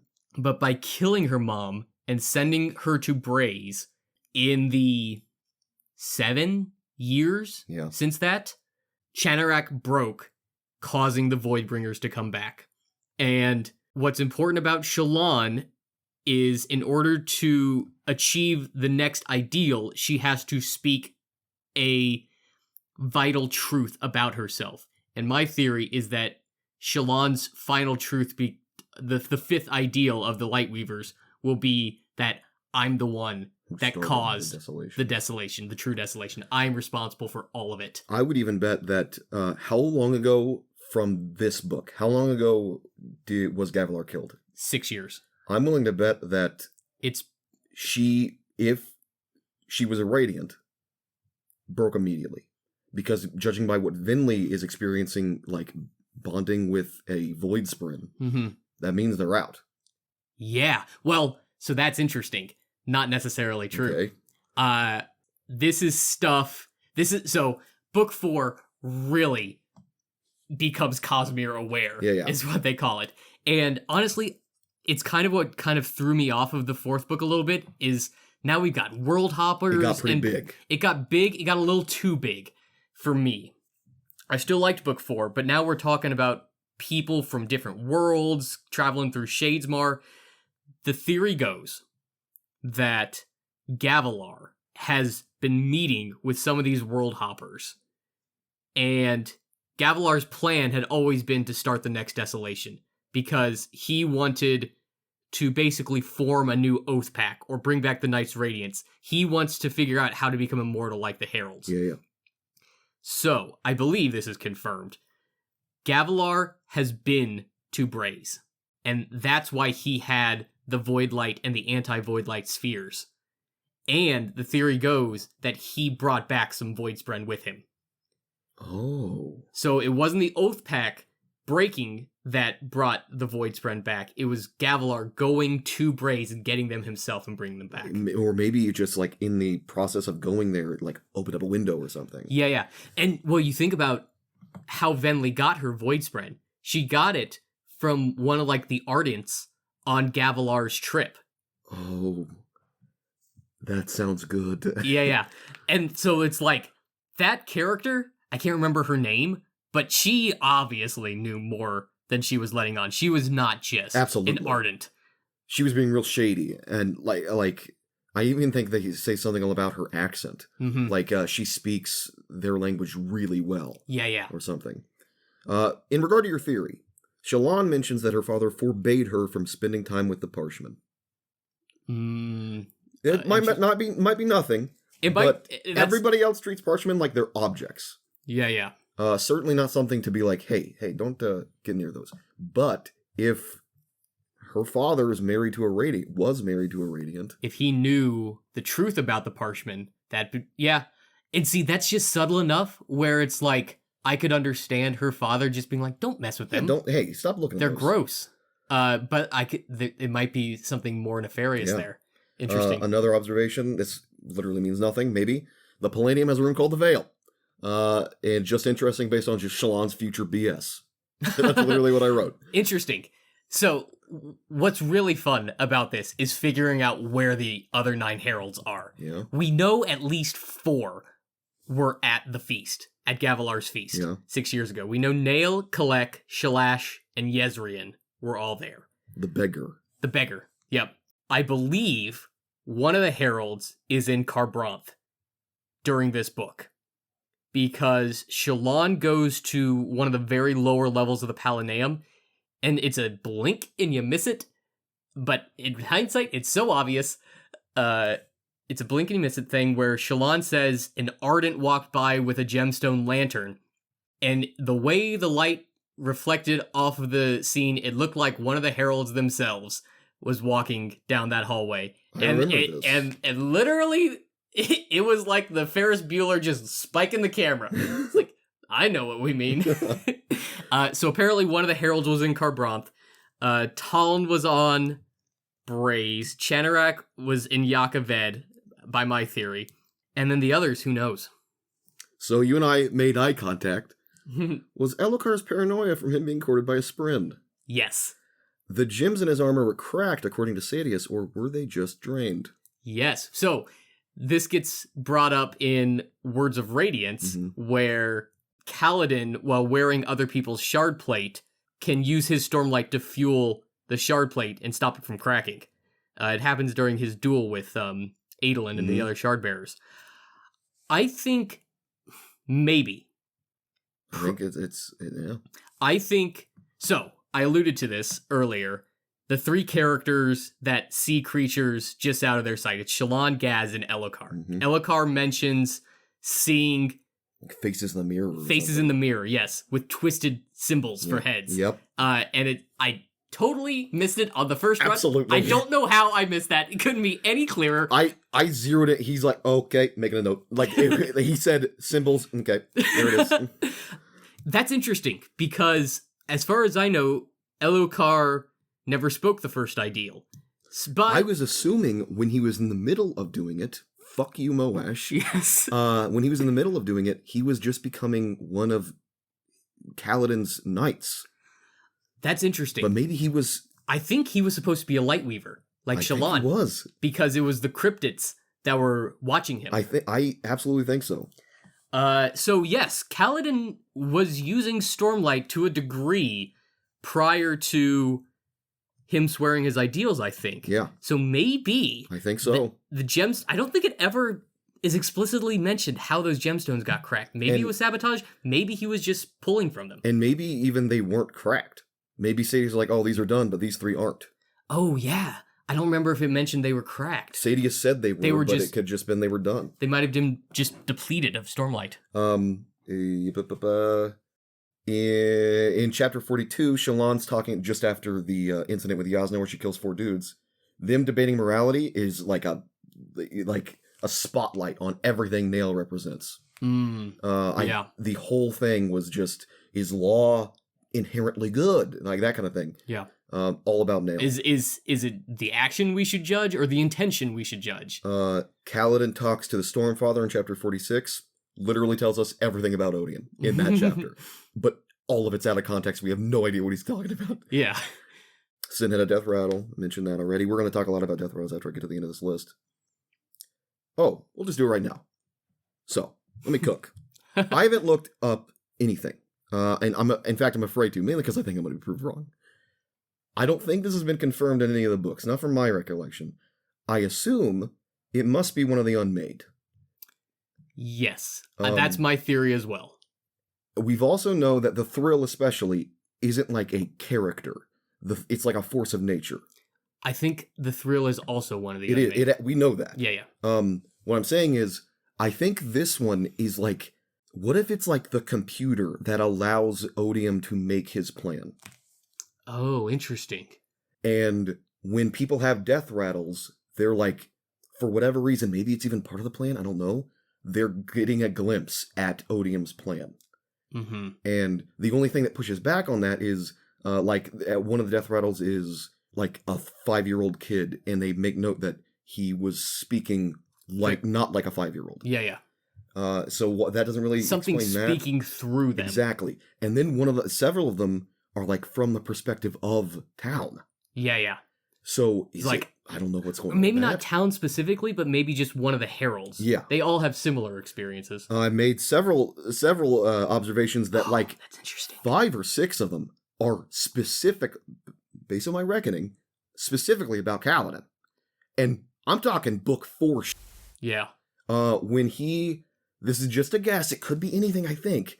But, It's one of those things where it's vague enough where you can hang your hat on it. I can't remember the quote exactly, and I didn't write what chapter it's in.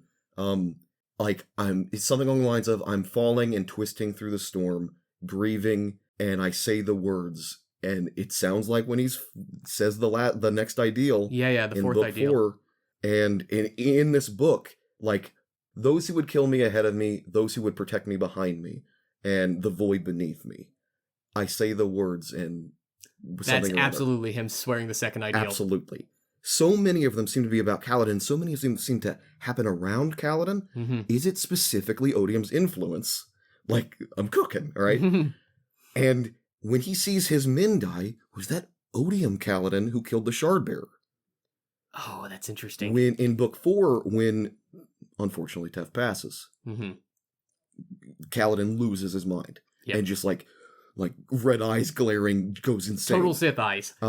And is like Odium hovering over Kaladin because he sees in Kaladin this ultimate weapon?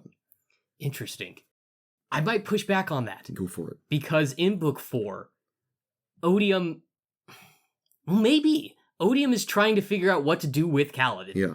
I remember several of the chapters where he's speaking with Moash, where he's like, God damn it, Moash, how do I deal with your old buddy? And Make him sad. make him real sad. Oh, that's a good idea, actually. Isn't that what I've been doing? No, you need to really hurt him. You could do better. That's interesting. I think if it is the thrill that Kaladin is experiencing, that is absolutely Odium's influence. But I don't know if it's specifically Odium I don't know. looking like puppeting Kaladin specifically. That's very interesting. Now I see why you were like, you should stop talking about whether or not. I had that thought completely independent of any of Odium's meddlings. It just seemed like none of that was relevant when Kaladin was so young. It seemed like he always had this darkness, but maybe not. Maybe it has been Odium. One last observation here is Kaladin in chapter 49, our passion is what makes us human, without even knowing it, just absolutely destroying every argument Odium has. It's like just talking about, oh yeah, I've seen people fight like emotionless. That's not the way to go. It's stupid. You're stupid for doing it. You have to feel that passion because it's what makes us human. It's what makes us fight for the next thing. Oh, well, the reason I brought that up is because Odium was humanity's original god. Yeah, absolutely. Yeah. And so, literally, the passion is what makes us human. And he doesn't understand how terrible of a thought that is. Yeah. But yeah, I never noticed that until this reread. But it just snuck right in there, and it's like, he knew all of this. And as a little pinprick at the end of this is the last thing I have to say. After I read book 4, I remember asking you, what was Cultivation's plan with Teravangian? Why give him that sight? Yeah. I think I've had a realization. It was to prepare him for the job he has now. To be the new Odium? Yeah. Yeah, I think that's the only explanation. Because he's the only one who saw if I'm right about the death rattles, he's the only one who's seen the plan and didn't immediately go insane. Yeah. Because he made his own like we see it in that chapter where he's like, "Oh, I know what this is. I've done this, but mine was nothing Compared to Yeah. Odium's. Yeah. Cultivation, she's really sneaky. I don't know if I trust her. I don't either. I don't know if there's anything to indicate that we should. Yeah. Other than she seems to vaguely be opposed to Odium. But she's conniving, she's scheming, what I really like about this is you have the Knights Radiant, and you have the Parshendi, and then, you have Alethkar and you have the Parshendi, and then you have the Knights Radiant and the Voidbringers, and that's like the main conflict.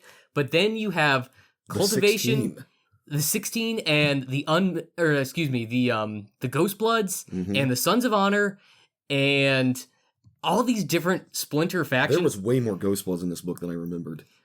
Like, Amaram just blatantly lays it out. Oh, what were the Ghostbloods planning? Yeah. After, Kaladin kills the Shardbearer. And he mentions Rastaris. Yeah, I had no idea. Because it's just a name. Yeah. In a flashback chapter where you're trying to focus on Kaladin. Yep. So Amaram is already a Son of Honor at this point. And I believe Gavilar is too. That's why he's trying to hook up Yasna with Amaram, I think. It has because he has to to keep him an ally. Yeah. Thydakar, the leader of the Ghostbloods, I have this spoiled for me. Oh. But I know who he is. It's crazy. Okay. I don't know if I'll tell you. I don't know. I don't either. It's more Cosmere aware stuff. Okay. He's not from Roshar. Absolutely. Everybody knows that. He's got some weird technology with a sprint box. Yeah, like Xyle and Azure are world hoppers. Yeah. They're not from Roshar. I know who they are. I haven't read their books. I mean, Hoyd has to be too. So I'm reading Mistborn right now, and I have met Hoyd in Mistborn. Okay. Maybe I should read these books. Maybe I should read these books, especially if part 6 and on. I bet it's going to be bigger. Dude, I don't know. Let me cook here for a second. All right, go for it. So We Odium, cook a lot. Odium is like the big bad of the Cosmere, from what I understand. And in the beginning, there was Adonalcium, and it got split into 16 shards, and Honor got a shard, and Cultivation got a shard, and Odium got a shard. And then all the other shards went to all these different planetary systems, and that's where you get the Mistborn books, and you get Warbreaker, and you get Elantris.